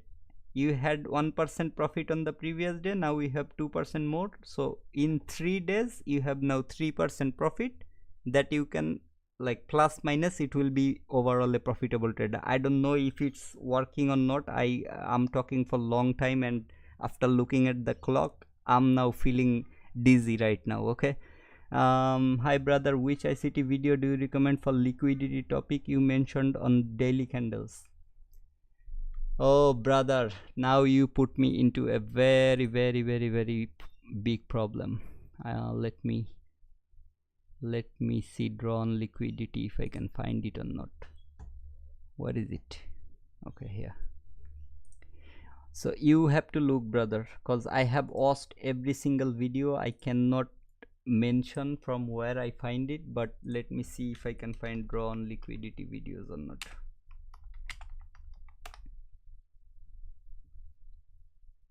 liquidity pass revert, liquidity runs, liquidity pull. I think this was the video. Okay, core content month 1. This can be the video, but you look at this one, buyers, sellers and market maker as well. Thank you. Okay, so just go to ICT's channel, search for liquidity, drawn liquidity. Wherever, like any of these videos, you will find your answer, because he is simultaneously talking about mark the previous day's high, previous week's high, week's low. He is talking like that, but it's most likely, thank you brother, but it's most likely a like maze. It's a puzzle. You have to solve that puzzle by yourself. As I said earlier, that I first thought that I'm someone who knows what will be the next candle color. Remember, I said what will be the next candle's color, but it's not about the color, it's about the liquidity, if price is following that or not. In 1 minute it works as well, but I'm not gonna talk about it because it's too, like, there will it what it calls, the accuracy will be very low in 1 minute. Okay, like comparing to higher time frame. 15 minutes, if you can find something like wherever, like let's see here. So price, what happened here? Okay, let's talk from this area. Did price took the liquidity here? No. So it created a equal high. However, where is the next liquidity taken? Okay, around this area. So this liquidity and this candle's liquidity, all these inside candles liquidity taken here, but price failed to close below. Is it? Yes. So what I can expect is this high, no, sorry, this high on the next candle or next day. But I told you already, like for a bullish run, what we expect is a swing low first and a model like that over there. Okay, that's where we expect it. So looking at the wick of this candle, yes, I can find like my, what it calls, my setup. Okay, looking at this candle, maybe not, but my bullish run I have over here. First it created that low and then it turned into that green. So okay, let me go to that 1 minute and I hope you can see on that candle what I mean by that. Okay, that's a 50. I hope it will allow me to go there. Okay, so you see, this is exactly what I was talking about. It created a low, it took the liquidity, although like the candle here is very rubbish, but what happened here? Created low and then it gave you that market structure shift. This is what you want to see during your move or during your drawn liquidity entries. Okay, so if you entered somewhat around this fair value, okay, depending on from where it's reacting or retracing. So let me get back to 15 minutes, let me take it off and let's see like what happened right after that one. Okay, I mean 15 minutes and 1 minute during this moment. So okay, so next time price came and created equal low here and equal high. Do I want to enter into a trade after seeing this? Let's see. So price took the liquidity from low, failed to close below. That's my target and that's my due. That's also a due. So let's see what is happening. Price took the liquidity, failed to close above my long. Okay, I'm talking about longs until I see price is taking this. Let's see what happened in the market. Why I said like I'm waiting for the current market situation. It's a 15 minutes, so there will be lot of here and there things, but still I'm taking this risk. Okay, because I didn't say like it's 100% correct. There will be lot of other areas as well, but I showed you on the first streaming how correct I was in 1 minute 1 day candle. So anyway, price took that liquidity, failed to close this was the draw, this is where price came. Now this is where I might have lost. Why? Because price failed to close below, so my target is still here. However, price took this liquidity. It's a 15 minutes candle, it won't be as correct as daily. Took the liquidity, closed below. This will be my next target, keeping all this due. Okay, remember, so I have a lot of areas where market should go. And took the liquidity, closed below, so this is the next. Took the liquidity, closed above, so this is the next. Took liquidity, closed above, took liquidity, closed above. Now here took liquidity, closed below. What is the next? This. What happened here? Price failed to take any liquidity. It's a inside candle during this day, but as you can see, like, it created a huge wick. So maybe you still were profitable during this candle or this moment if you entered right moment, because for a sell short I want to see price creating a high, then oh shit, what is it? Let me show from here. So I want to see price creating a high, then a liquidity shift like this. Okay, sorry, market structure shift like this. So liquidity grab and then market structure shift. Okay, so during that high creation, if you found any market structure shift on a lower time frame, you could still make your profit out of this move. Anyway, let's see what happened. So I was expecting price to take the low, and since this candle failed to do that, and this candle took the liquidity, closed above, even higher than whatever due I had over there. So from here, now my bias is only going towards the upside, and I'm just showing on a 15 minutes. So this on due, price took that, closed above, due took that, closed above, due took that, closed above. So this candle don't have any wick on top. So what you should target next? Okay, and it's a 15 minutes candle. Again, I'm just showing you 15 minutes candle. If you go to 1 hour, there will be more beautiful candles over there. Now you see this one, come here, this is the 1 hour candle. So took the liquidity, closed below, so this will be my next target. Okay, whatever I showed you here, it's only 3 1 hours candle. Okay, but here just look, took the liquidity, closed below. Now what happened here? This one is due. I can say from looking the left, this is due. Market created a inside candle, and after that candle, the next one took the liquidity, closed below, right? So what is my next target? This one. But remember, that one was due. Inside candle that didn't take the liquidity from previous candle's high or previous hour's high or low. Okay, so inside candle, I don't worry too much about inside candle. I want to see this liquidity is taken before market gives any other moves. So price took the liquidity here and closed above. So what is my next target? Closed above what? Closed above this one. Okay, because that's my immediate candle, but since that was due, I'm showing that as well. So closed above, this is my next. Price took the liquidity, closed above, and also closed above this. Now hourly, this is why I'm saying the accuracy comes in higher time frame. You see, it's a huge wick over there. I'm showing this over and over again, brother. I don't know how else I can make it clear. So yeah, you see, like, both of this, but this is a huge wick. Okay, if I use a measuring tool, how long it is? It's 8.25 handles, 33 ticks or something. Okay, just this week, from here, like 4256.5 to 4264.75. it's a huge move over there, right, in the week. But that was my target. Did price grabbed any low during this moment until it hit that?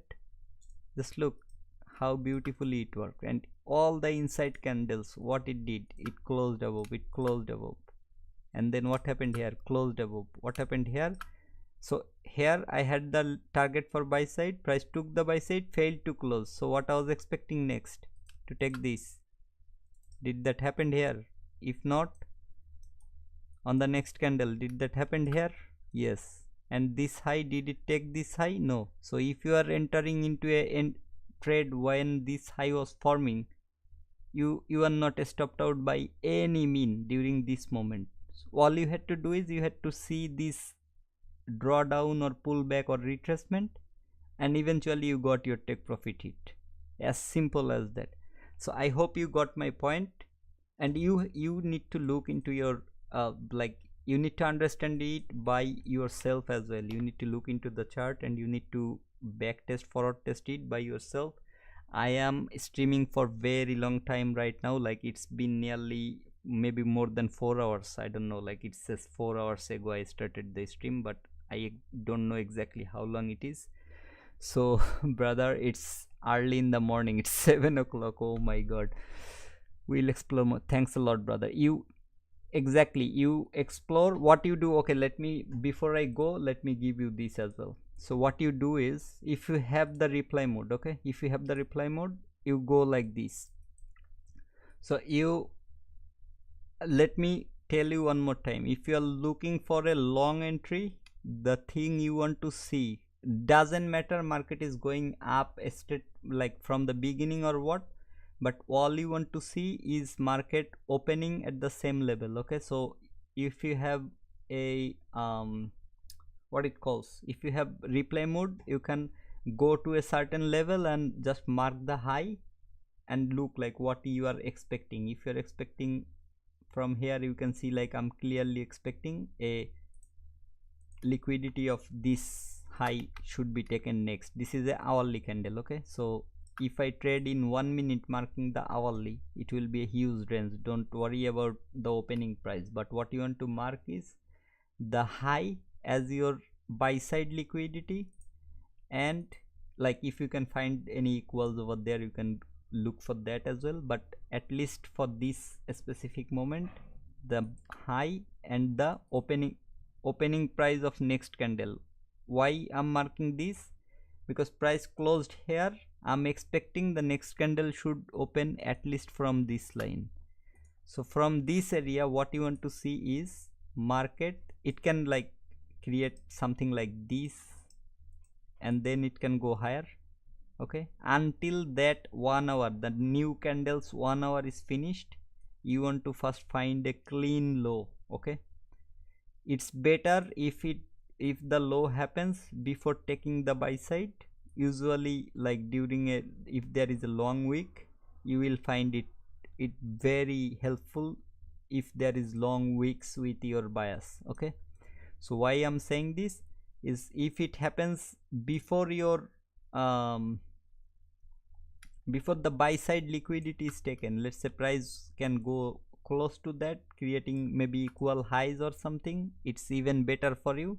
It created a low, it retraced, created another low, then it gave your market structure shift. Maybe the drawing is not up to the mark, but I hope you got my point. Okay, for the long entries, you want to look for this sort of setup. For the short entries, similarly, I'm just randomly choosing a point, don't need to like take it for granted. So let's say here. Okay, so that's, looking on your left, you can see like definitely, and also like the water flow, it can help you as well with your accuracy and win rate. So these two you mark. What you want to see here is exactly the opposite. So price opening at this area without taking, or maybe it took first then it did something like this, but you want to find your perfect sell setup. So what you want to see is it created that high for a long, you want to see it created a low, or for a short you want to see it created that high and it gave you some sort of that 2022 ICT model or something, like liquidity grab, then market structure shift, fair value gap, or whatever the other entry points you can find out. Your strategy suggests you to go, you enter there, you will eventually target that one. Since it's going higher, I'm not drawing exactly what I'm trying to say. This is what you are seeing into a 1 minute chart. Okay, so whatever I'm showing here, you are seeing into a lower time frame, not in the same time frame. So this liquidity, the distance you are seeing here, in 1 minute it will be completely different. Okay, let me see like if market allows me to go or not.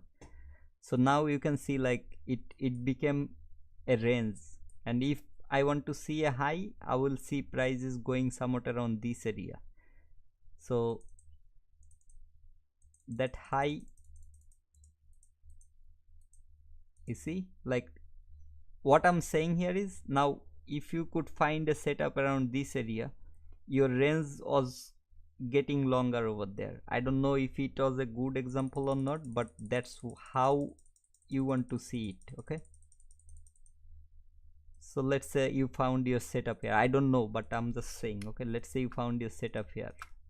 That's the high it created by taking the lows or whatever it is, and it was your liquidity. But since before creating this, it created this exact or equal lows down there, now we can look for your entry for that one. Okay, I hope you got my point. Okay, thanks a lot, brother, thanks. And I might be something like, now I'm actually tired after looking at the time. Oh shit. Anyway, so I hope you got that point. Every time you do that, and if you can have some other confluences, like some point of interest over there, or if there is any reason price can go, like on the daily I talked about, what is this chart, I don't know. Oh, I'm still on the hourly, that's why. Anyway, so on the daily, why I said like I'm expecting, even though my drawn liquidity was the sell side, I expected a run higher on the Monday and Tuesday. Why? Because on the left, that's the liquidity price took, and that's your fair value gap that price respected, with like respecting the 50% of the fair value as well. No body or no candle close below that 50%. That's why I was expecting, since it took some major liquidities from both of this level, like this is a daily candle slow, so there are a lot of liquidities there as well. So it took those liquidities, and it's a major level, like long, you see like what happens here. Price took this major liquidity inside of a fair value, even though price was going lower and the market was giving the lower shift, it gave a retracement, and retest to what, maybe a order block like here. Now this itself is a beautiful model, because I talked about it maybe 5 times already. This is called inducement, like a high, a lower low, a lower high, a higher low. Okay, higher than this one, higher low, then it created a higher high that took the liquidity from both of these levels, and then it gave you the market structure shift. And as you can see, like let me mark the level. What is this candle on the daily? High, low, higher high. This is your breaker block. That breaker block has a fair value gap. This is your, now it turned into your high probability fair value gap. What sort of, oh sorry, I'm marking the wrong area. Hold on. Shit man, now I need to go to bed. So I can mark this one as my breaker block, and around that breaker block the low is exactly there, so this will be here like this. Let me move it. So this is your breaker block. Around that breaker block you have two fair value gaps, so this breaker, or you can count this one as well, since the, I think it's the same level, these two body. So whatever you want to count, you can count like that. I'm marking the extreme. The full on is your breaker block, it's a block set of candles. But what I'm saying here is, when there are multiple fair value gaps, or at least aligning a fair value gap with your breaker block, that's your high probability breaker block. And also you see like this breaker block, it's aligning. I talked a lot about, if you see some of my trade execution videos from my channel, I talked a lot about the common areas. Okay, price tends to at least touch that common area, and that's what it touched. But I have a different thing to show you. From the high to low, if you go like this, I want to first go the mean threshold or the midpoint. So that's the area above your, like, that's premium. If you want to sell, you want to go above your premium area. Okay, what I'm saying, okay, above the midpoint. You want to sell when price is in premium, and you want to buy when price is in discount. So you want to sell above that 50% level.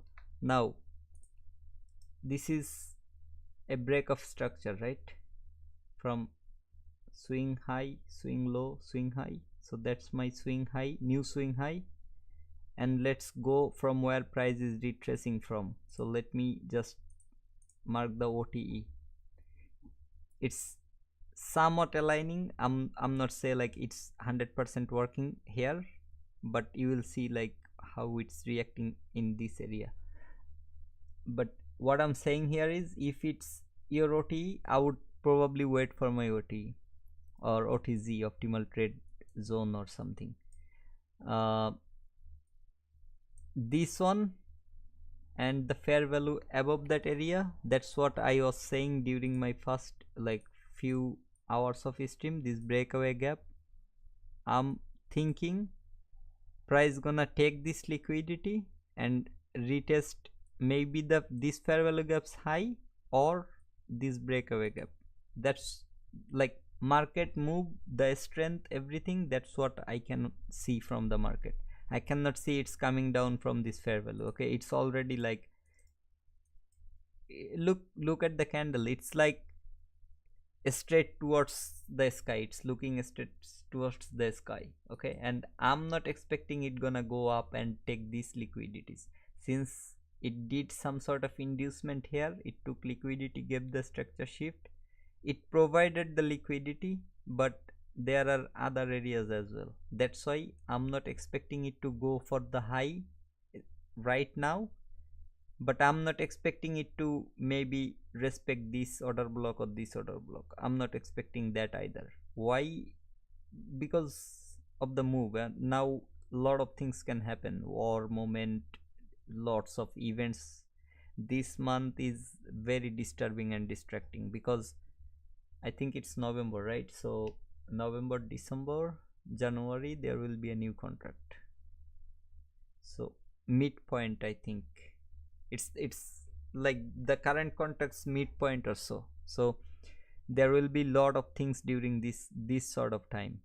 I think you when, especially when you see something like this, there is not a single, like, I only have the high impact and the medium impact selected for the US dollar. If you are trading forex or anything, you mark that pair. Okay, from here, don't just look into the DXY. If you are trading forex, you mark that. Okay, so now that I talked about DXY, I remember another thing which is, whenever you are doing this, okay, whenever you are trying to add that confluence to yourself, what you can do is you can look into the DXY for the opposite move, if the drawn liquidity on DXY is giving you the opposite move or not. What do I mean by that is, let's say in 1 hour you are looking over there, that market gonna go lower. So in 1 hour you want to see that DXY has a upper move, like it took the liquidity closed above, so now it has a move towards the upside. So what gonna happen is, for a buy side move, when price is creating that low, what I said for a buy side move, that I want to see first it's creating a low, then it's giving that break of structure, and then this sort of move, right? That's the model you want to see. So you in DXY, when DXY gonna create that low, in the other like ES or NQ or even like any forex pair that has USD on the right side, okay, during this move you will see that high it created. So for a short entry you want to see a high created, a liquidity grabbed, and then a structural shift. What gonna happen is if you combine these two together, you will get even higher accuracy while you are trading. So I hope you got that point. Okay, so for a sell short you want to see a high is created, some sort of liquidity taken, market structure shift, and then you want to enter into a trade when there is a fair value gap or something, your point of interest, right? So this move you want to see exactly the opposite on the DXY that is happening. Okay, for higher confirmation, for added confirmation, when that aligns together, that is the trade you want to risk little extra for yourself or something, if it's not a funded account or so. If it's your account, you can add some, like you should have two different criterias, a plus setup and maybe a setup. A plus setup is everything is picture perfect, you have a very high win rate with that, that is where you risk more than your own percent. But mostly if it's not your own account, if it's a funded account, don't risk more than 1%, as simple as that. And if you're trying to win a funded account challenge, if I'm alive after a huge stream like this, I will try to talk about that tomorrow. Okay, and I think I have my Twitter. Okay, let me just search here. Okay, why I don't know, like what sort of logo is this X anyway. So that's my Twitter. I'm not active, I don't post. Today I posted, maybe, I don't know, but that's my Twitter. Okay, at ProTraderPath. Okay, at ProTraderPath. If you search this, you will find my Twitter, and maybe from now on I will try to post like this. I'm live now, come join me, or something like that, like I'm going for a live or something. You see, like I posted very few, like maybe, okay, this is connected to my YouTube channel, that's why every time I post a video on my YouTube it appears here. However, I posted for myself how hard it is to add reorder or organize options. So I don't know, like it's 2022. Okay, 22, then 19th September, 20th September. So this is coming automatically from the YouTube. However, I will say I'm live now, come join me, or maybe I'm going to live stream in 10 minutes or 15 minutes, whatever it is, I will share here. Okay, so if you want, you can follow me here as well, but not necessary if you have your YouTube notification on. Okay, simple. If you have your YouTube notification on for my channel, like this on, it's simple. You don't really need to follow me any other places. I'm available here. You can comment me on any of my videos, I will reply straight away. Okay, like if I'm not sleeping or if I'm not at work, I will reply. So don't worry about that. So I think, brother, that's more than enough. I hope you found something valuable. If not, I'm sorry for wasting your time, and until next time, I'll see you. Take a very good care of yourself, your family, and enjoy the rest of your day. Thank you. Bye for today.